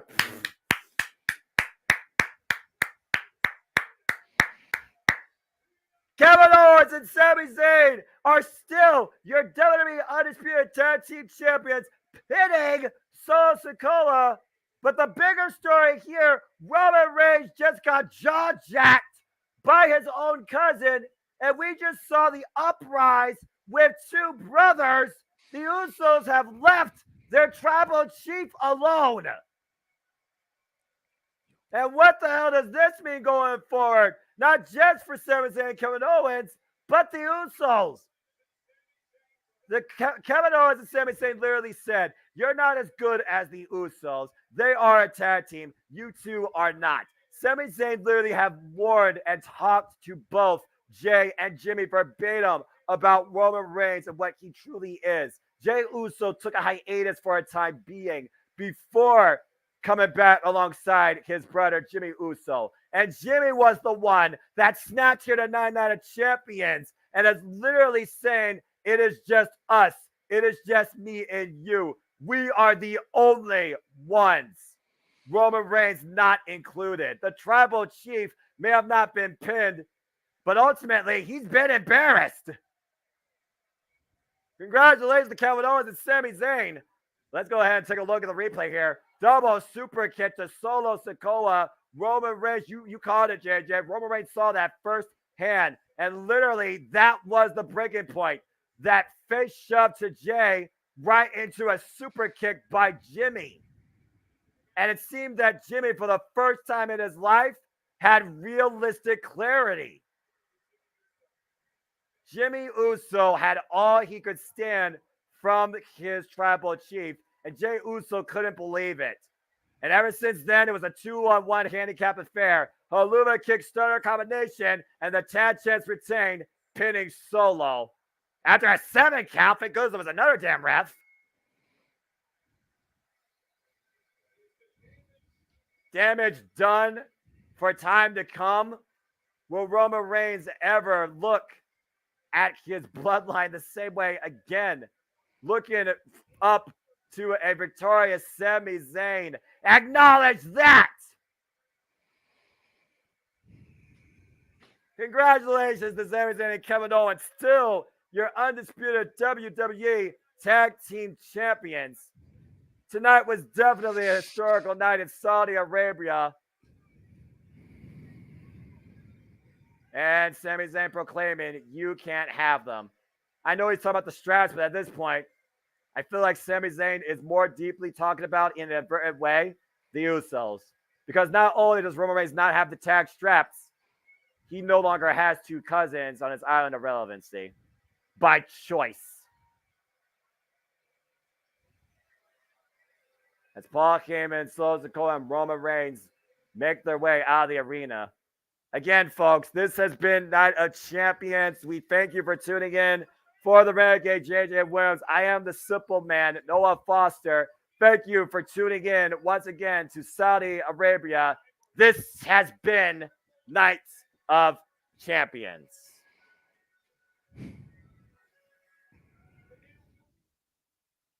TV off. All right. Okay. Before First you of all- ask, no, she's not okay. Okay. I want oxygen levels on this man, on my niece, and for the love of God, for me. Somebody. I'm fine. I'm still speaking. That was rough. Damn. Oh, goddamn.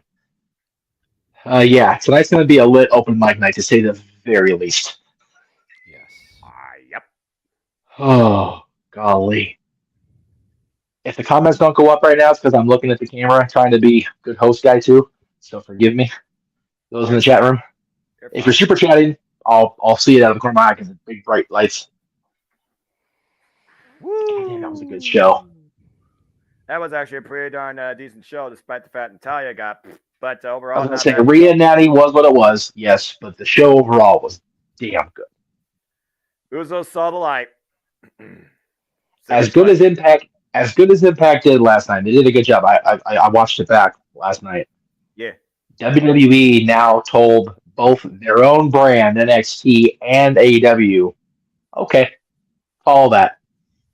Yep. And AEW has the potential to. They got a stack card tomorrow night, no doubt about it. As is Battlegrounds, for as shorter card as it is, they have a good lineup set up for tomorrow night. So, Yep. oh, No Cape Rayer. My daughter is not happy. She no. completely supports the tribal chief. Just remember, Natalie, am I on headset so she can't hear me? I'm on headset and she's already gone to the other room after the match. Wow, she done bailed. She was pouting as bad as Paul Heyman was. Dude, Paul had the straight up bottom lip quiver, dude. He was pouting. I'm like, damn, Paul, that's bad. Just remember, when she remembers, just remember, Disneyland Monday. It's going to be okay. It's going to be okay. So, lot to unpack there, as our buddy Conrad Thompson would say. Yeah. Solo took the fall, Yeah. but it was not of his own mistakes. Nope. That will play into the conversation with Roman and Paul in terms of storyline. The Usos kicked their brother's head square off. Yep. And it was the Usos that were the ultimate determining factor in why this parting shot we're seeing on the screen here is happening. Sami and Kevin retaining, and Roman sitting in a heap of his own mess with a loss. Whether he took the fall or not, his name is in the L column for tonight. Yeah. That's major. As it should have been. Damn it. Something told me I agree. we're going to get involved. Oh, yeah. They were playing up way too much for them to not be there at all. Yep. Like, I get it last time because they couldn't leave the country because of the DUI, but this time was different. Yep. It was wonderful seeing Sami get that pop. Long overdue for him to be there, so that was cool. Yeah. Even the short SmackDown women's title match, the women killed it tonight. They all did amazing tonight. I'm very surprised that Asuka's champion. I'm not gonna lie, I am legitimately surprised at that. Happy for her, and happy for Bianca that hopefully she gets the. I know. Happy for Bianca that she hopefully gets the fresh coat of paint, if you will, that she has, in my opinion, needed. But yeah, like the ticker says, we're not done today, kids. At all. Same predicting coming up to the top of the hour, right? 2:15? Yep. And then this man at 3 o'clock with the mother. the new release Saturday for any of these reviews, and then open mic night tonight, baby, which is going to be, as the chat has been saying, lit like a Christmas tree. Yep. It's going to be a hell of a night. But yeah, let me get those up there. Simply predicted, I don't know why it didn't make it in there, but we are going to be having Noah and his team simply predicting Double or Nothing, which of course will be tomorrow night at 7 o'clock Eastern, 4 for the West Coast kids on the Multiverse of Media, as we do. Let me get the banners down here. I know we're trying to do the things here, but I also want to get the shield in. There we go. That's fine. And then, of course, specific predicting, and then again at 3 o'clock Pacific, 6 Eastern, the other Renegades reviews new release Saturday. And then tonight, if I can find it, where did it go? There it is. Open mic night. We're talking about Mercedes. We're talking about everything 8. And there was a question in the chat earlier about Collision. Please feel free to send that question to Open Mic Night tonight. We will definitely be talking about Collision and all the things involved, because we are covering Collision as a watch along here on the JMN Multiverse of Media, which will be immediately preceded by our next game night, which will be a match game. So, and as I mentioned earlier, we are having a couple of super chat specifics tonight here on Open Mic Night. Number one, $25 gets a Renegado Libre and his long-awaited debut on Multiverse Media. But we are looking for one more contestant of the female persuasion to join us on match game. Preferably. Preferably female, because that way we can have two. Number one, we can have a battle of the sexes hour, and number two, we can separate to the siblings. Have Arlene have one contest, and Emmanuel have the opposite contest. So we do appreciate all the super chats today on both sides of the coin, as we always do. But I'm pretty sure I'm over that $100 threshold at this point. I'll have to check the stats tomorrow morning, but please super chat both channels, guys. Always, all day, please. Yeah, it's gonna be interesting the rest of the weekend. But I am, again, Saturday mornings are tough. Weekend mornings are tough to get up this early, but this was worth it, every bit of it, for me anyway. Yes. Look at that.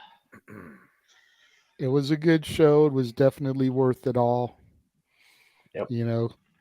Not going to lie and say that there's not things that I'm upset about, but Of course. it is what it is. And at the end of the day, I'm not booking the territory. So, And the good part about our commentary, JJ, is that we're reacting because we don't know. You're getting legitimate reactions out of YouTube, out of Noah and James on the other calls. So it's wonderful to see that kind of refreshing, firsthand, unexpected reactions, which I love. So, but yeah, just to, Teresa came in after won the world title match. I told her Seth, and she was shocked as anybody else was. So cool to see Seth be the champion.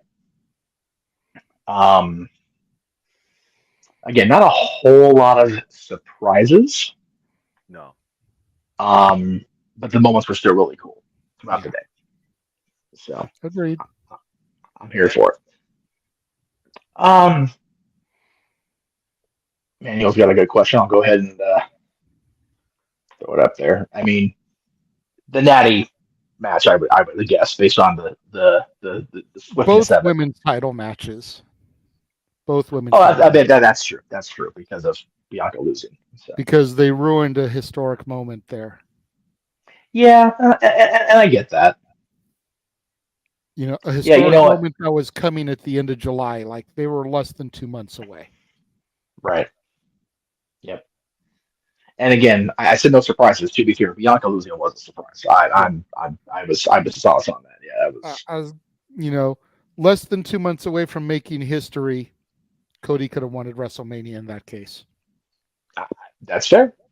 If you're going to let one person make history, let somebody else make history too. But again, the history with Cody, you and I have been talking about it ad nauseum since Mania, is the Garden. So get this. If we do a watch along of that SmackDown, if that moment does get called ahead of time, I'm going to be the Dodger game, apparently, for my mom's birthday. because it's your birthday. So we'll have you guys on commentary as we do for WWE, but I may need you to pull double duty, my friend. It is what it is. I was a little hurt, not gonna lie, but I'm not gonna argue with my mama for her birthday, especially when she seems whole discussion. Yes. So it's what it is. I know Anyway. this man joining us right now would like to get a little bit of a break before he has to jump into his Simply Predicting panel. Yes. At 5:15, because some people also told me that they might need a couple minutes. So I'm fine with that. I can flex a little bit. It's all good. I got my 6-pack, and I always try to accommodate. So yeah, I'm all good. So Matt, again, yes, longest reigning champion of the modern era, but she could have become the longest reigning. Is it singles or overall? Overall, the longest Overall. reigning black champion in WWE history. And she won't get there. Yep. So, yeah. Who is the current record holder on that, out of curiosity? The New Day with their tag New titles. Day with the tag titles. Oh, yeah. 483 days. July 30th, 2023, a Sunday, would have been 484, would have been breaking that history. Yep. Period. And we talked about the New Day. I understand what the chat room is saying. And I concede the fact that her gimmick had gotten stale. So has Roman's. Argue me. Yeah. No, okay. Come on to the open mic night and argue me. Seriously. There are people in the room that Roman's are is 1,000. Yep. Hers is less than half of that.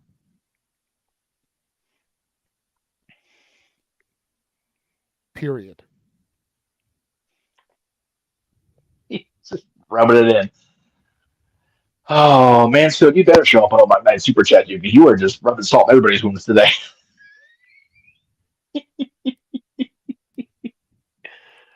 CM Punk's now. Stop me when I'm lying. Right.